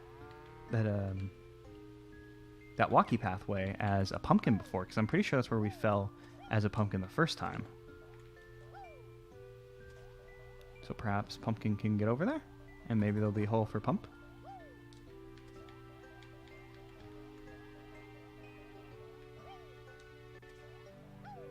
Pumpkin cannot jump that high. Also, I think we might be done with Pumpkin, because now we have 5 notes as Pumpkin. Which just, in my brain, nope. Camera shifted. In my brain, it's like, yeah, you get 5 as the Pumpkin, you're good. Let's see. Can we just jump over? Oh, we could probably make that jump. There's no way this is the way that they intend you to do it, but let's go ahead and go see if we can make this jump.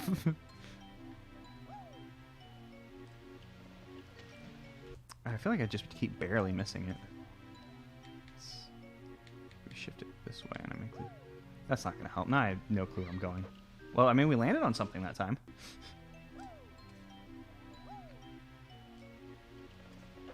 We did it. I don't think this is the answer. First try. Power of time on our side. Everything's our first try. Or we could make it our first try. I would have to actually, alter time to do that. Oh, yeah, there's not a pumpkin hole over there. I can see that now. But what if there's just like a little cliff right behind it that has a pumpkin hole? Cough. I don't think there's a little cliff behind there. This is a fool's errand. But I am a fool. So it's no problem. I'll complete this errand.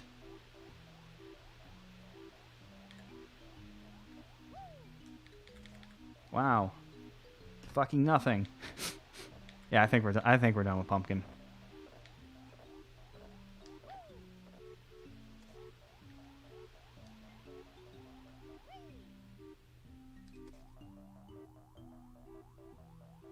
Because there's not any holes over here.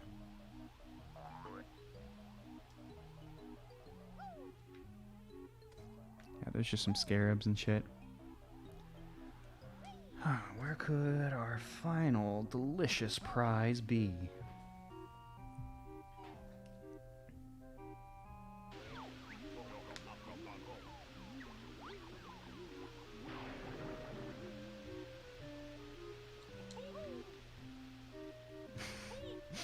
I kind of want the, Oh, that's so weird. We walk up... Because this note door's in a world, we walk up and it's like, here's how many notes you have in the world. So odd.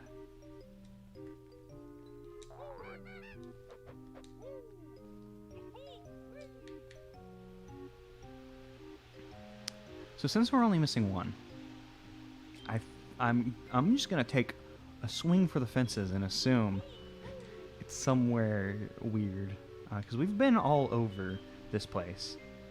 We've gotten 5 as pump, I think, unless that was the number 6, because I can no longer count. I only minored in math. They don't teach you advanced counting, which is going beyond the number 3 until you major in a math.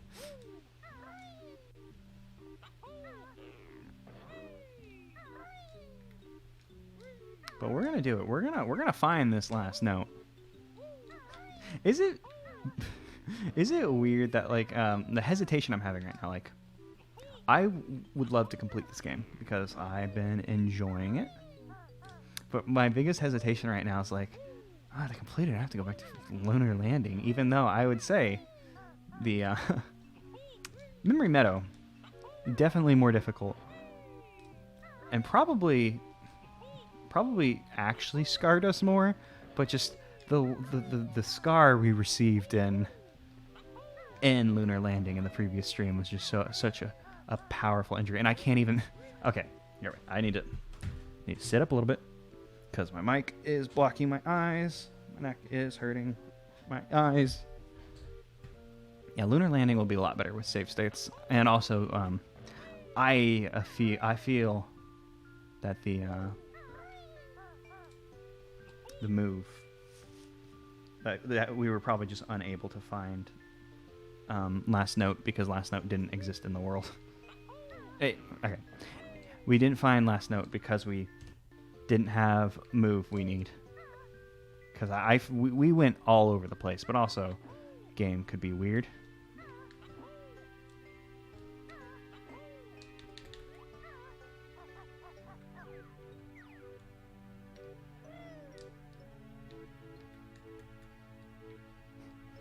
I was like, I bet we can get up here. Whoa, what if the note... That would be mean if the note was like on the other side of like this like loading zone. Oh, I can jump down there too.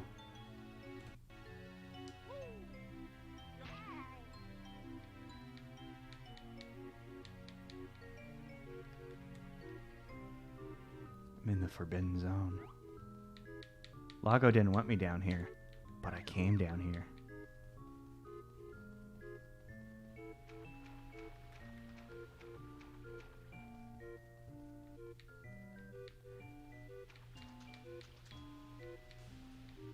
Did I respawn the wall?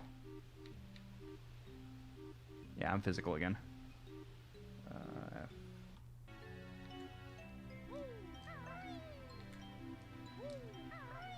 There's nothing up here. Yeah, I don't think we're supposed to be up here. Oops. Oh, where's this gonna take us? Where are we? Oh, I went through the pumpkin entrance and now I'm stuck. Nice.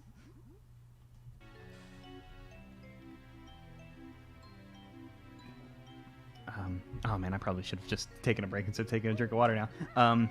Yeah, I was totally expecting to walk on the bottom of the water because that's just a normal game thing where they check for the surface and then, you know, the rest is, hey, easy breezy, don't worry about it, baby, you're a star.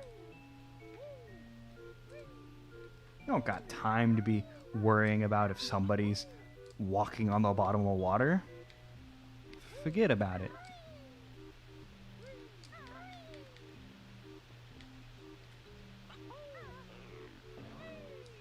Yeah, we got the note over here. I didn't jump through this.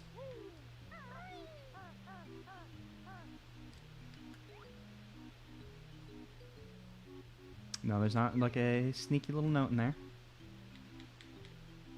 Not seeing a sneaky little island that we could jump off to.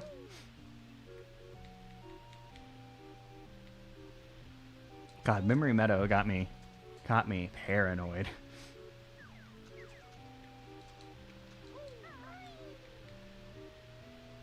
I've been back here. Oh, excuse me. Is this? No, this isn't grilled chocolate time. Oop.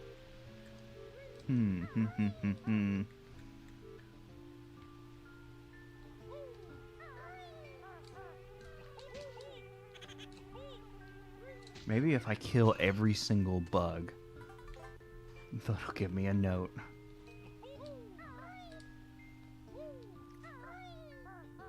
I'm sure the game has the ability to have that programmed into it. Give note when all bugs have been dead. It's actually what the code says verbatim. Yeah, you kill all the bugs in Banjo-Dreamie, and then L is real 2041 or whatever fucking numbers are. And it doesn't give us the Triforce. Triforce is old hat. It gives us, and not even the old hat from Minish Cap, Elzo, that everybody love. Not that old hat. It gives us the secret fourth part of the Triforce that Nintendo is too cowardly to tell us about. But we, the true fans, know all about the fourth piece of the Triforce, the inside part that's evil and dark. And definitely, if Nintendo were to say, do a game that had a dark Triforce, wouldn't just have a dark Triforce instead of the fourth piece that definitely is real.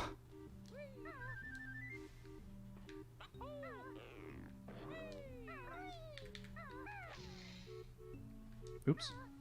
Oh, I didn't fall off. No, I fell off. Yeah, there's a dark Triforce in that game. And I'm not saying what game it is out loud, because it spoily for a game that might LP time, you know?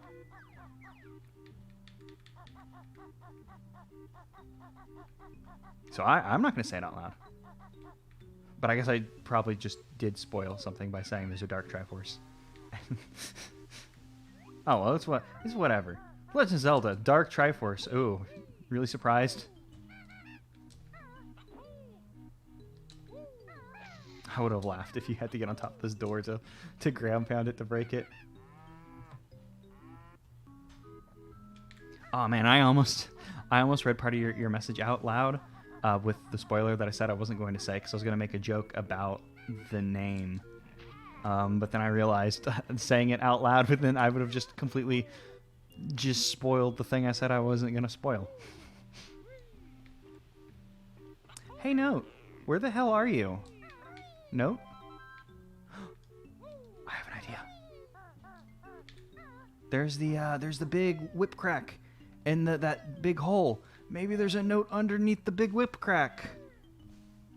I can't get up this.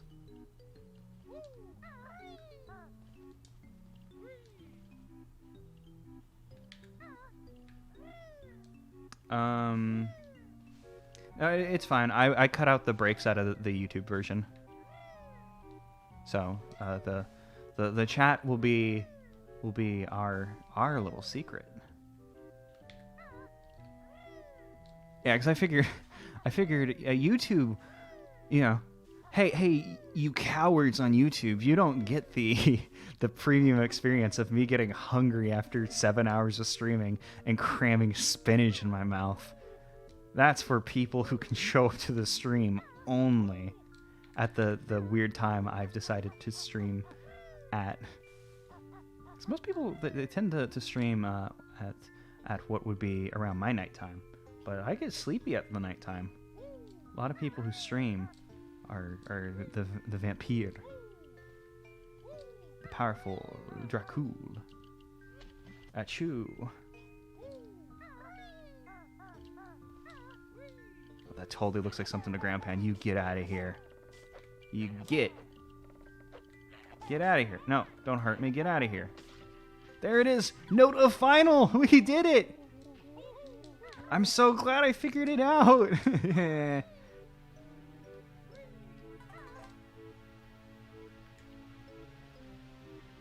Yeah, I think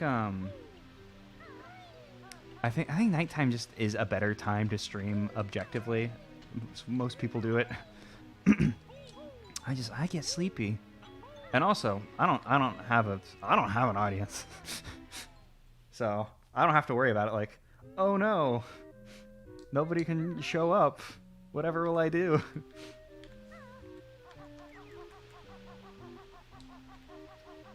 You excluded, of course. What's our note totals looking like? 25. We got 25 out of 25. Well, game is good. Enjoyed it. See you later. Now we got 32 more notes. I'm sorry. I didn't mean to belittle you. You have been an amazing ally and quest of dreams. I would have never looked under that stupid meteor. Okay, time for scary lava place. I just need to feel alive again.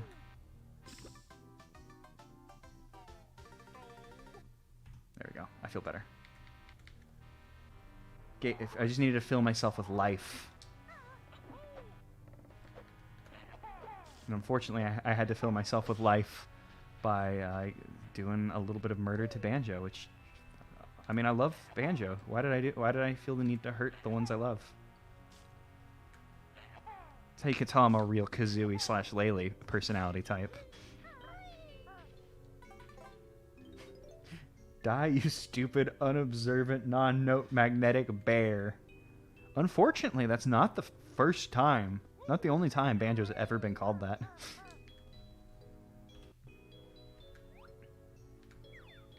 People are always saying that to him, and it really gets to him, you know? He heard it the first time, and he was like, oh, all right, damn. It's rude. But then, like, someone said it again, and he was like, is something wrong with me? He should buy a magnet, though. A magnet would be a great power-up.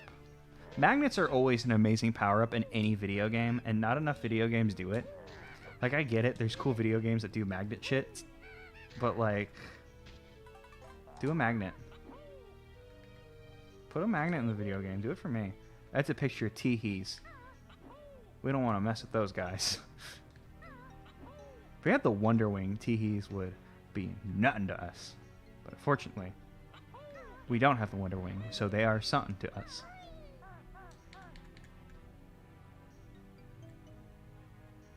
Let's use the power of first person to aim. It's not your well, I was about to say it's not your dad's first person aiming, but that's actually what I was trying to say. It's not your son's first person aiming. But we can do a facsimile of first person aiming in this game. I should probably set up again.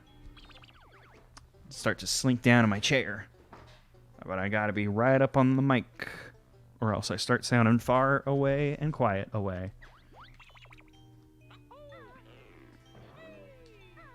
Oh no, it's a purple one. The purple ones, to my knowledge, aren't any different. They're just purple now. It doesn't mean that they don't strike fear into my heart.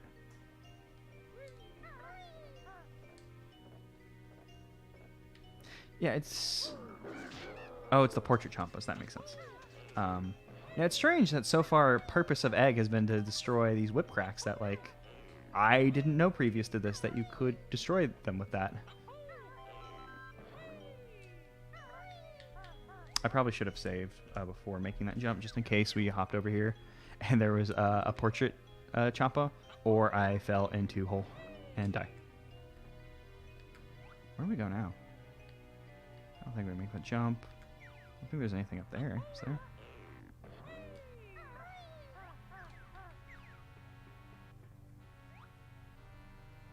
Oh, this sounds like they're using some of the Banjo-Tooie sound font for the song. So it sounds like the, oh god, what's the keep? Is it just called Witch Keep? Like the da da song they use whenever like you see a scene there. Man, I wish I could remember things. The superpower of memory. Get off this. I think I'm getting stuck. There we go.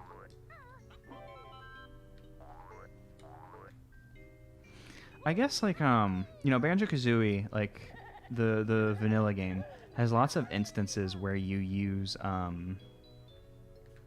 eggs to solve a puzzle, like, you know, like, oh hey, the little bucket boy needs you to put an egg in he, or like the toll roads and is this the front entrance?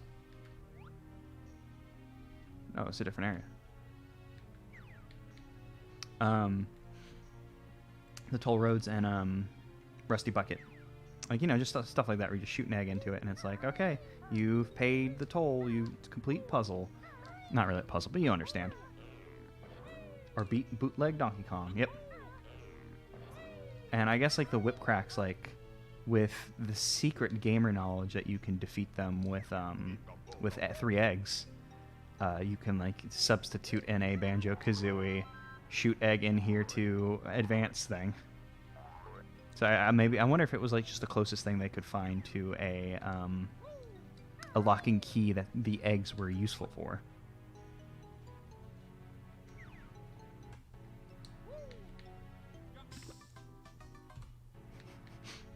Also, we're getting into more lava areas, so we're getting like the true bottomless death pits. I mean, it's lava, but you know, functionally it's the same as a bottomless death pit. No, if this was Chewy, I could grab onto that. Let's see, can I? Whoop. Oh, is that not a? Whoops. Is that not a thing I can jump onto? That looks like a.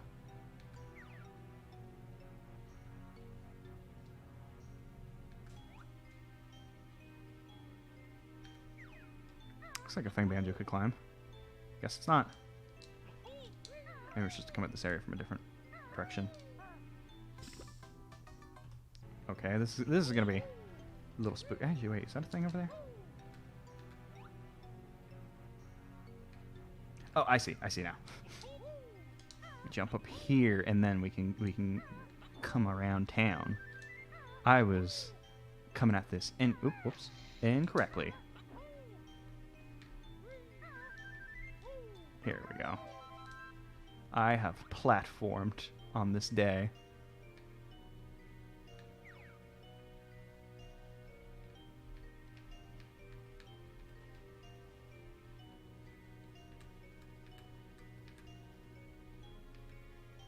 I'm like flicking the stick now, so I'm just kind of like turning around. Is this grating above us? No, grating over there where we can see some egg boys. New name for whip cracks.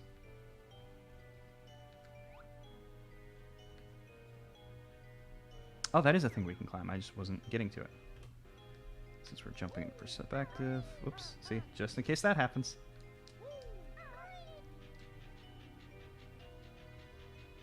We come up here, get our Ikambukum. Oh, whoop. Oh, and this. I thought we were going to fall down into the other area. But no, this got us on like top of the castle. Another grill Champa. Portrait, not grill. Portraits and grills. Kind of different. Yeah, this one's got a note, so I'm going this way. Well, actually, that probably means I should go the other way. Because this one gave me a note. It's already paid me. Also, I don't think this is a direction we can go. Whereas this one, I think that there was a thing we could jump to. So far, this is, I'm now just realizing that your comment of Super Mario World 8 Land was probably in reference to what I was about to say. But this is very like just a platforming level, huh? Like a Mario-esque platforming. And yeah, portraits can be used for barbecues, just like grills. It's just you take your pick. Do you want that painterly taste, or do you want that charcoaly metal grill taste? Cool. I think I'm out of the Teehee's zone. Either that, or they just chilled down because I want to just take a little look around. I am like just firing off these save states so quickly. I'm not sure if I should destroy these. Just oh yeah, see, I was like I couldn't see if there was a thing. Red paint is good. I like spicy red paint, to be honest. Some people call it pink. I call it spicy red. Even though I guess the white would probably be like a more creamier taste, so it'd probably not be. And I don't like strawberries. Strawberry is like one of the few like food and flavor things I don't like. And pink is normally like strawberry flavor, even though strawberries are red. But you know, that's how it goes. Yeah, pink would be a sweet flavor. I like sweet food, but spicy's my personal favorite. Big spicy boy. Love the spicy. I went to this isn't relevant to the game, but I'm gonna say it anyways because we're talking about spice, and I like spicy things. Damn it. Went to a ramen place with some friends several months ago, so long ago. At this point, and we just walked in. It was a Oni ramen in Dallas. Walked in, and I like spicy food, so I was like, yeah, I'm gonna get something spicy. And they had like a ton of like spice levels.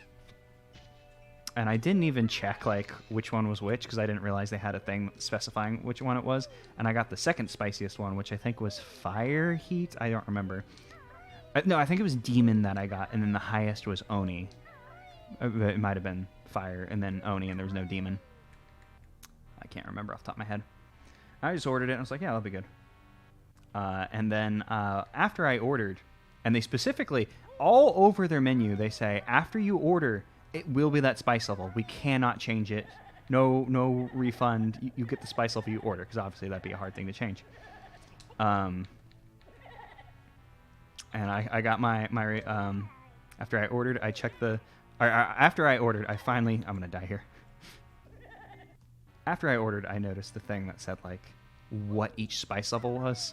And I noticed the thing that I ordered was ghost pepper. I was like, I've never had ghost pepper. Uh-oh. And it was very spicy. I'll tell you a what. I will say, though, it wasn't as bad as I thought it would be, because I was expecting that to be, like, life-endingly spicy, because I like spicy food.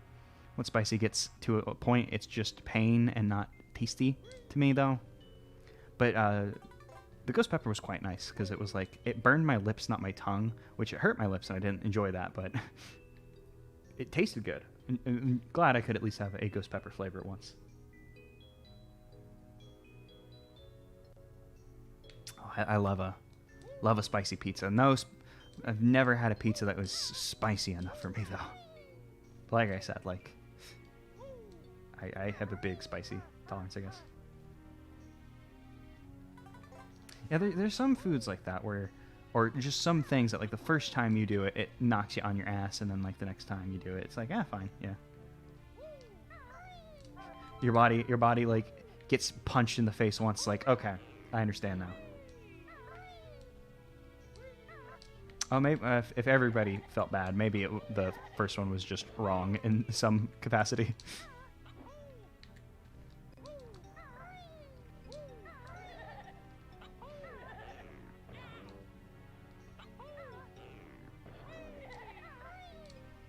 Ooh. Aw. I got excited to see the spinning shock spring pad from Gruntilda's Lair.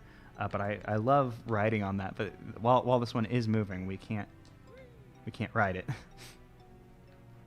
so what are we trying to do? There's a note up there. I'm guessing there's lava down there. No, there's just area down there.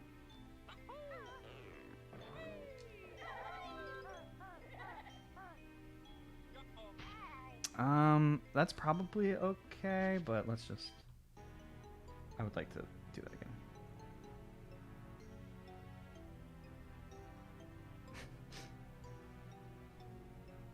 Love a good group spicy food eating. Everybody. Damn, this is not camera friendly. Because we end up like hopping up and then going... Camera gets like in the building. And then once the camera's in the building, I don't know where I'm going. So I don't know if it'll be possible to make this jump. Yeah, oh, the camera worked that time, but I just didn't have the... Well.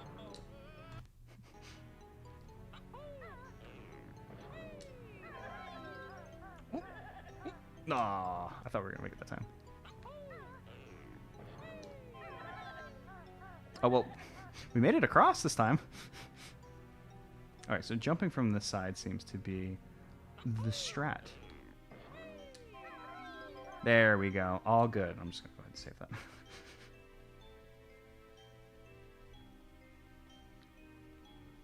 Do we need to shock spring? Yeah, we're going to need a shock spring after that. How many notes we got? 12? Okay, we got half in this world. Well, a little less than half. You know what I mean.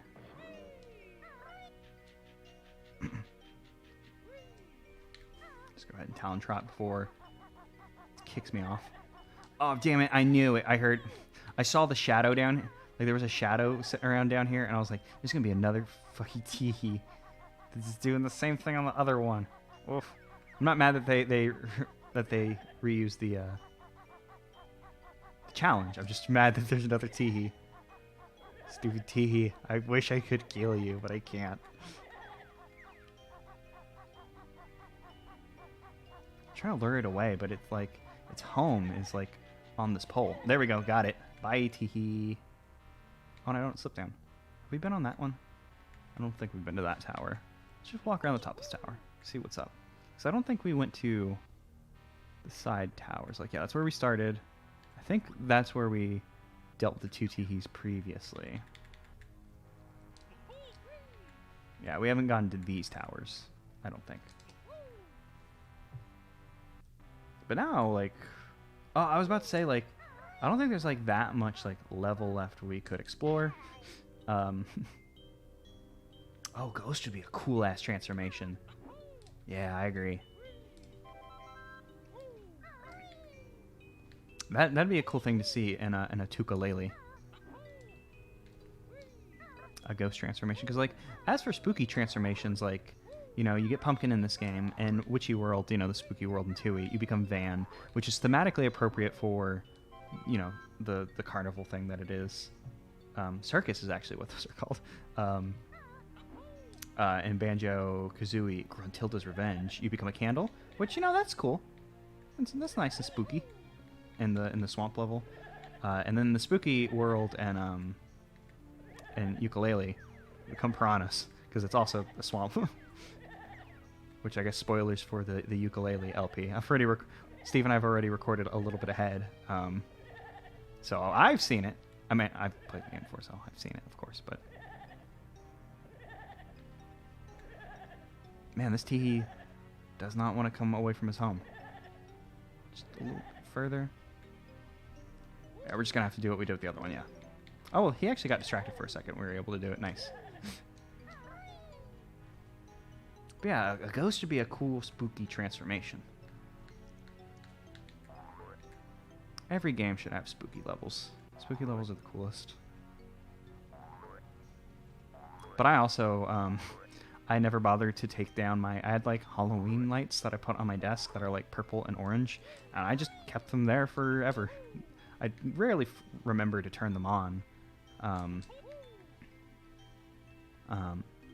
But they're cool. I like them. And I used to have some ghost lights that I had on some of my shelves, but they just stopped working. And my desk, not my desk, but my table. I have like a table in I was gonna say living room, but my apartment is one room, one big room. The tablecloth is spooky. It used to be pumpkins, but then somebody spilled something and ruined my pumpkin tablecloth. So I had to get new ones. So I got like a cool Starry Night, which isn't particularly spooky, but I liked it. Thought it was nice. A little spooky. Is that a GameCube? I can't see the GameCube. That's fine. Let's look for this GameCube. Oh, it's a book. Okay. I was like, there's a GameCube? I was like, I can't see it, but I was going to believe you. But luckily, you figured it out that it wasn't, because I was going to start just looking for a GameCube. I mean, I guess I did, and then I was murdered by ghosts. Let's lead some teehees away. So we can do some platforming.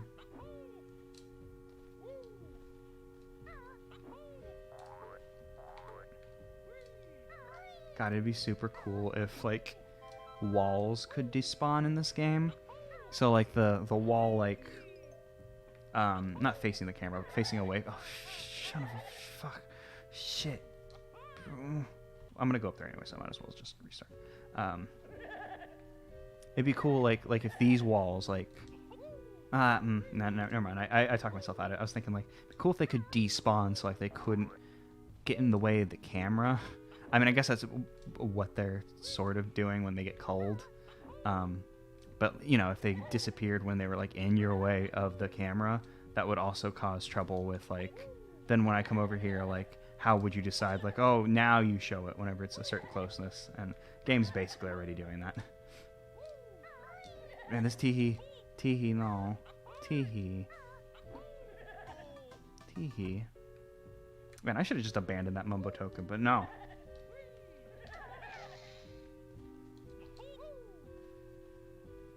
Yeah, modern games do. I really like when they do the things with, like, them fading in, or like in Mario Odyssey, where, like, you can always see your character, like, behind a wall, like they do, like, the not sepia tone, the, like, comic book, like, dots things. I forget what you call the dots, like the dot art thing in comic books.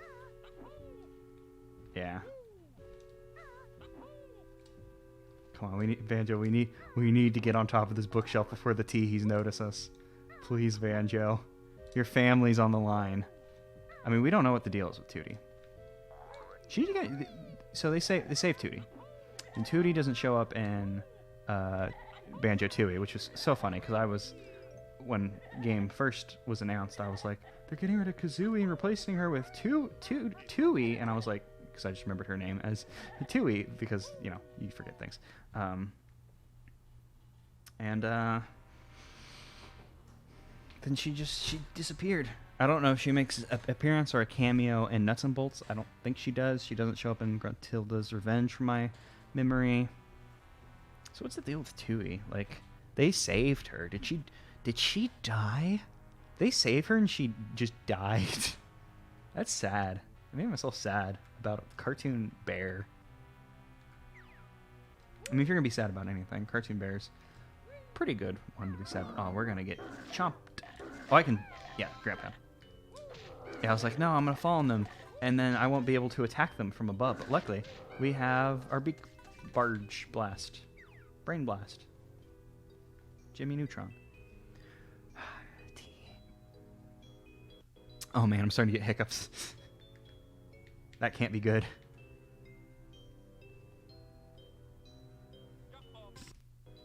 Uh-oh.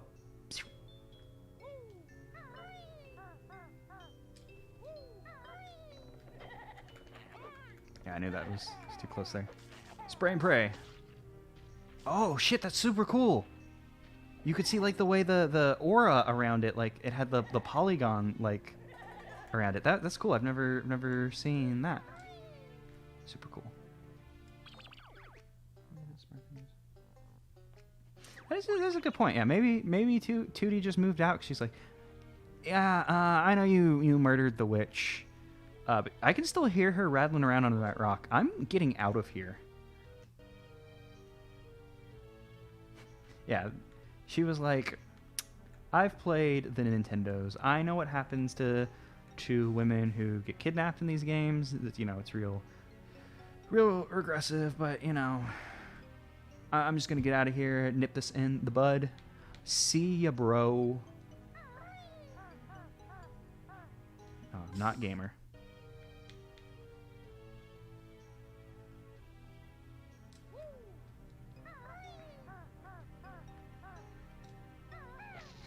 Oh man, what if in a hypothetical Banjo-Kazooie HD, a remake, remaster, whatever, of a Banjo-Kazooie and Tooie or whatever. They did like the man.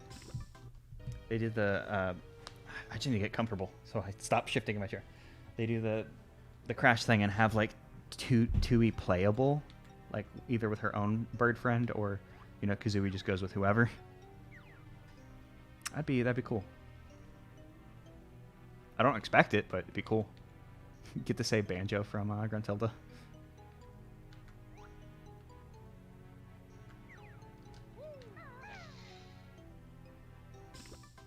No, that shouldn't have counted. I was T-posing. I was invincible.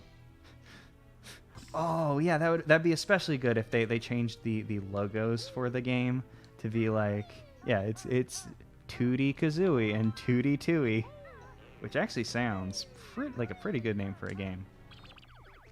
Just in case. I've been really abusing that save state. It was so funny at the beginning of the stream where I was like, yeah, I don't know if I want to pop another one off. Fuck it. I don't know if I want to do it. I don't want to cheat. And then now it's just like every 10 seconds. Nope, we've made progress. Save on the progress. Just in case. No. Oh, there's another one. Where are we? We're stuck in the plane of death. We live down here now.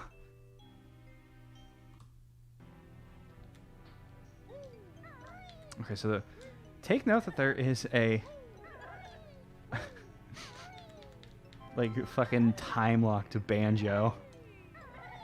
Where's the second Tee-hee coming from? Get out of here. You stupid ghost. I don't want you here. You're mean to me. And I can't even and puppy power and kill you. I just thought about that. Yeah, charges. Yeah, when you use Wonder Wing, and then obviously Wonder Wing has a theme after that. Yeah, I always thought about that, like when playing one ukulele. Like, oh, the charge theme is like, I feel like the charge theme is in Banjo-Kazooie. It's because it is. It's what happens when you use the Wonder Wing. Trivia of game. Damn it.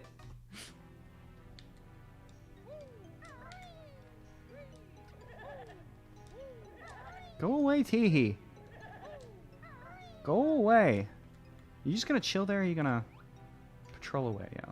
No, don't patrol this way. Don't go this way. What about you? What about that loser? That loser's just there to, like, screw. He's just chilling. I hate you, Tee-hee. Try verbal warfare. Yeah, go away, you stupid ghost. I love ghosts, but I hate you. Damn it. I'm sorry for being mean to you, Tee-hee. Tee-hees are only so great because you don't see them until later in the game. And obviously, we're late game in Dreamie. But, like, we don't have the means of disposing of the Tee-hee.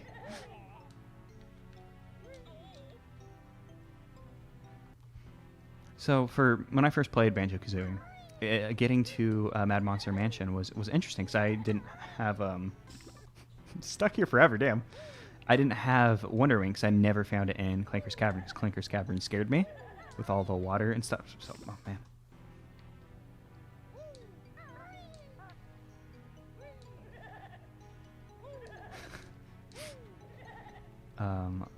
I'll read this comment, then finish that story, I guess. I'm sorry I'm being mean to you, said the man repeatedly killed by the thing he's sorry to. Yeah, save here. This seems to be a better spot to try and do what I'm doing. Oops. Nope. Yeah, when I was first playing Banjo-Kazooie, I made it to Mad Monster Mansion without the Wonder Wing, so the Tee-hees were like, fuck, what do I do? Except I was like 5, so I was like, fuck, what do I do?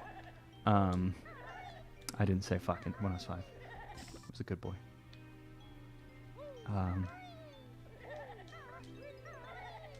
And then, I saw him. I could not defeat the Teehee. Save progress. um, could not defeat the Teehees. So I was just like, oh no, scary ghost. Then later, I eventually found the Wonder Wing and figured out like, oh, if I use Wonder Wing, they can't hurt me. Ah, shuckles, what do I do? And now, the godless heathen I am, no longer an innocent-eyed 5-year-old. Anytime anything goes wrong, I go, ah, fuckle stack. What do I do, you wee bastard? I say, calling whatever issue is plaguing me a wee bastard.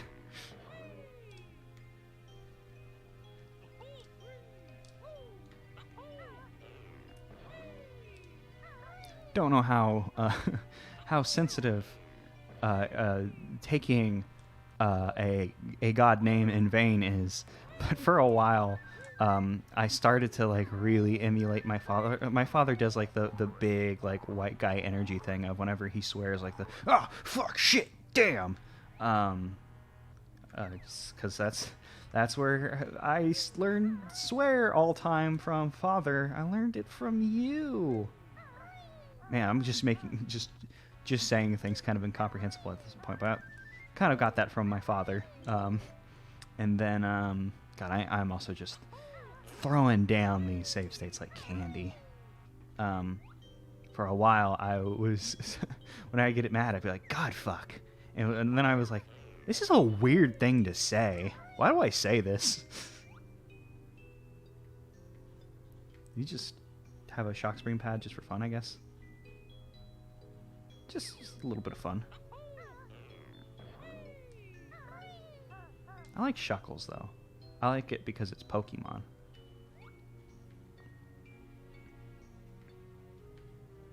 Oh, I saw the whip crack and thought it was a note. Okay, so we're missing like 5, right? 6, whatever. 5, 6. Yeah, I want to get over there. I think we got to get to the top of the castle again.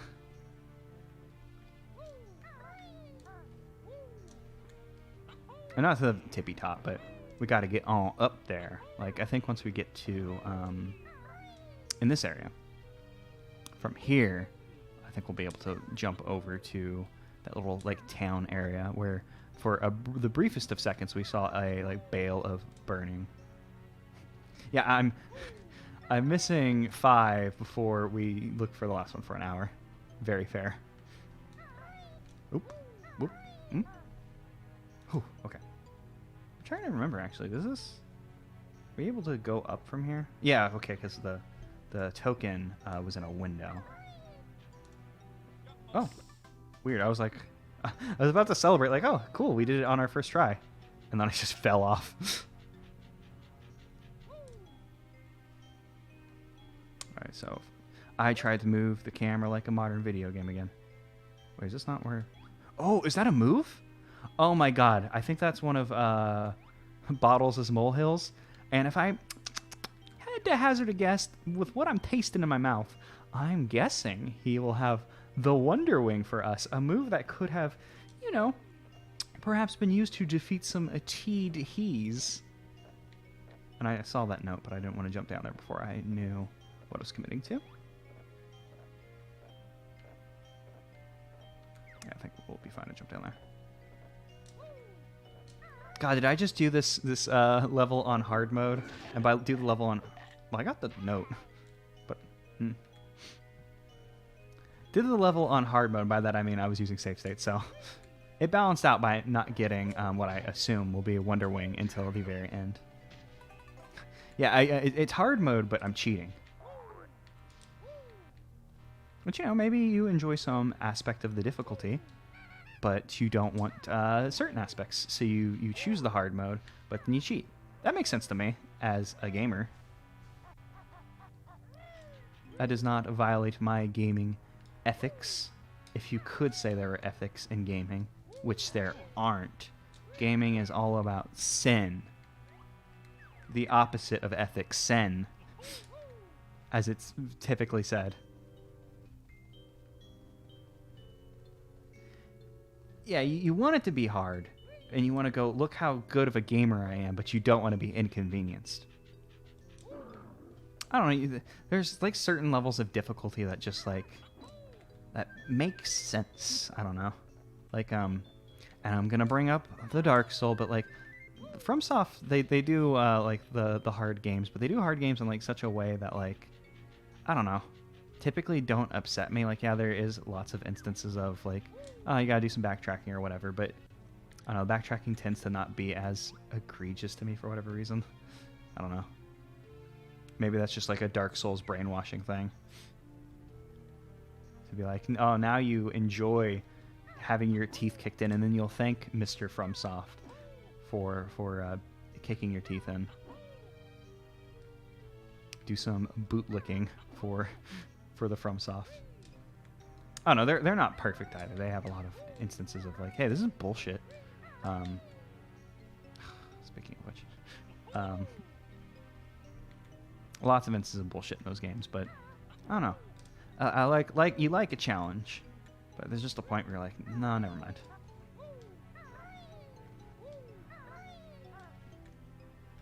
It's bad, but like the first instance of a difficulty I thought of was, is this just some teehees up here? Yeah, there's just teehee up here. First instant of like a difficult thing that like I thought was a huge pain in the ass, but I stuck with was Captain Toad's infinite, or not infinite. It's called like Endless Maze, but it's not actually endless. Endless Maze thing. It's a pain in the ass, but I love Captain Toad. I wanted the completsies. And then I did it again when the Switch one came out because I was like, I want more. Is that a note over there? Or is that honey? I think that's a note. I don't know. Whatever it is, it's yellow. Oh, we haven't gotten any empty honeycombs in this level, have we, either?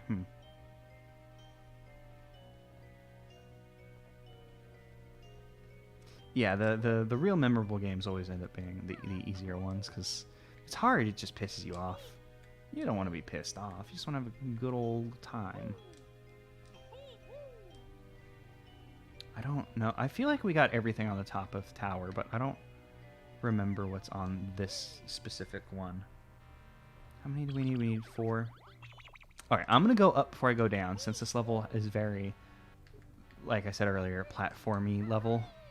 And like getting around is kind of a pain in the ass. It's not like, oh, I'm just going to go to this area now. Let's just go up to the top while we're here so we can check these other ramparts, ballasts, tower top, the fanciest of names you could call them. Where the hell do we go? Where are we at? Oh, here we go. Okay, the camera had confused me with its positioning. Go away, Teehee. Go away. I take back not being mad at you. I hate you, Teehee.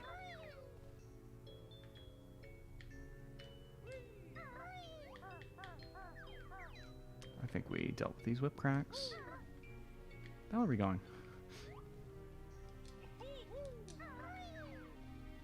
Oh yeah, over by these cannons. Remember being over here earlier. No, I want on top. Let me up.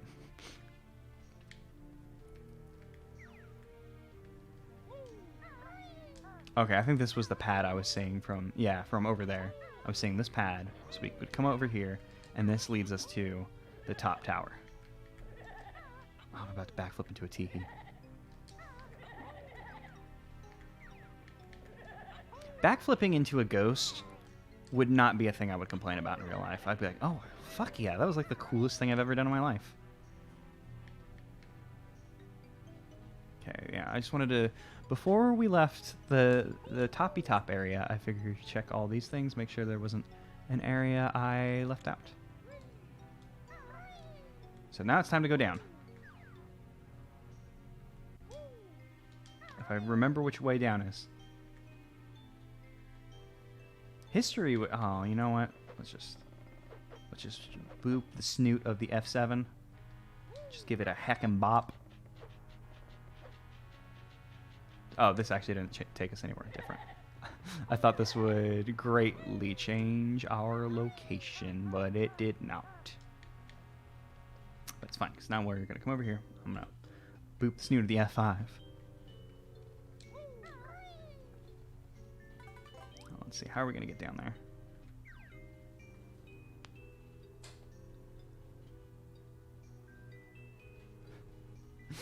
If I ever saw my keyboard, someone's going to be like, this F5, F7. I can see a clear outline of its previous owner's middle index fingerprint. And then they'll steal my identity.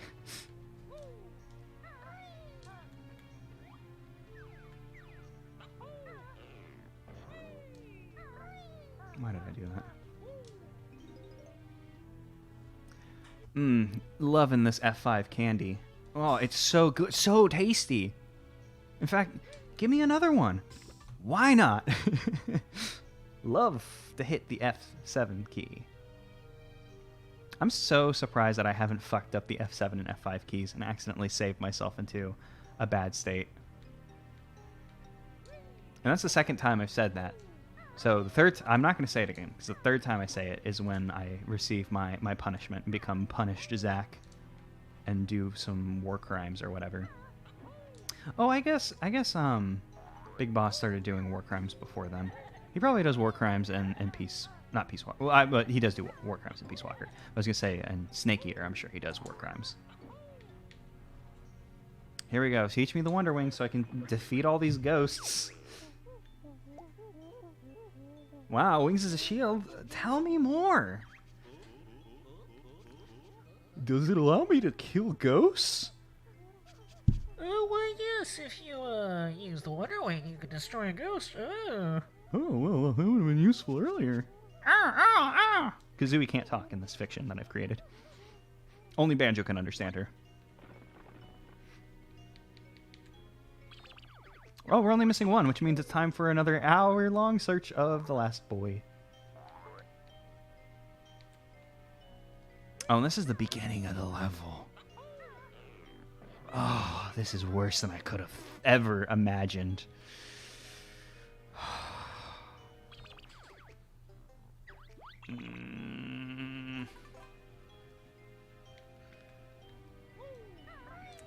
So we have the Wonder Wing.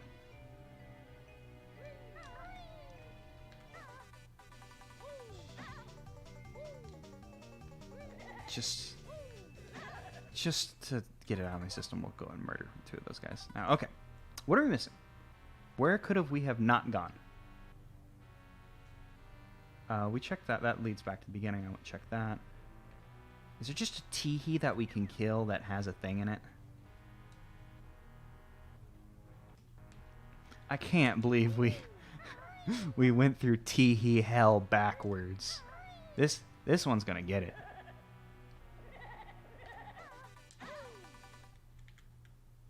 Oh, it didn't even give me honey. Let's go ahead and... Because there's a guy over here who we, like, lured over at one point.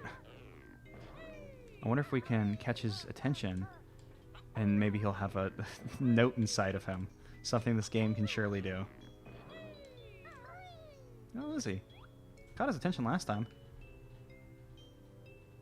No, I guess maybe he accidentally came over here? Maybe that one teehee was secretly two. Maybe that's the secret behind the purple teehees, is there actually two teehees.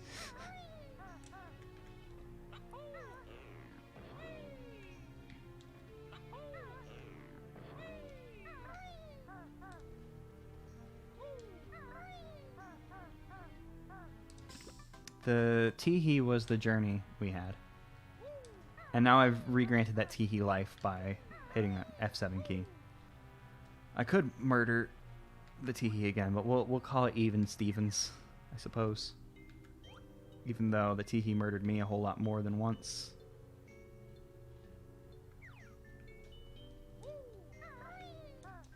So let's go back into this room, because we didn't spend a lot of time in this room.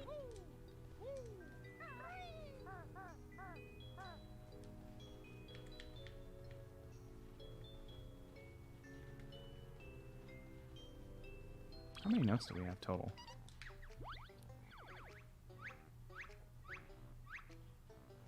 192?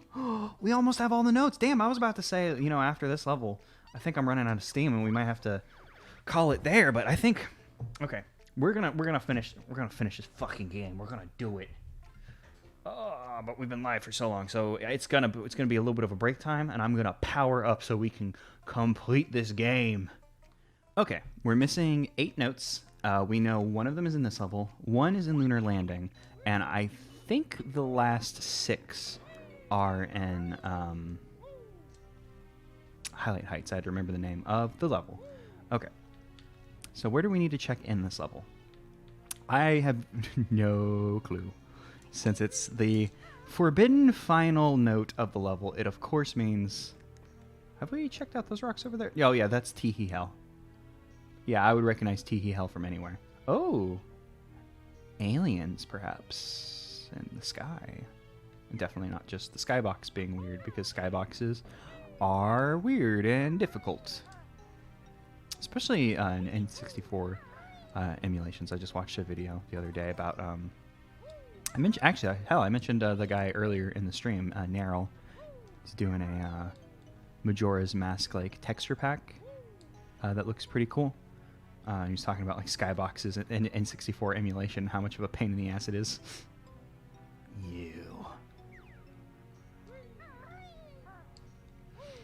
So we're given the Wonder Wing, and I wonder if there's anywhere where having the Wonder Wing would be a requirement. I'm not sure, since as we've learned, you can kill whip cracks with eggs. As we've seen, if you're a true gamer, if you truly have gaming in your heart, you can just do this level without any troubles, without the teehees bothering you. Looks like there's something down there.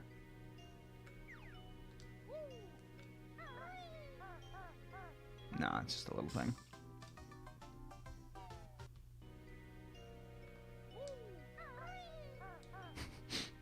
In 64 emulation, having a skybox could determine area lag or not. Huh, wow. In 64, powerful. I mean, you know, it was a different era.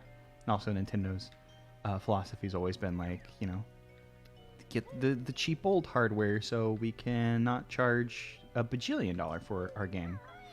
Which actually, I wonder, like, they still obviously do that design philosophy of, like, you know, using older hardware for their consoles, so their consoles can be a little cheaper and, you know, make them a bit more consumer friendly on that side. But I wonder if, like, we've hit a point where, like, you know, everything's just really freaking expensive. If just like going whole hog and then being like, here's the Switch that does 4K, wow, money, give it to us, please. I wonder if that would hurt the sales of the Switch or not, because, like, you know, it probably would, yeah, wouldn't it? Talk myself out of this now that I think about it, because, like, people love the Switch, and, like, I'm guessing, like, the price point, like, it's still like, what, $300? It's still very expensive, but, you know, comparing it to an Xbox or a playing station, like, that price point probably helps sell it to parents, like, whose kids want it. Like, you know, if your kid's like, I want an Xbox or a Switch, it's probably real easy to go, yeah, you're getting the Switch, my man. That one doesn't cost, you know, $200 additional dollars. And then I think, like, there's all the special, like, Xboxes or whatever. I don't know. I don't keep up with them. So, like, that probably helps that it's cheaper. So, yeah, I completely talked myself out of the point I was going to make. I guess I wasn't going to make a point as much as I was just going to state, like, I wonder if Nintendo could just afford to forego that design consideration of cheaper, older hardware. But I'm guessing it's still working out for them, especially since the Switch is working out.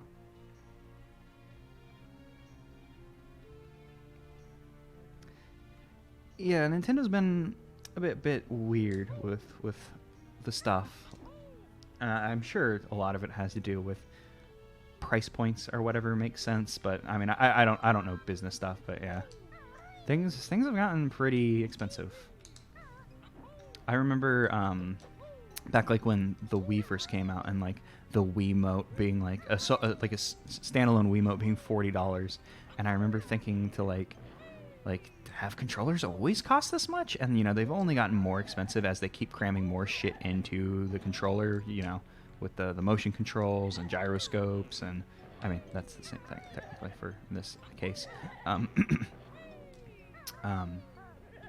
Oh, duh, forgot.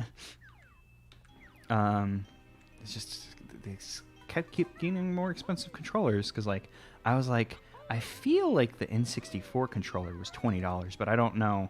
I don't know that for a fact. Yeah, Joy-Cons very expensive. In particular, because there's a lot of shit in it, so it's like I get why it's expensive, but at the same time, like, man, you know, basically every Joy-Con's fated to almost immediately die.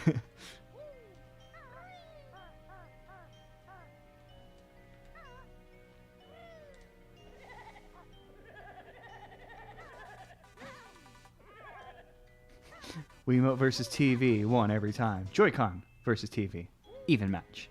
Yeah, that's fair.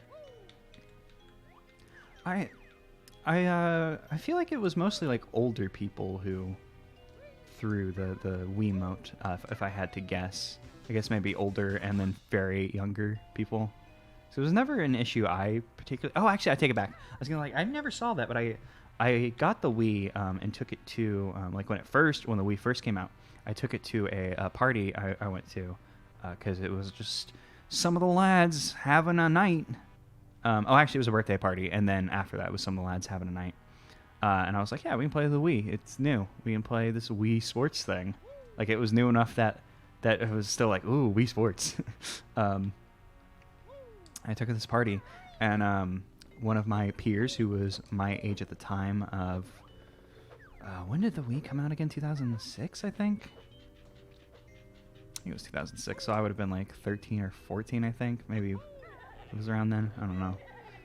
Oh, this isn't the right way. I keep doing this. Yeah, but he ended up throwing the Wiimote against the wall, just in moment of gaming. That's the only time I've ever seen someone do that. Some of my older family members, like my uncle, and like that part of family, uncle family, cousins,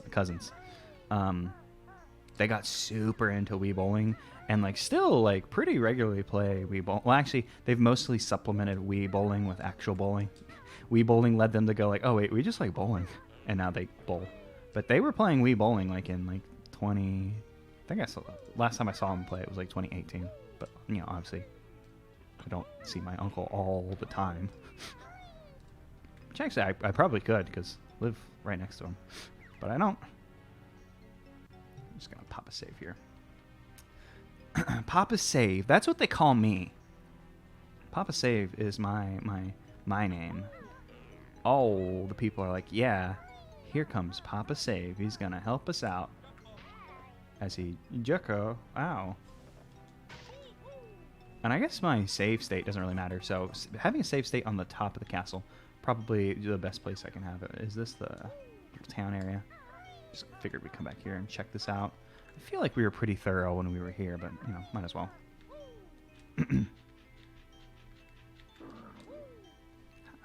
Let's just kill you, since you wronged me last time I was here.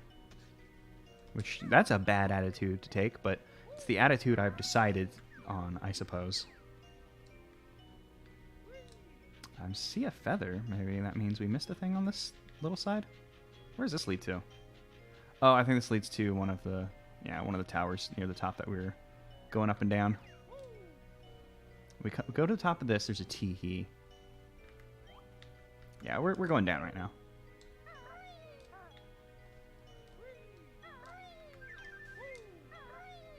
I say as I go back to the town.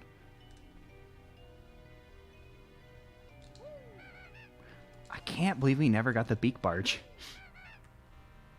I wonder why they wanted to keep beak barge from us. Maybe like just it didn't have any mechanical use, like for what Loggo planned. They're like, you don't need it. Whatever. Screw it.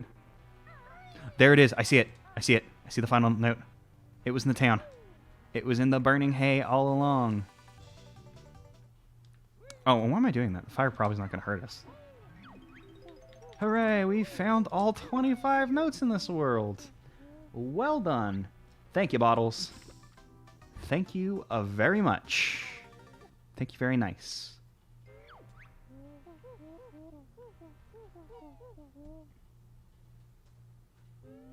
I can't believe it was just in the fire like that. We'll go ahead and use eggs. We have a new means of defeating y'all, but we'll use eggs. Actually, we probably should not use our eggs. Our eggs, we have the same amount of eggs and golden feathers, so, you know, might as well just burn the golden feathers. Why not?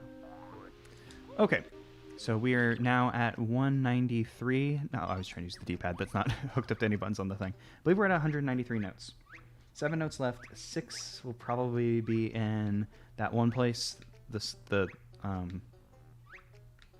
Highlight Heights, which will be this one. No, this one's Lunar Landing because the levels are out of order. Oh, wait, no, that's 19. That's 19. That is correct. Yeah. I was like, oh, 19. That's only one more to 20, but no, we're looking for 25. So, 24 in Lunar Landing. All right, cool. So what we'll do then is we'll open up the note door and just peek inside. Just take a little itty-bitty peek just in case they're like, here's a cool new move.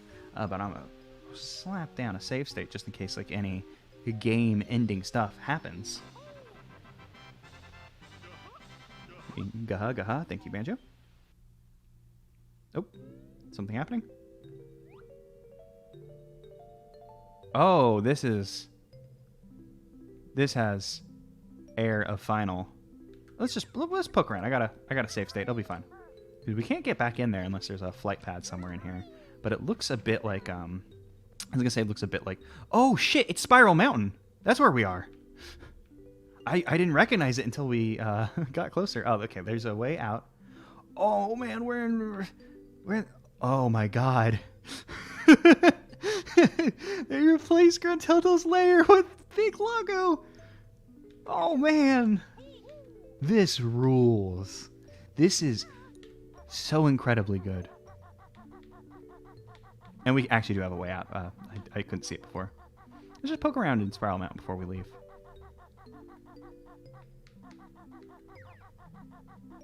Oh, the music's even a Spiral Mountains like theme of Spiral Mountain.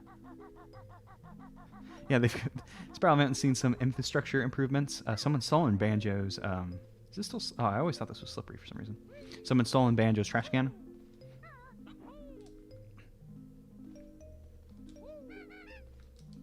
Let me big barge. Let me big barge. Can we climb up these?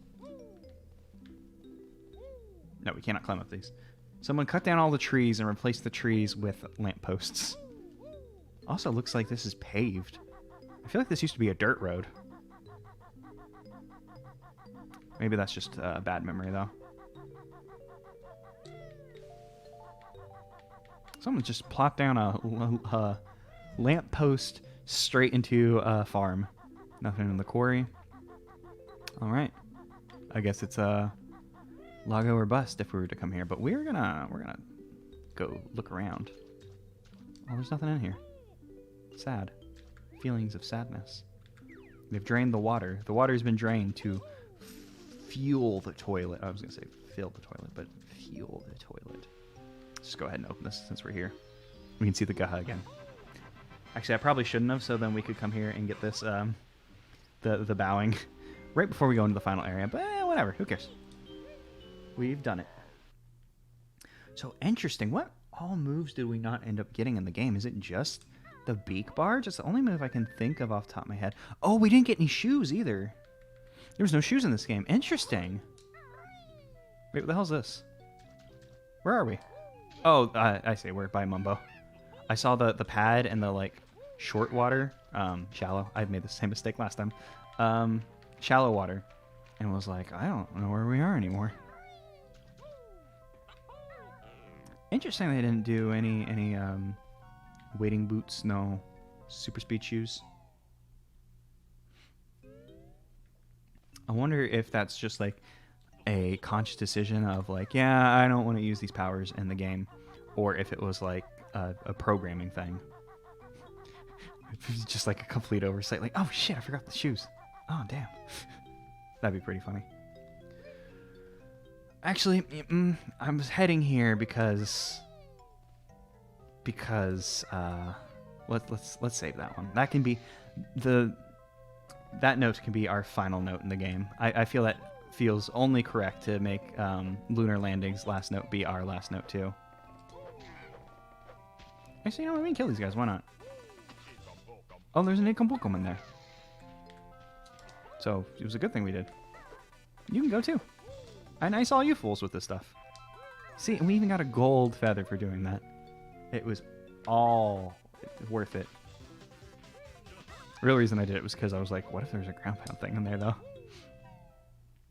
Okay, cool. Let's go back to Highlight Heights, which should be right here. Yeah, you could roar at me, but I'm getting out of here. I don't want to fight you. Even though you're only blue. I could kill blue with a single rat-a-tat-tat or bear swipe. I'm still recording. Okay, yeah. I just, for some reason, suddenly became paranoid about recording not working. Okay, it's time. Time to face... Well, I was going to say face our fears, but I'm not really afraid of this level. Because I feel like we left amicably... I don't need to do that. I was like, I'll get the feathers here, but we're full up. I felt we left amicably last time we were here. I'll ground pound you from the air. Nope. Oh, no. I was going to ground pound it from the air, but it just slid back. The Flamin' Joey wanted nothing to do with my aerial attacks. I could have also beak bombed it, but I would have hurt myself in the process. Figure we'll come into this room with all the Sir Slushes and deal with this first. Is this a flight pad? Yeah. It's been a couple hours since we murdered some Sir Slushes, but... Oh, he dodge. The Sir Slushes have incredible dodging. They love a Bloodborne. They're like, huh, shields. Who needs shields? All I need is parry and dodge. Which I said that very petulantly, but I... Oh, whoop. I like that about Bloodborne. But I also very much so enjoy Bloodborne. I was very sad when Sekiro came out and made me grapple with the fact that Sekiro is probably better than a Bloodborne. And Dark Souls 3 has like some like quality of life and just like improvements over Bloodborne, but just I don't know, Bloodborne's just art direction and shit, very good. Bloodborne also suffers from one of my least favorite things about Bloodborne is a lot of the areas end up being samey, unfortunately. Since, like, you know, a lot of them are just town. So it's nice when you get to, like, Yahar'gul, and it's like, here's town, but weird. And it's like, I guess that's better than just more town. It was funny, because you get to, like, a forest level, and it's like, oh, thank Christ, a forest, something different. When it's like, forest is in every fucking game ever.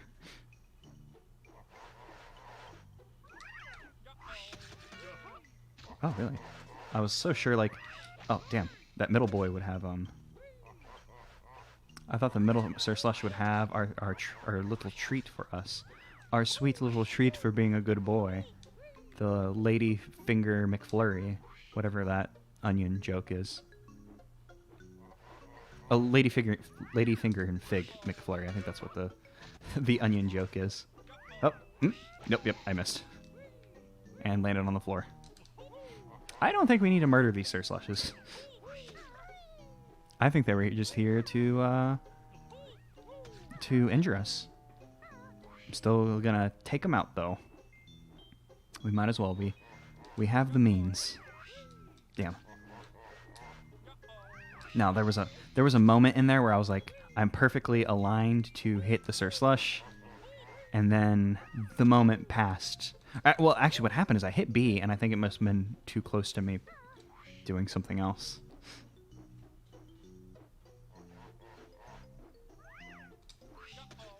Boom. There we go. Problem solved. Yeah, we didn't need to kill any of them. But it felt good. Probably have to grapple with that. Another thing to bring up to the therapist. Okay, so you remember Banjo-Kazooie, and the therapist just gonna be like, yes, I remember Banjo-Kazooie. So I assumed the Sir Slushes, their They're sentient snowmen who are really mean to you. They throw snowballs at you. And I thought they might have something I need, so I killed them. And then she'd be like, "Oh yes, okay, we can start talking about this." And then I'd be like, "But then they didn't," and I kind of realized they wouldn't, and I kept killing them. She's like, "Oh, okay, yeah, okay, I understand. We can talk about this." I'm like, and then I'd be like, "Well, do you wanna see it happen?" I streamed it, and then the therapist will be like, "No, I will not subscribe to your YouTube channel." And then the therapist kills me. Because I messed up. Life's an adventure game. And if you don't come in with the... Man, why did I do that? If you don't come in with the correct items, any situation can turn lethal, which is unfortunately incredibly true. Unfortunately, incredibly true, thanks to some shitty cops in the world. Also, there's more shitty people than just cops, but all cops are, one could say shitty, one could say bastards, but you know, we'll choose the words that we want to. Yeah, it went very dark. It's a dark time, the 2020.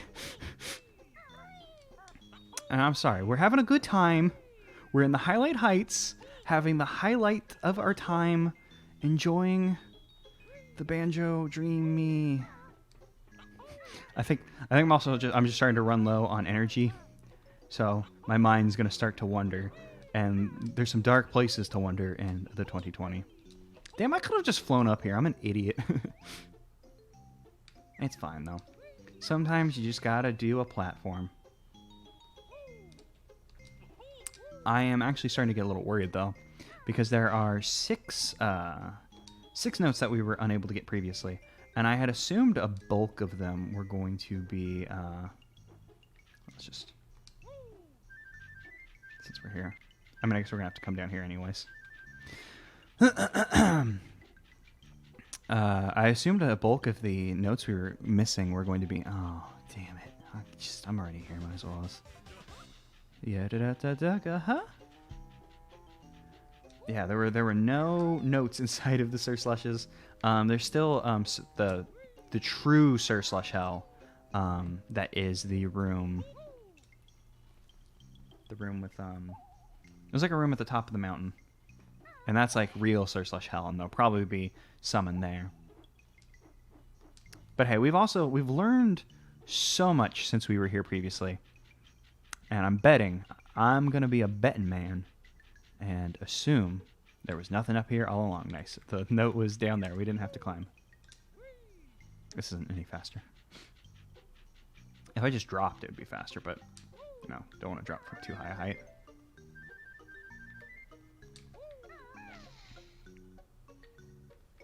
I had great hopes in this room, which is why I came here first. Those hopes have been dashed. We've learned so much since we were here last, though. So we will not despair.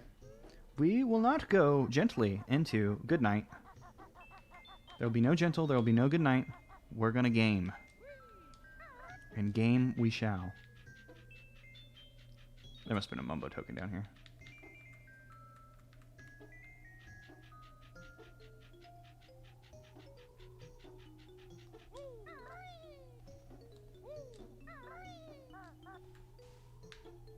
Okay, snow's not slippery. I wasn't sure if snow had ice physics in Banjo or not.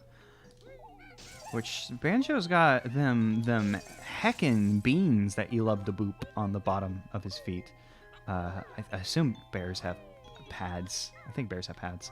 So the snow is useless against him. Ice, however, he slips and slides because he touches it and he goes, "Oh no, my heckin' beans. They've been booped on the snoot of my beans on the thing." And I don't know why I've decided to just make fun of that for some reason during the stream. People don't even really talk like that anymore. It was like a thing for a while where everyone was like, "Oh, heckin' pupper doggo." And then they just kind of stopped, which was like kind of good because it was like, maybe I'm being a miser, but it was like, yeah, this wore out its welcome very quickly.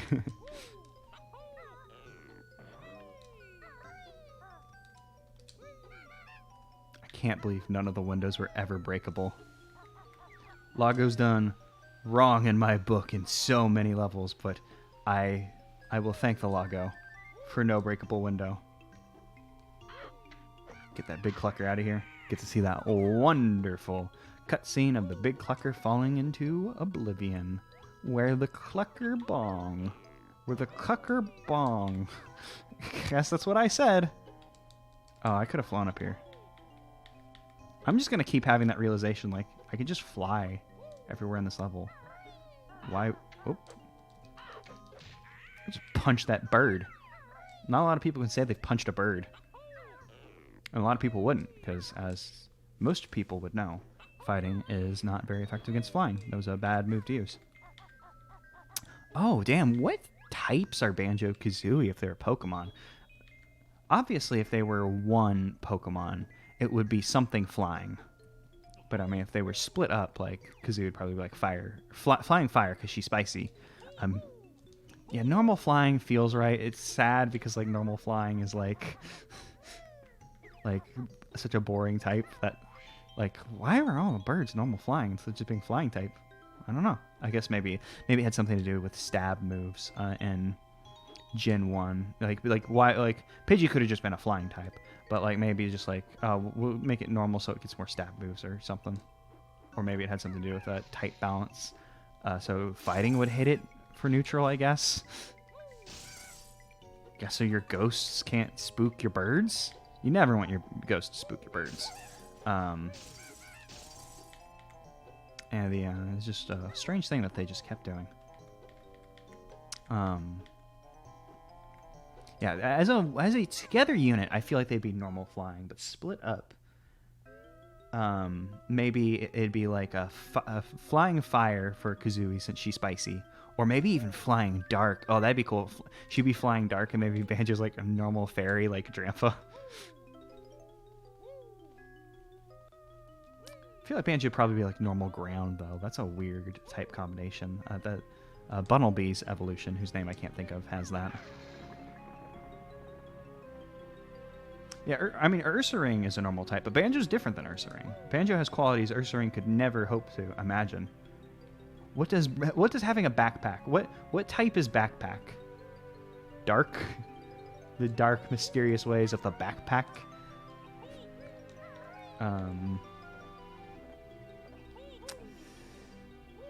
Yeah, Banjo's definitely not like a fighting type or anything.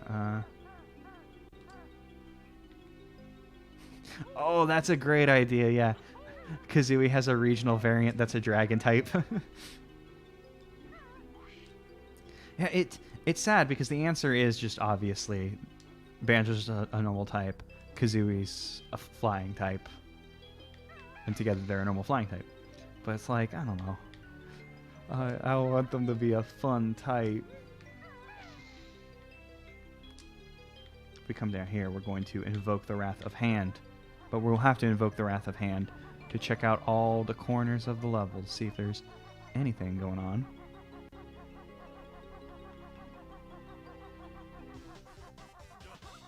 God, I love the Talon Trot noise. It's so just relaxing. I'm glad you can Talon Trot in Super Smash Brothers. I'm glad Sakurai gave so much love to our wonderful, sweet boy and grill. Boy and bird. The two genders. Oh yeah, I forgot about this area. This area has the cool alien people watching the experiments. Is there a shock spring? Yeah, a shock spring pad down here. So we can get out of here. Before we get out of here, let's just check back here. Make sure that there's not a stray note.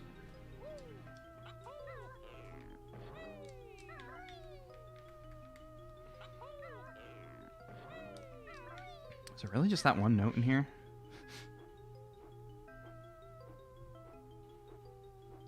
Nope, there's another note. I think there's another note on top of that other tower. Okay, so there's 3 notes in here. That makes sense.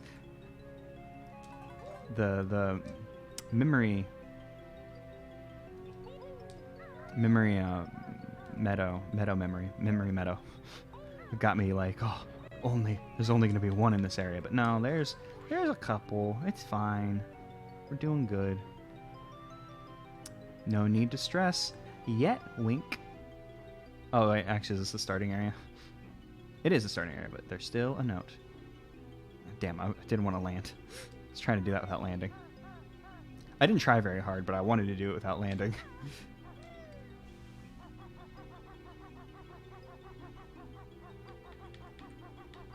Oh yeah, the pad's back here.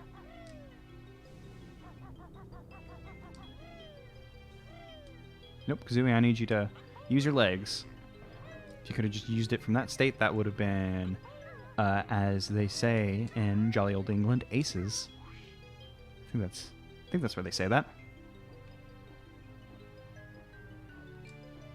Yeah, let's get out of Alien Town. We don't need Alien Town. I just, like, thought about, like, oh, we're gonna have to go back to Lunar Landing, and just, like, full-on, like, Soul Eater Excalibur face show up, grimace, like, in my heart. Even though, like, I feel like it's probably not that bad, especially now that we've done a Memory Meadow. But, I don't know. The scars. Yeah, like the Link face and that you do in chat. There's a good, like, Toon Link face, like I think it's like a Phantom Hourglass or Spirit Tracks era Link from the looks of it. Just a real close up of face. Spirit Tracks, that's a cool game. I was a little upset by the train stuff being a bit of a pain in the ass because I was excited for cool train. Overall, I like Spirit Tracks. I remember when it came out and I was like, damn, these dungeons are really good. Because like after a like Twilight Princess like era dungeon design, like, and also Phantom Hourglass, like getting like, I mean, I haven't replayed Spirit Tracks since it was new, so it's hard to say, but I really like the dungeons, is what I remembered.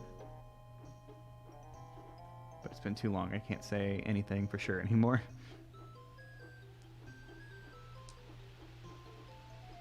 We'll do this first before we get that note. There's also a note right here, isn't there? Oh, who cares? We can fly. And if we end up dead in the water, that just takes us back to the flying pad. Oh shit, this is Hurdy water, not double air water. Aw, damn. Aw, beans, I messed up.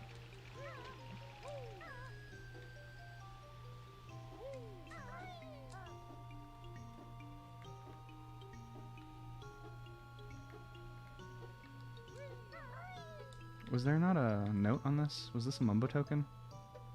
God, I wish I had the Amazo goggles right now from Tui where you can zoom in. Because I can't tell if nothing's spawning over here because there's nothing here. Oh, yeah, there's just nothing here. It was a Mumbo token. Okay. I'm going to just take the damage so I don't want to walk around again. And we're about to melt some Sir Slushes. This is the area, I think it is. Oh, wait, this is going to hurt me. Oh, no, this doesn't hurt me. This is just normal water. We'll get to kill some of the ice cubes whose names will not be said. Yeah, melt and quotation points. Well, it's because, like, you know, some people, like, when you were going to kill someone, they're like, I'm going to ice you. But you can't ice the Sir Slushes. I mean, you could, I guess. It's just... What are you doing? Why? How are we supposed to get up there? Can we flat flip up there? Oh, yeah, we can flat flip up there. For some reason, I thought that was, like, out of range of our flat flip. Now, I'm gonna ice these guys. These cubes. They've been iced. Never melt ice. Couldn't say I haven't. Never melt ice, the Pokemon item. That was like an entirely incomprehensible, like, even if you like heard me say the words never melt ice and went, oh, like the Pokemon item, doesn't mean that was a joke. And I remember the lesson we learned is to approach them. We have to take it slow. Gotta take it easy, sleazy. Well, I was gonna say easy, sleazy cover girl, but that has some connotations that I actually didn't want to bring about.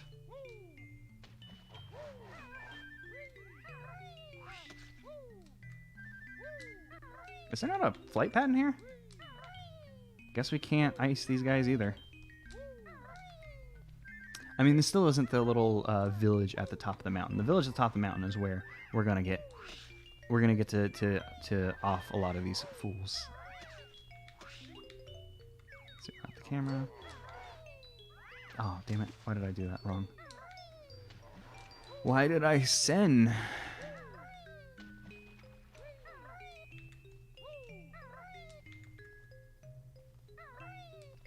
Why did I send when I could have sine wave? The trigonometry function. Everybody's big favorite. Fucking hate trig. Hate trig so much.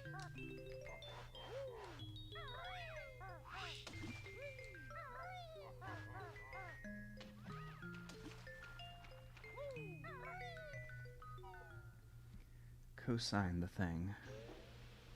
What a weird tangent. God, oh no, why did I jump back in the water? If there are no T-pose Banjo, you do it. If there are no of our good spicy friend the note in the little village on the top of the mountain, I guess I'll cry. I guess that's something I could do. It wouldn't be beneficial, but I could do it.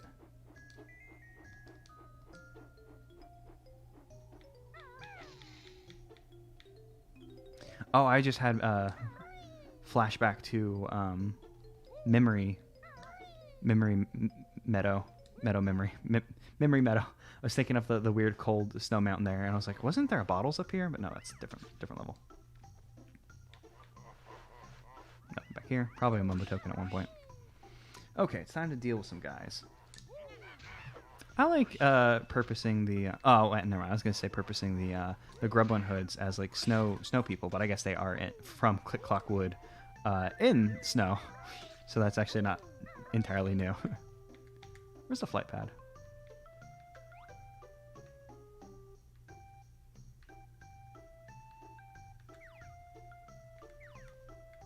Flight pad's probably on top of one of these houses. If I had to hazard a guess. Should probably pop a save state. Not that it really matters if we fall in here. Like, it's not like it's far to get back here, but you know, it is. It is something. Oh, that was accidentally a cool oh, whoops. Cool dodge. Oops. Good thing I just did that. Just save us a little bit of time. Oh yeah, the candy canes aren't climbable. I don't know why I said, oh yeah, like that was like gonna be a cool fact. It just made me sad to think about, like, oh, we can't climb the candy canes, but then I said it like, did you know? Oop, I didn't get that guy, but it's fine. Where's that damn flight pad? It's probably over here. I thought it'd be on top of one of the houses, actually. Oops. Whatever. Oh.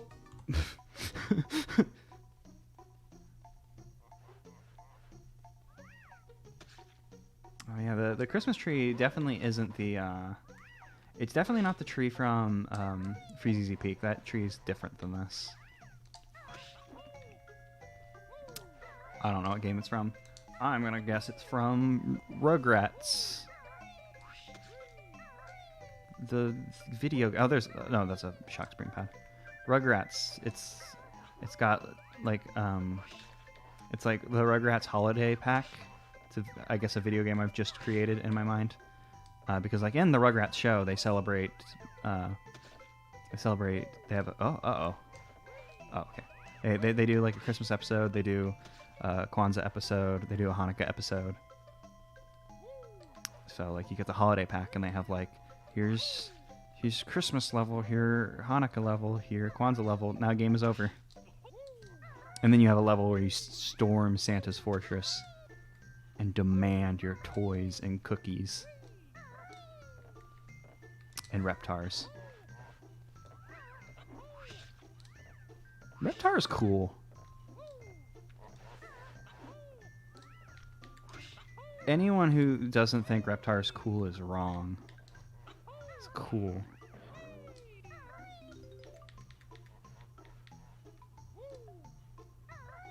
Wow, cool Reptar. It's like, wow, cool robot. Except you're looking at Reptar, and Reptar is very cool. So then you say, wow, cool Reptar. And then Reptar says, hey, thanks. I'm glad you enjoy me. And then you kiss Reptar. So Reptar is now your boyfriend. Did Reptar ever get any bad guys who weren't that snail guy? I only remember the snail from the second movie. I think there was like a red Reptar that was like a recolor. That might have just been like, I don't know. Oop. I'm not seeing a flight pad in here.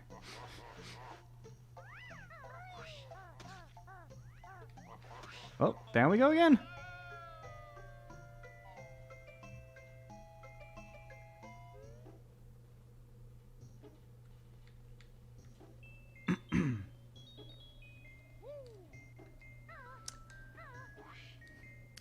So, I said, did we ever go in this one? I don't think we went in this one.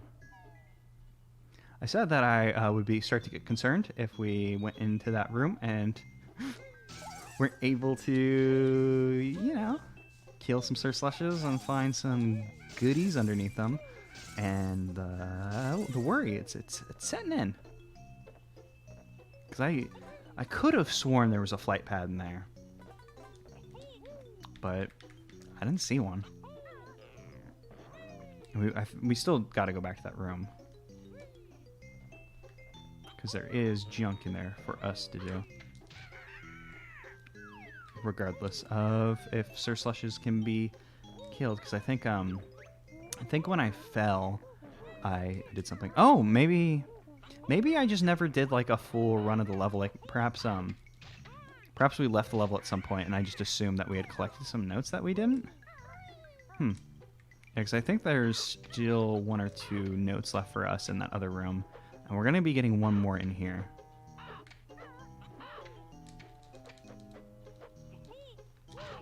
Oh. Well. Oh. Yeah. So that could have gone worse. And then it did. Hope was delivered, and then hope was shattered. The 2020 way.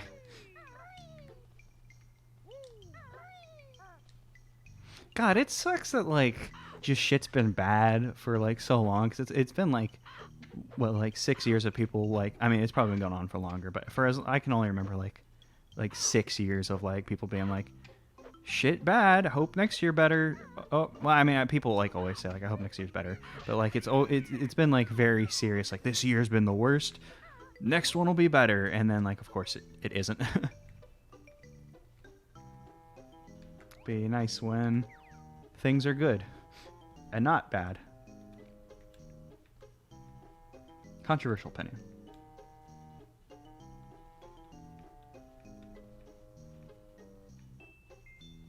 Oh man, I just looked at the time and how much time had passed on the stream. Guess I'm doing deadlift tomorrow. Tomorrow will be leg day instead of today, I guess. So I doubt my... You know, I'm always put weights down very carefully, but still probably be a little loud. And I live on the 4th floor. Don't want to upset my neighbor below me, who has been very patient with my home workout junk.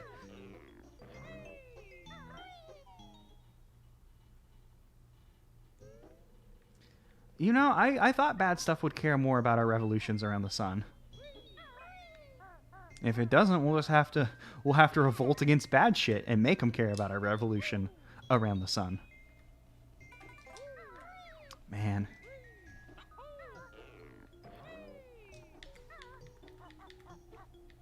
my brain's just starting to fry, so I'm just starting to, my mind is starting to wander, and I just started thinking about how excited I am to listen to one Friends at the Table podcast. New episode went out yesterday, and I still got like an hour left of it. So excited. Their current season, Partisan, has been so good. So good. Just excited to listen to more of that.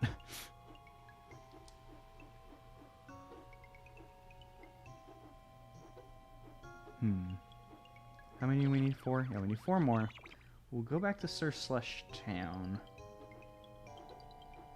Isn't there like an entire watery area? Like, not like deep water, but I feel like there's like a little like cliffside thing. And I might be mixing it up a little bit with the Memory Meadow version. I feel like there was like a cliffside area that had like a little bit of water that you could swim into.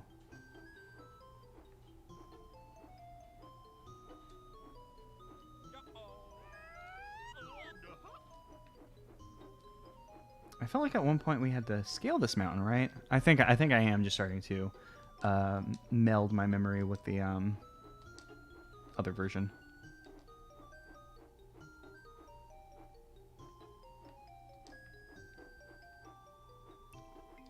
Since I haven't seen this level in like 2 weeks at the time of this recording, 2 weeks passed between Stram and last Stram. It's interesting that they have a rope hanging down from here, but it doesn't seem like it's possible to get to this rope or get to this area at all without flying. And I almost did it again. I almost referenced the thing where people say something about looking at ropes and how they could be potentially useful for surmounting pits and gaps. But I didn't. Sort of. I still referenced it. Okay. Where the flight pad at, lads? Reveal thyself. I showed you my flip-flap. Coward. Ah, beans. I'm just glad we didn't hit the death plane there, because I don't remember the last time I went and hit that F5 key that I adore. I actually don't tell F5 this, because F7 wouldn't work without F5, but I kind of like F7 more. F7's kind of sexy, you know? F5, you need them. You can't, you need them. F7 doesn't work without F5, but F7 just, ooh,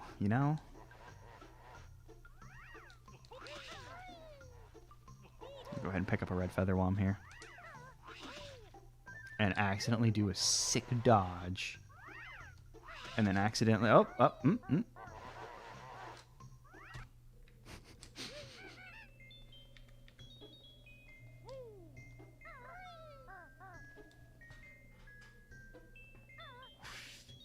I can't... F5 Joe F7Z. Banjo-Dreamie.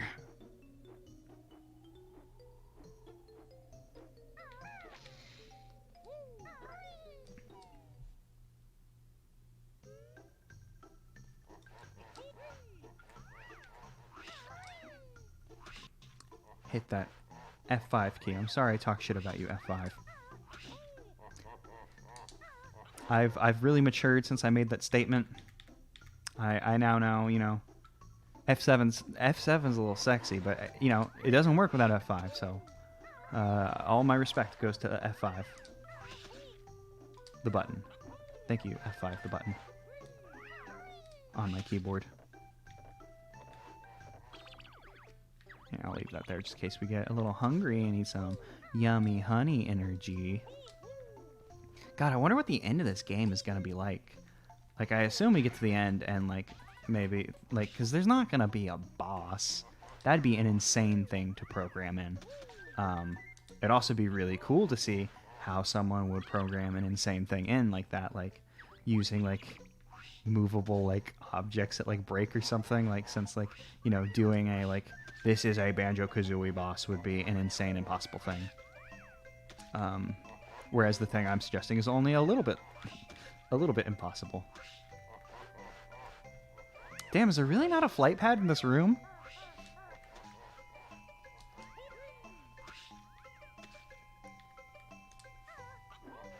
Okay, so this leads to this guy. I could have... I guess there's just not a flight pad in this room.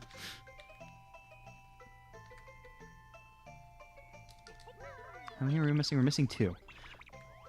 Okay, so I definitely, last time, I guess, just missed some notes.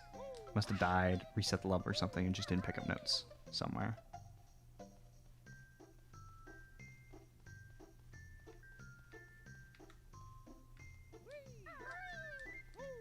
I don't remember if we collected these before, like, the game imploded or whatever I had to do. I had to hit the sexy F7 key is what I had to do at some point. There is a flight pad. Oh, boy. We have to fly through the... I was able to get... I'm not sure if we have to in this. Flying through the star in the tree is in Kazooie. And this one... I'm not sure if that will be a thing we have to do here. Oh, damn it. But we were able to shock spring pad up to the top of the tree and get a note that was in the middle of the thing.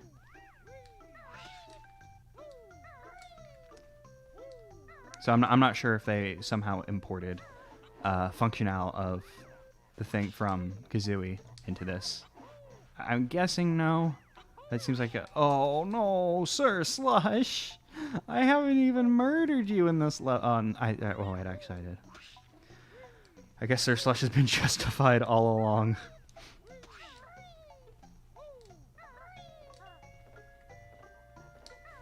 Always the last... Wait, no, we it's okay. We still need 2 notes. It's not bad yet. It's approaching bad. If I think it's bad now, just wait till you see the other guy. Oh, yeah, I missed. Hey, pal, you missed. Whatever Darkseid 2 thing is. I could sure go for one of our honey home friends. Just slurp one of those fools down. Yeah, we got that one earlier. I think it was while you were looking at the texture for that tree. Ah, damn, I guess there's not a flight pad in here, because there's nowhere else that could be hidden. I guess I haven't looked off all the cliffs and shit. But I don't think it's here. I think there's an area along the cliffside that I missed. Because, you know, we haven't... Oh. I just did the meme of the that kid, like, looking at the looking at the computer. It nods and, like, gives a thumbs up. Just did a meme in real life. Wow. A real life meme.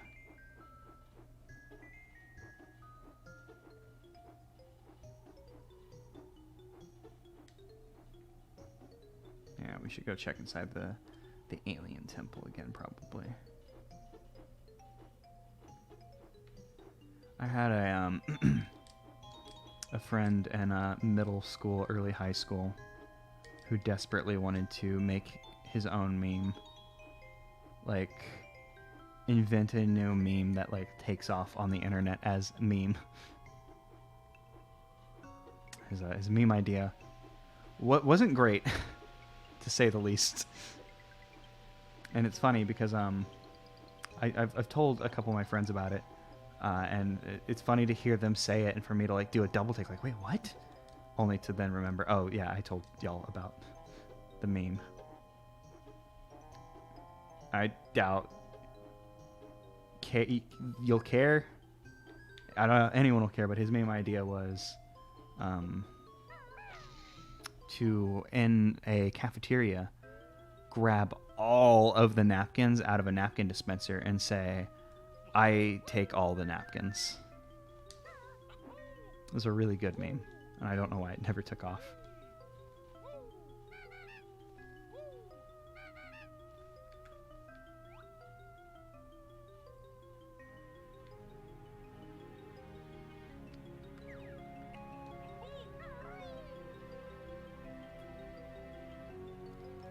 I feel like a meme is the kind of thing that, like, a lot of people...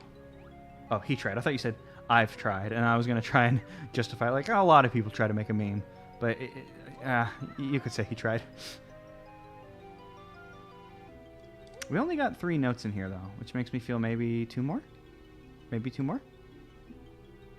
Maybe 2 more would be nice. So nicey, I said it thricy in the icy world of highlight height. It's more than good. It's ice. It really does. Like, you can't force a meme. It's just gonna happen. Sometimes just 30 to 50 feral hogs are in an area, and you say something about that or whatever, and then that's the thing. You can't be like, okay, I'm gonna take all the napkins. And it was like, I don't even know how you expected that to get off, because like that was before like everyone had like smartphone, I think. I didn't have a smartphone, so it was before everyone had smartphone. But I also got smartphone a little bit later than my peers.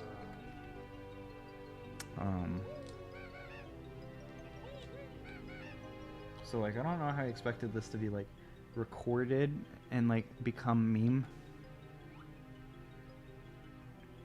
I don't know. Oh hey, Nukum Bukum.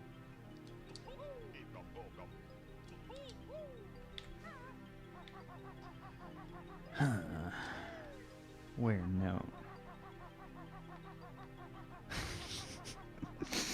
Oh, I just thought of the worst thing. The nut button that goes not, except it's a button and you hit it and it goes no. That's not funny, but it made me laugh. No. That actually makes me think of the Tip Top Choir. No. Yeah. Oh. Glad we don't have to play memory in this game. Memory, Simon Says. Simon Says is normally what I call that. I mean, it is memory. But it's Simon Says because Simon Says is the one that keeps like... No, wait, no, Simon Says is just Simon Says... Wow. There's a different game that keeps adding, like a Bop It. I mean, Bop It does do that, but not actually what I meant to say. Yeah, no clue.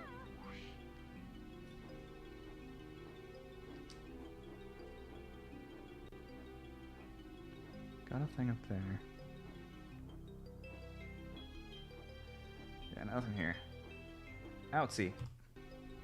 Oh, no, outsy. I said outsy.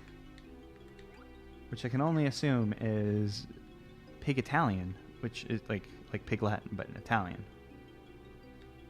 I actually have no clue why Pig Latin's called it what it is. Can you pig, like, language any language? And just kind of do, like, a bad... Like, I feel like in most of the cases I would end up being racist. So, that probably answers that question.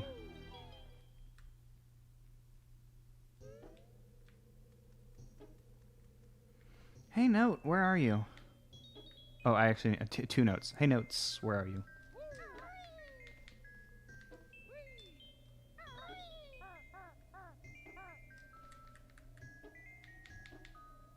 You know what? I think I had a brain blast.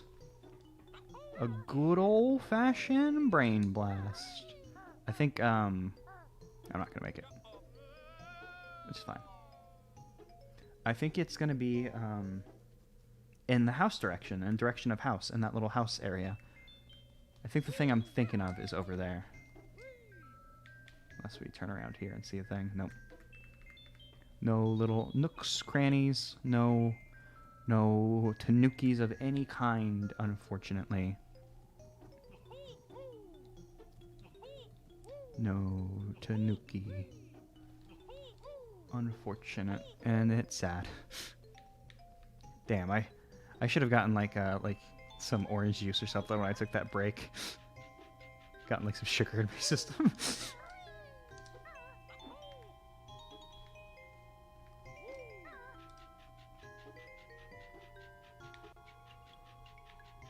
Oh, Moon. Hi, Moon. The famous book. Hi, Moon. Oh, yeah, my Jimmy Neutron Brain Blast was bad.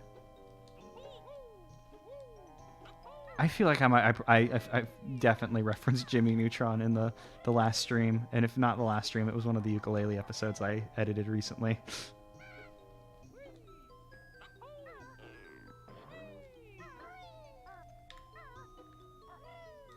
The moon's taunting me. It knows it's... Oh, God, you're right. I was so, like... I was like, oh, that's the moon. That's nice. But then I forgot the moon is my enemy. I forgot I hate Moon.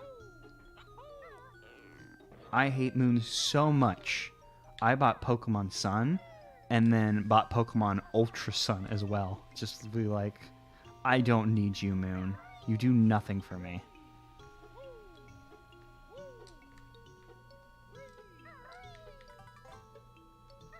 We went in this room. We went to the top of house.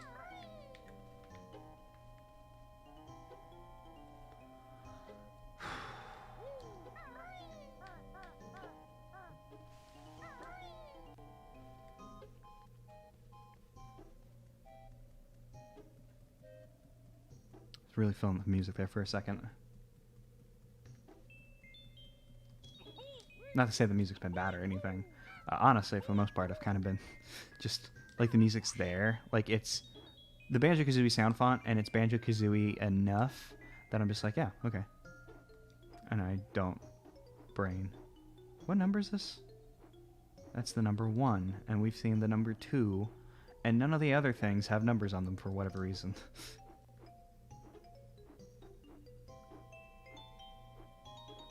What if the note was just like right above? Well, I was about to say, what if the note was above the entrance, which it wouldn't.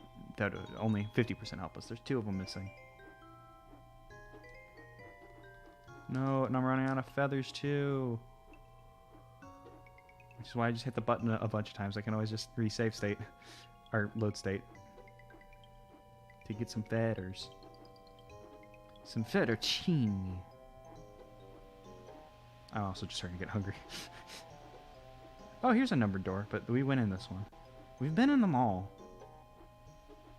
We've been in a mall. We're playing a video game inside a mall.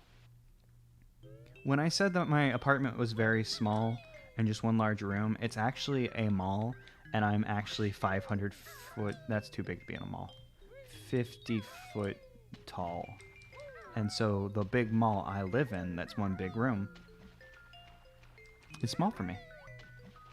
Fucked up, but true.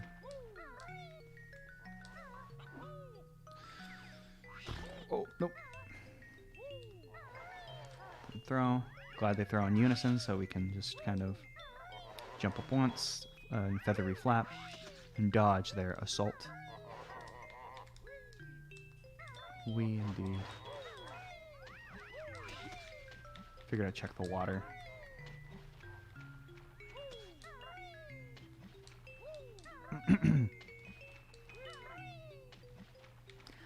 I cannot believe that in World of Highlight Heights we did not have to kill the Sir Slushes at any point. Like we did, because I assumed that we had to and came back, but it doesn't look like we needed to. God, but there's just 2 of them right here, and it feels like I bet both of them have a delicious note in them. There's nothing in here.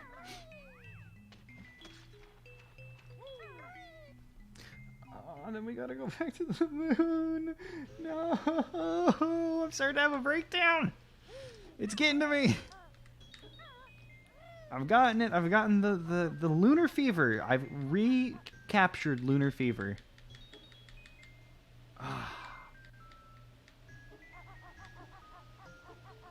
God, where? I'm about to say swear. Where the fuck are they? I don't. So we've been everywhere in this level.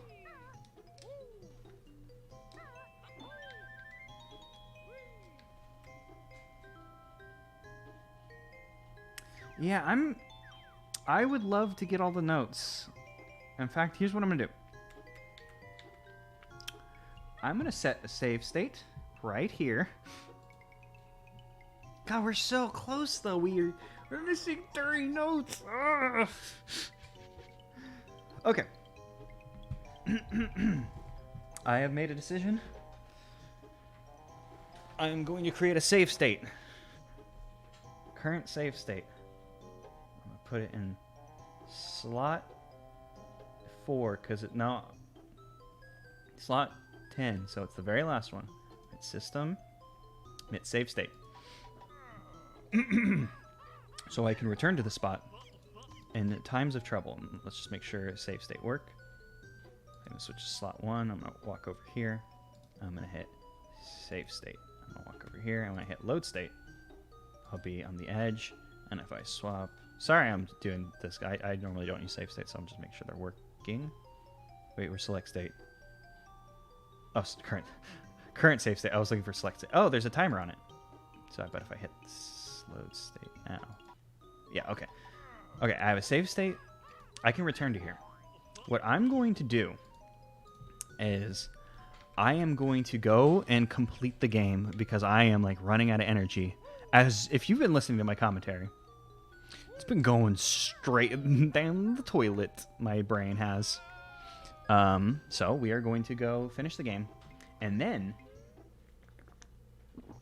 I just took a drink of water and said, like, I'm going to take a break. I was just like thirsty.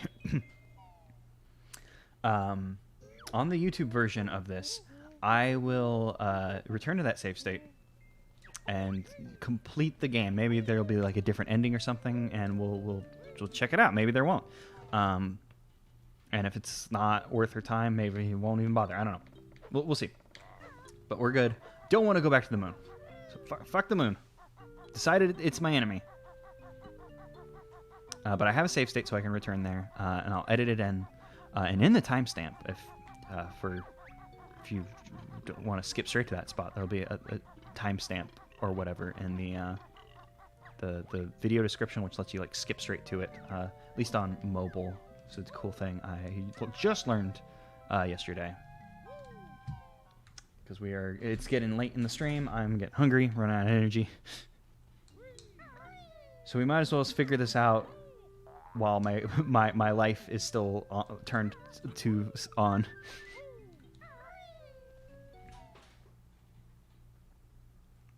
Especially since I went and ruined the surprise of returning to Spiral Mountain. Which is fun, because this game doesn't, like, we just end up in this place without, like, much reason or explanation. So, you know, it was nice to be like, oh, we're home. Or is this home? Perhaps we're still asleep, still dreaming. Who knows? Because it was never... I mean, maybe Bottles brought it up at the very beginning of the game. I don't remember Bottles... I forgot this is drained water. Maybe Bottles mentioned it, but I think this place is called the Dreamy Depths.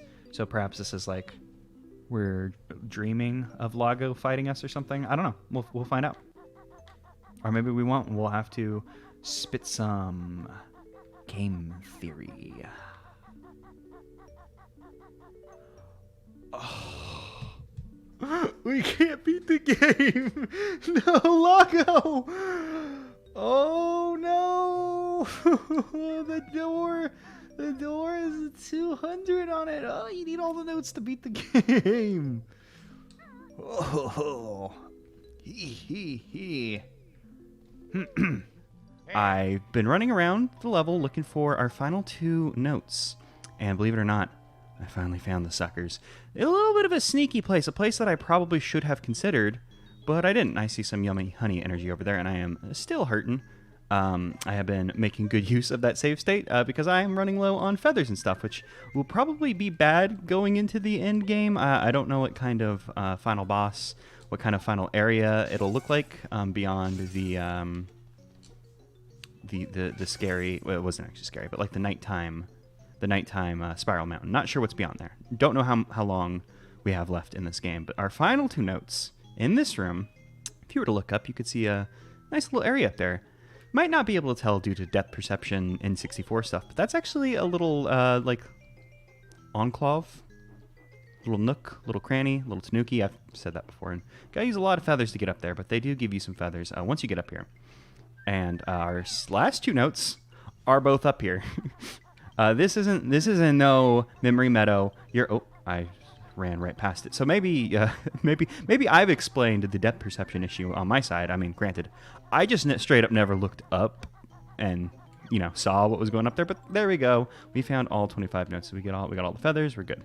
So now we will descend back to Earth, T-posing with power, and unable to take fall damage, as Banjos want to do. That is Banjo's natural state. Banjo's natural state is not taking damage, and thusly, he will continue to not take damage.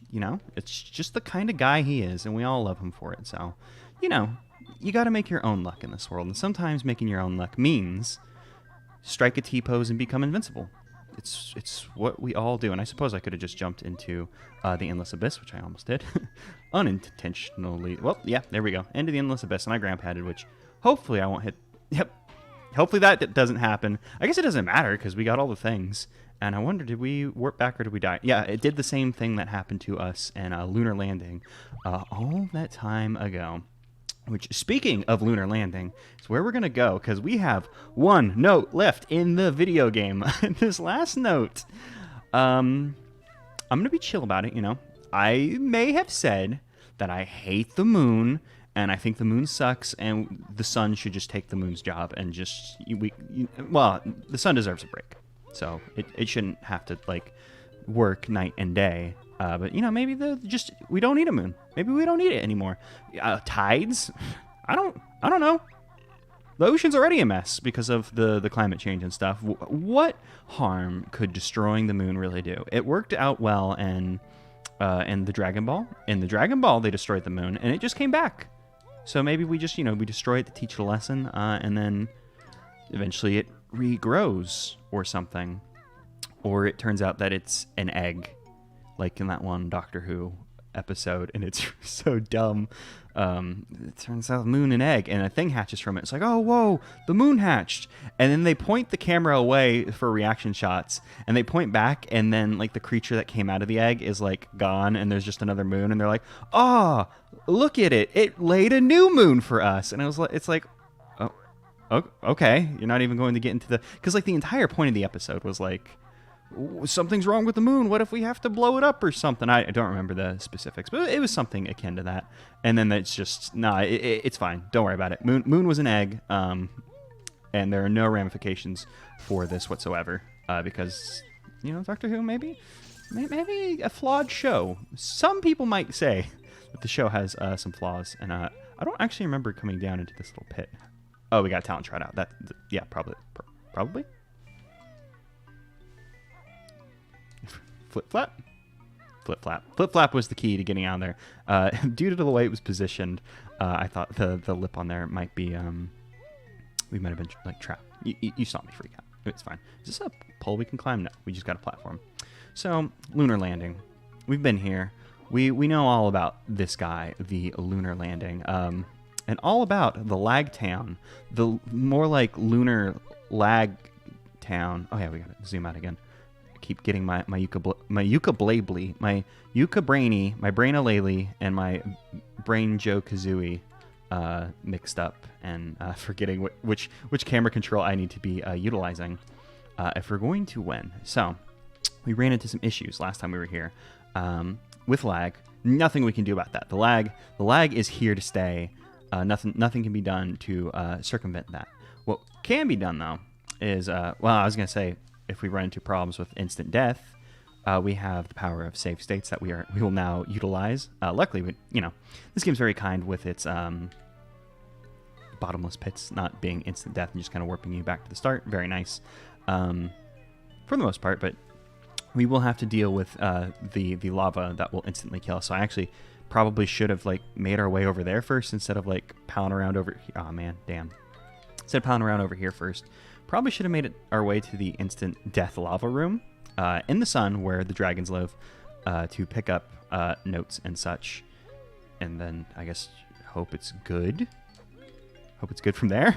But I mean, if we're going to be using, abusing, utilizing, however you want to say, save states, it won't be that much of a problem because I can just, pop a save state. We don't have to worry if we plunge into the death lava because death will be meaningless to us. Oh, whoops. It was a unfortunate thing. I was trying to move the camera, but because moving the camera is the C-stick, which, well, it's not a stick. I haven't mapped to a stick because of the kind of controller I'm using. I would have rather mapped it to the D-pad, but then I would have had to do some finger magic. And by finger magic, I just mean I wouldn't be able to use the left analog stick while doing it because I'm using... Oh, whoops. I'm using a Wii U Pro controller. It just works nicely with the simulator, so I was just like, screw it, whatever, we're going to use it. I guess I could have tried my Switch Pro, but I think the Switch Pro would have had the same problem. They just have their stick layout is different, but the D-pad layout is the same. I feel like I was going to make a point. We were saying the thing about the save states. We all understand. We all get it. I'm going to abuse them like just now. I'll go ahead and bam, save state. Just to, we got to make sure everything moves along. We don't want to stay here forever, which is why, as you saw, I, in the previous area, went and found where the note was, or the notes that we were missing were. We're only missing one here.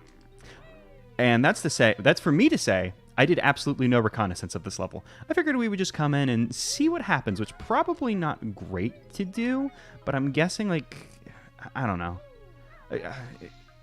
I have an assumption that perhaps the final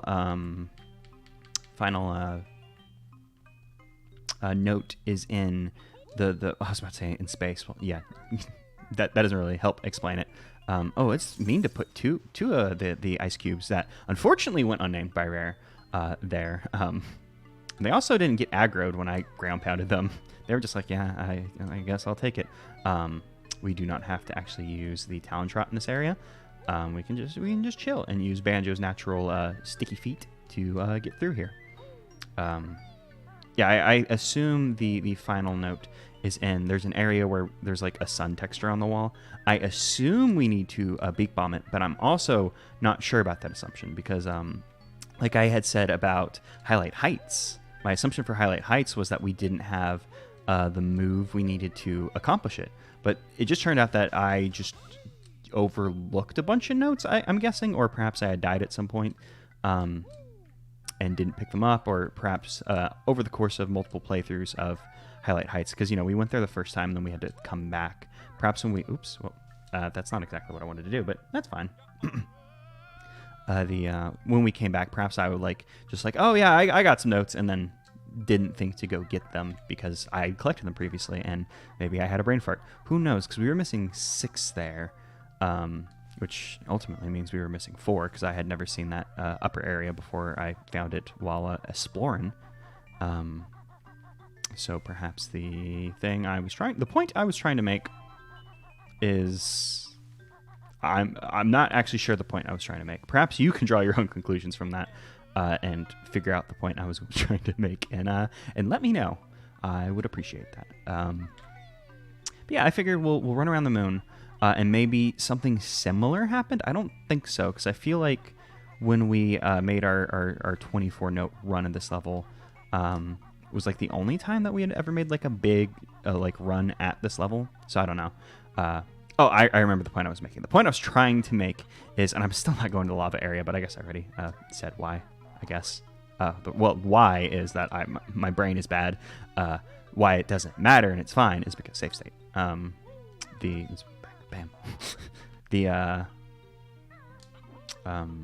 The point I was trying to make was we didn't actually end up needing beak barge. We haven't needed beak barge yet because we do not actually have access to that power. But we didn't need beak bomb for Highlight Heights. So I'm wondering if perhaps there was no move needed here, and me not finding the thing that we didn't find, the note, was just due to me not noticing something or whatever, and not missing power. Because this is the area that there's a sun on the wall, I believe, in this room. And I'm going to beak bomb it, and we're going to find out if we just needed that one power, and that was what was stopping us from getting it, which is a little mean in the design. But I'm also, like I'm saying, thinking maybe I just overlooked it. And it's interesting because this game had a long development period, and based off of like from what I've seen of like videos of this, like I haven't looked up like the end or anything, but you know, when I was like checking it out, like, oh, is this gonna be cool? I saw a bit of it, and a lot of it like looks. Nope, that is not. We cannot break the sun with a beak bomb, unfortunately. Is there not Jiggy, a note on the end of this dragon's tail? No. I probably should have remained in flight, but I was like, no, I need to land to check because I can't look. This area is also going to be wild because I don't know how many notes are in here, and I don't remember how many we got last time. So we're just going to have to be thorough and make sure we check everything. We can luckily, like, you know, since there's a lot of just big asteroids, like, is this walkable? I should have assumed it wasn't. Since there's a lot of big asteroids in there, I mean, you know, I'm just gonna pop that save state just to get us back there. Well, what? Oh, I was like, I saw the asteroids and I was confused because I was like, I thought I popped the save state outside here, which, you know, means we have to recollect some things, but it'll be fine. It's okay. I didn't want to walk all the way over here. that actually didn't save us that much time, I guess. Oh well, it's fine. We can save. We'll make our own saved time. That famous saying, make your own saved time. Because I believe we had only picked up this note. We're going to have to like check the entire damn place anyway, so it's fine. We'll use the dragon and I guess this like space rocket thingamajig over here as like our monuments, our wayfinders in this area, because there's just a bunch of asteroids. Not really just a big room, because this room is large, filled with just a bunch of similarly identical looking asteroids. Like obviously, like, you know, there's different sizes and such, but like, I mean, come on. I'm going to be able to tell all of these asteroids apart, and you know, let's start abusing our save states. See, because maybe you just your depth perception fails you, and you jump straight into the endless abyss of space, which you know, Banjo would probably survive the endless abyss of space. He seems like a hearty fellow. Probably has some snackaroos in his bag, unless Kazooie has eaten them. Kazooie's got to do something in there, so you can only assume that there's like, you know, some bird seed or whatever in there for her to just, you know, yummy down on, because she's doing a lot of work. Like, you know, Banjo does all the walking, but, you know, she, you know, provides the wing flapping, carrying Banjo, who I assume with his famous dump truck ass, probably a pretty heavy bear, you know, for such a small bird to fly around. Is there really nothing on top of that? Huh. Oh, you know what? There's probably used to be... Oh, I actually don't want to land. There probably used to be a honeycomb there. An empty honeycomb, one should say. The one being me. The one who said it. So I probably should have looked up a list of like where things were, but I didn't want to like spoil stuff. I mean, there's only one note missing here, so I doubt it's going to be anything like, oh, and there was this entire big area that I didn't find, because this is Lunar Landing. It is not the Memory Meadow. The Memory Meadow, that's what would have gone down in Memory Meadow, and I landed probably for nothing. I see a yellow, but I think it's a golden feather, not a note. What the hell is it? I thought I saw a yellow. Oh, there's the yellow. Okay. Probably didn't need to come over here then. So this is actually a room that I'm worried about, that perhaps we could have missed out on something. Like what are this room and the dragon room are the ones that I'm concerned with. Like perhaps there was a you know, they're large areas. It could have like blended in, like, well, not blended in the background, but you know, with not depth perception. I keep saying depth perception, but now draw distance. That's the word I'm looking for. Because of draw distance stuff, you know, maybe we didn't see a note in the distance and I didn't get close enough. Or in the lava room, same thing. Plus, there could have been you know, the lava room, lava is orange. Orange is part of the yellow. Well, other way around. Yellow is part of the orange. I could have potentially not seen something,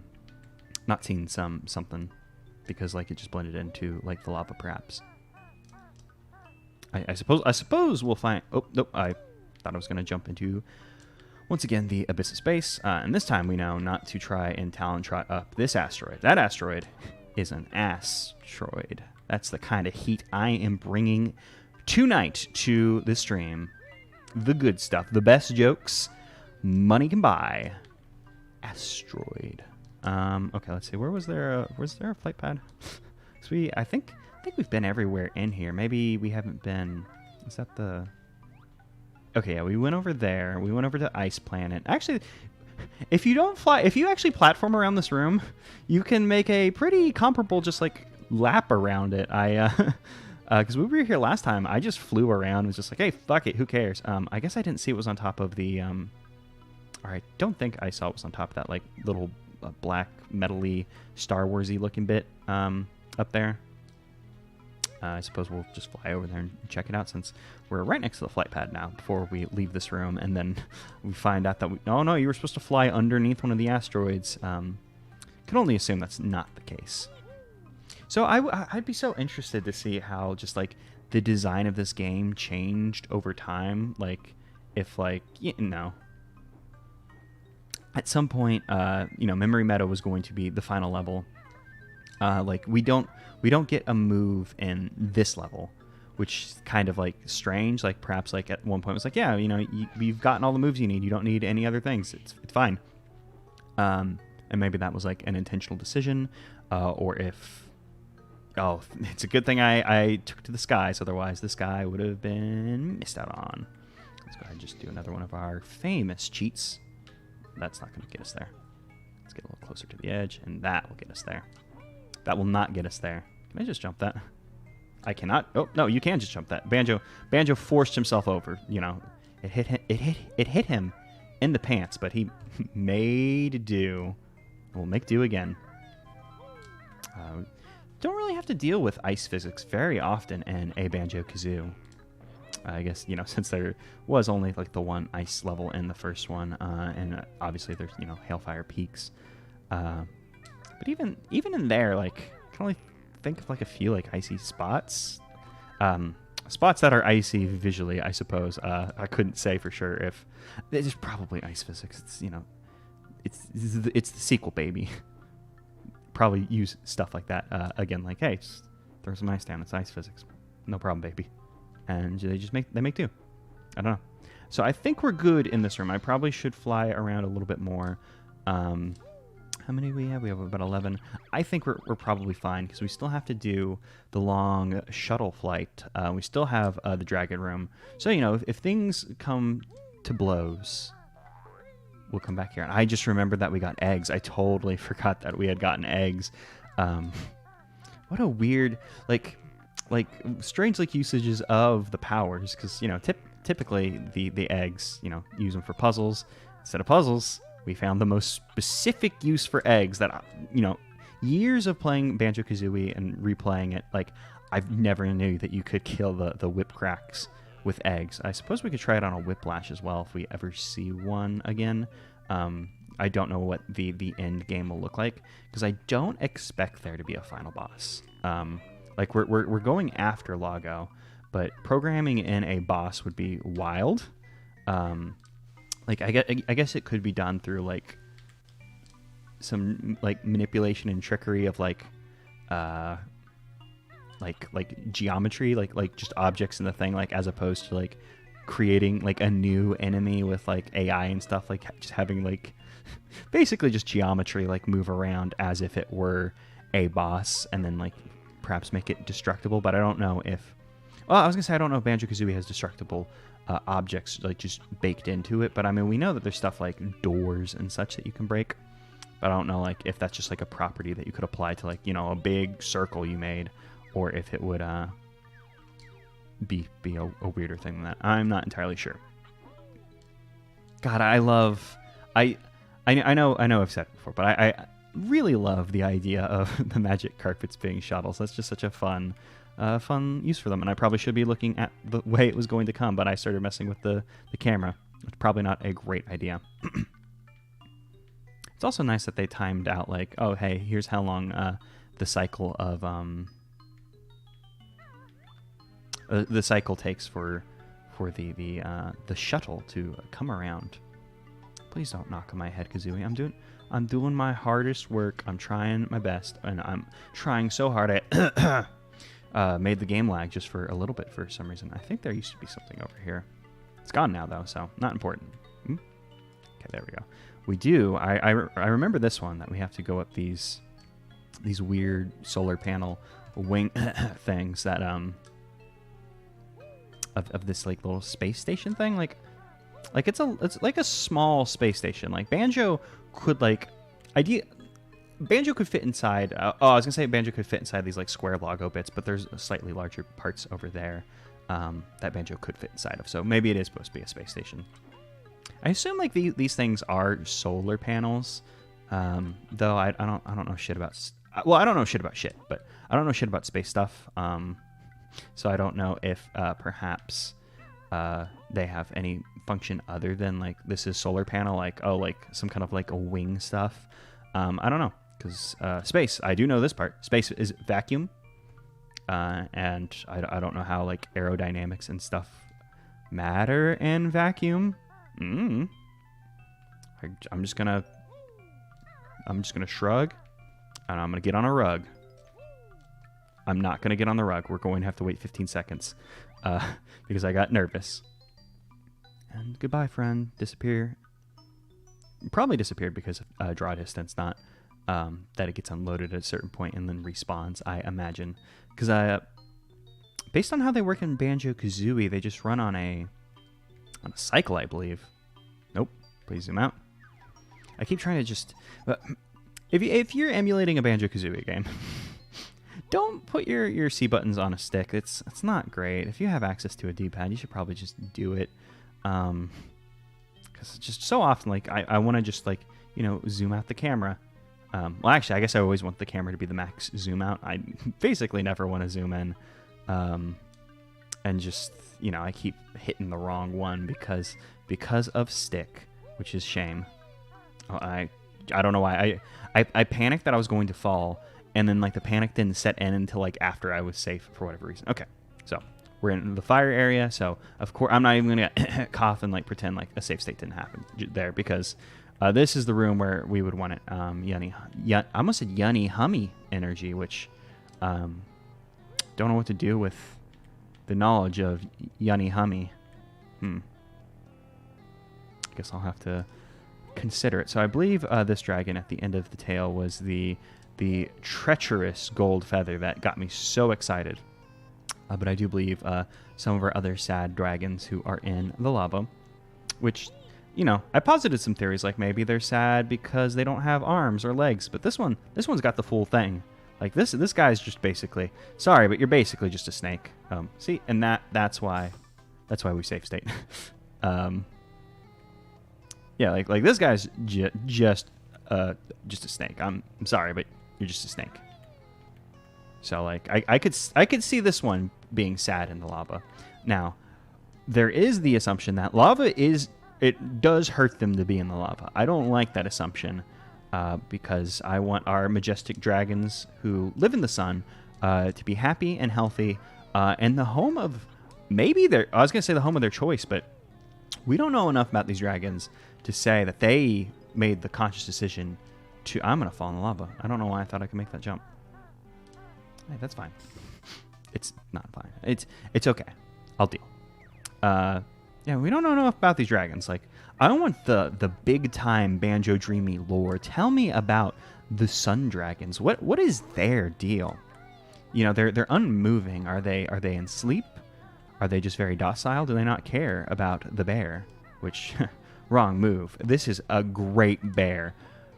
Quite possibly the best bear I've ever seen in my life. And I'm just going to go ahead and pop a safe state again, just in case I biff a jump. Because, it takes some time. That's the big thing that we're using the save states for. Because, sure, I could go and just play this over and over again until I get a perfect run, and it'd be fine. But we don't got time for that. I don't have time for that, personally, to play through, so I can only assume that y'all don't have time to watch me do. I feel like we might have not gotten this one. I can't say for sure, because I feel like we were pretty thorough in the Dragon Room, because as you hear in my voice and the content of what I've been talking about, I really do love these sun dragons. It's such an inspired idea. To just like, hey, the dragon live in sun. It's fun. And that's. I wonder if it's based off of any mythology. Like I don't know shit about shit, as I have surely sure maybe you've heard me say that before. So I don't know a lot about just stuff. Perhaps dragons that live in the sun is like it makes sense. Like, hey, dragons, where they live? Oh, they live in the sun. Like, yeah, sure. I buy it. No problem. This feels like Talon Trot territory, but we're fine. I say that as I slowly approach and hit the thing because I made bad decisions when I mapped this controller. Let's just go ahead and Talon Trot. This is very steep. Oh yeah, there are aliens in here. I said earlier that there weren't aliens in space, which I thought were weird. But there is, in fact, a flying saucer in the Dragon Zone. Maybe the dragons and the aliens are related some way. Perhaps they're foes. Oh, I was looking for a flight pad, but I guess we have our friendly shuttle to take us over to the aliens. I couldn't remember how to get there. Oh no, we're gonna not get on the rug just again. And now we have to wait 20 seconds for it to come back. I almost missed it again because I was taking a drink of water. But it's fine. I didn't miss it this time. So we can fly up. So the aliens. So the ship looks like it has like little legs on it for like, I assume landing, but they could also pull the additional purpose of, and I guess I should just go ahead and eat this yummy honey. I did it again. Well, I said yummy honey. I said it right, but then I second guessed myself, I guess. I don't know. What is the relationship between dragons and aliens, aka gremlins, whose name I remember and have not forgotten? Again, and I'll just go ahead and F5 just in case we die when we fall into the depths of space. Luckily, we did not. It just warped us back, and we're all good. The relationship between the aliens. Is it beneficial? Do they work together? Are they, warring tribes? Were the aliens, the thing I was saying about the landing gear, could be a grabby claw? Excuse me. Do the aliens plan to come and scoop up the dragons and like take them elsewhere? Are they transporting them places of their own free will? Are they like enslaving the dragons? Because don't want to diss aliens. Aliens pretty cool. But if aliens are gremlins, then aliens probably not going to win in a fight of any sort against the majestic space sun dragon.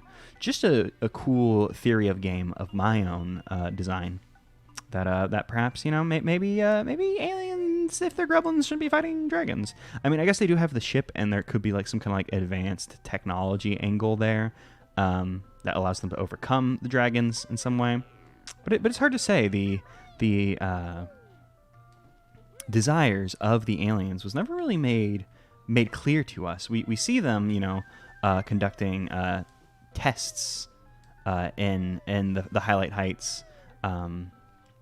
I don't think the aliens are present at all in I don't think the aliens are present at all in the in Memory Meadow. They might have a little bit in the. I don't actually need the gold feather. It's fine. They might have a bit in the Highlight Height Memory Meadow, but I don't remember anymore. There's a lot of game to do, and I don't got a lot of memory space left. So we'll just make do. But yeah, I am very impressed with this game. I think it shows like just how long it was worked on for like better and worse, because there's just so much shit in this game. I never expected this game to be nearly as long as it is. We're at a little past 12 hours, I believe. I guess we can check at the end of the game, check our file, see how long we played it for. So this is basically like, what if you could play Banjo-Kazooie for the first time again? With when I played Banjo-Kazooie for the first time, I was a small wee lad. And there's nothing inside of here. We've checked before. A small wee lad. Video games were still very just difficult. Early 3D, like all video games are difficult, regardless if they actually were or not. Just moving around in 3D space was a new concept for me. So like, you know, Banjo-Kazooie, while not the hardest game ever or anything, you know, could be a little tricky for a wee lad. And this one has found a way to be tricky for a big lad. So you know, it's interesting and it's neat, but also like downside of it. I'm just gonna go ahead and pop save state before I fall off this thing. The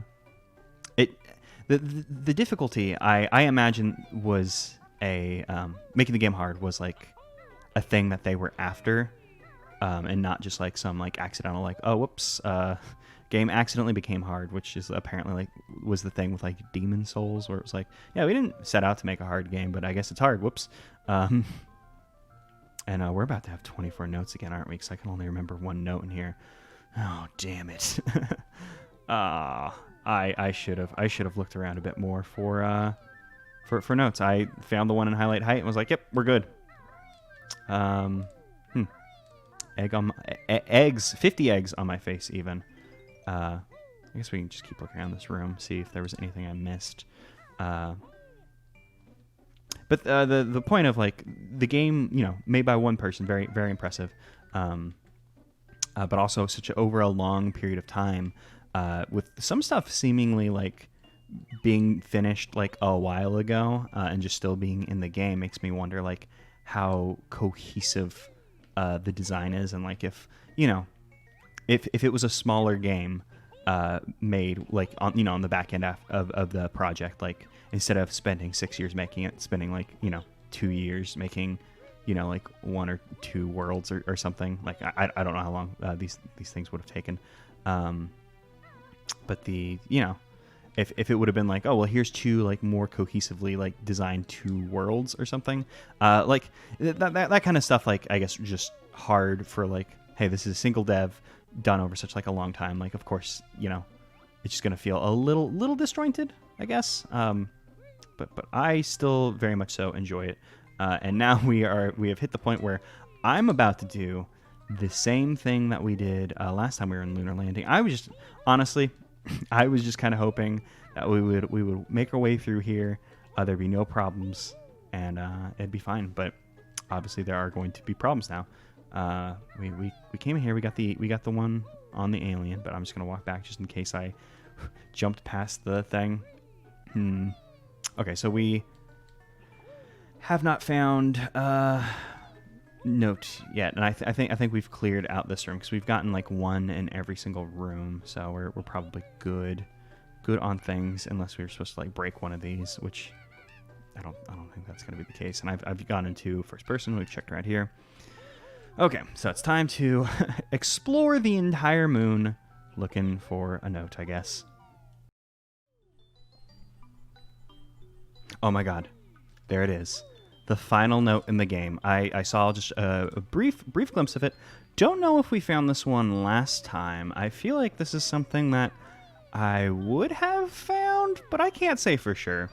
But at the very least, it will be the final note that we pick up to raise our score to the final 200, assuming that 200 is the number that we're looking for, is the number that we need to get into Loggo's lair in Nighttime Spiral Mountain, Sleepy Mountain. Oh, Sleepy Mountain. That's a pretty good name for it. And just one last one for the road, since I can't seem to match. There we go. You see, you just got to threaten the game with the save state, and then the game will give you what you want. And you know what? We'll just backflip into this. Collecting the last note in Lunar Landing. No longer do we have to despise the night. We can go into that gentle good night because we have it. We have it, the final note in the game. Maybe. We'll find out. We'll see as we go into the end game, as we go through Sleepy Mountain one last time. So I guess I've already kind of laid out all my thoughts about this game thus far. But just to like hammer it home, because I have been a little actually, how the hell do you get out of this place? I always just kind of end up dying or whatever, and never had to get out. Is there a stepping stool or something?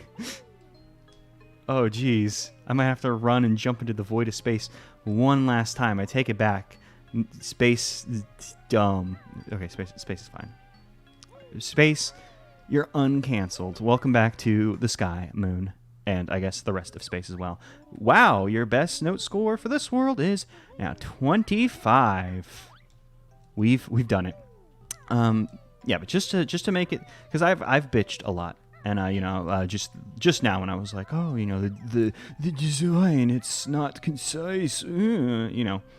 I think this is an incredible ROM hack. It's probably a shame because I was thinking like, oh man, like this ROM hack is cool, and I found a few others that I would like to play. But this is gonna be a high bar to clear. Obviously, I think this one. This is about to sound really bad, but I think this one's greatest strength is that it is a complete game, which sounds bad because it sounds like I'm saying, oh well, it's quantity over quality. But no, this is very clearly a thing that the creator loved. The creator worked on this for 6 years. There's a lot of love here, and it's just fun and it's good. And in my restless dreams, I would have never thought to be like, I'm gonna make a sleepy version of Spiral Mountain. This is good as hell. I would have never been like, hey, Loggo the bad guy. And now that Loggo's the bad guy, Gruntilda's lair is now a toilet. It's absolute genius. This game is cool. And I would say I wish I could give it money, but it's a free ROM hack and that would be illegal. But you can purchase the soundtrack for this game. It's in the description. Just a way to support the creator. I don't know how much money you get from like a Bandcamp, but it's there. And sometimes Bandcamp does the things where they waive their fees, so you can go give Loggo some money. Oh, we don't get our final bow because we're in the bow. So let's see. Oh, we still do get our bow once we get up. Hooray! I was sad that we wouldn't get to see the animation for the final time, assumingly the final time. So let's see what this final area is like. Congratulations, you win. Oh, I won't kill you. Is it just a room with the song? Oh, can I not climb this tree? I want to climb the tree. Can I climb this tree? Well, you know what? Like I don't know what I don't know. I guess I was expecting a dialogue box. Is that I was just expecting a dialogue box of some sort, being like, "Hey, you did it. You made it to the end." But as we can see, there's just a texture on the wall. I think there's some seams between it because of how the textures work. But I think this is a hallway. Cool. There's more hallway.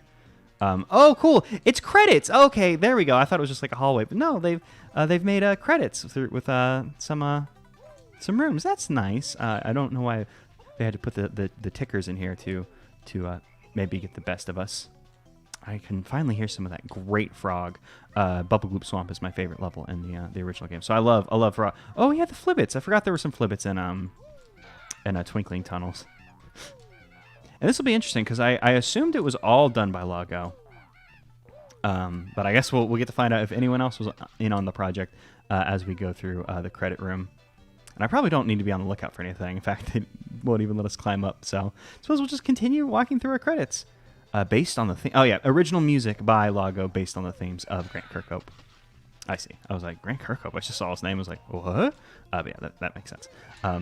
This is nice, too, like, doing kind of like the final, like, what I was saying about Memory Meadow, where it's like, here's your final thing. And I probably don't need to poke around and check for stuff. Game mechanics, buy rare. Also, just the game in general, I suppose. They'll probably credit whoever made... there's a... Sir Slush in here. Sir Slush is throwing from a different room, I guess. Characters by Rare. There we go. I was like, why is there... created using Banjo's backpack. Did I...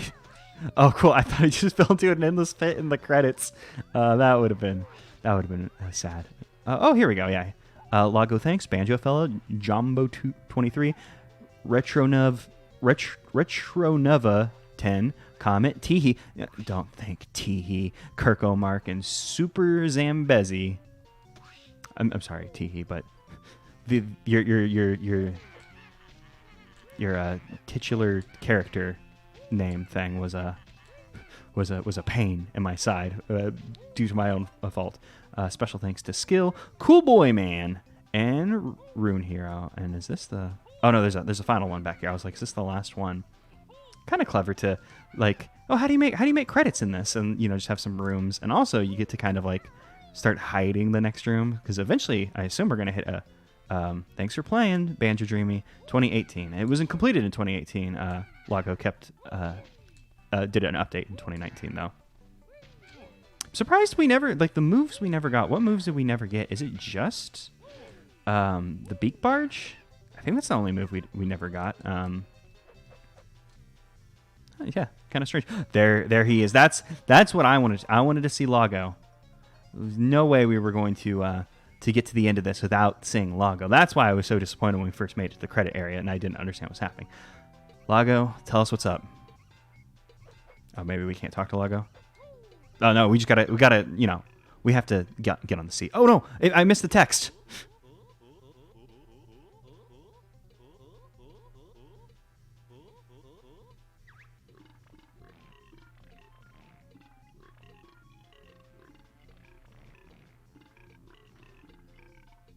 I mean, we were already congratulated, so, I mean, yeah. Yeah, as you see, Kazooie's thinking, video game style. It's time to fight. But, what was... I mean, there could be a cool Loggo fight, but, yeah. Loggo's just a toilet. Just a toilet. Nothing can be done about that. I mean, yeah, that is a good point. Like, getting plumbing installed in the Dreamy Depths, the name of this location. Also, very fair question, Banjo.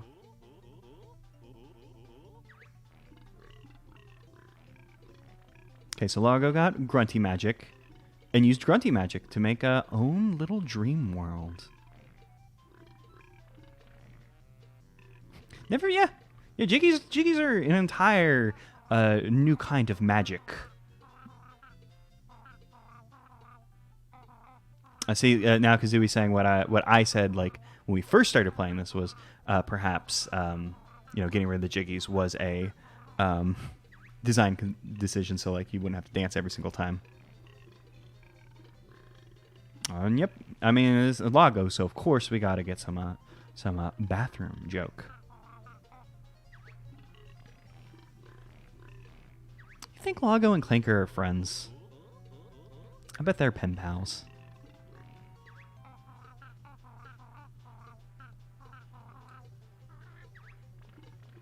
Did we have fun? I did have fun. It's time to wake up, and we'll see him in the next game. Banjo-Dreamie. Banjo's second dream. What happens if we talk to you again? Does it just repeat your text? All right, actually, before we do that, let's just check our totals, because as we saw, the totals are a little bit busted, which I'm not going to complain about. And also, I guess we can check how long we've been playing the game here. 12 hours, so I guess this isn't exactly correct because of save state stuff.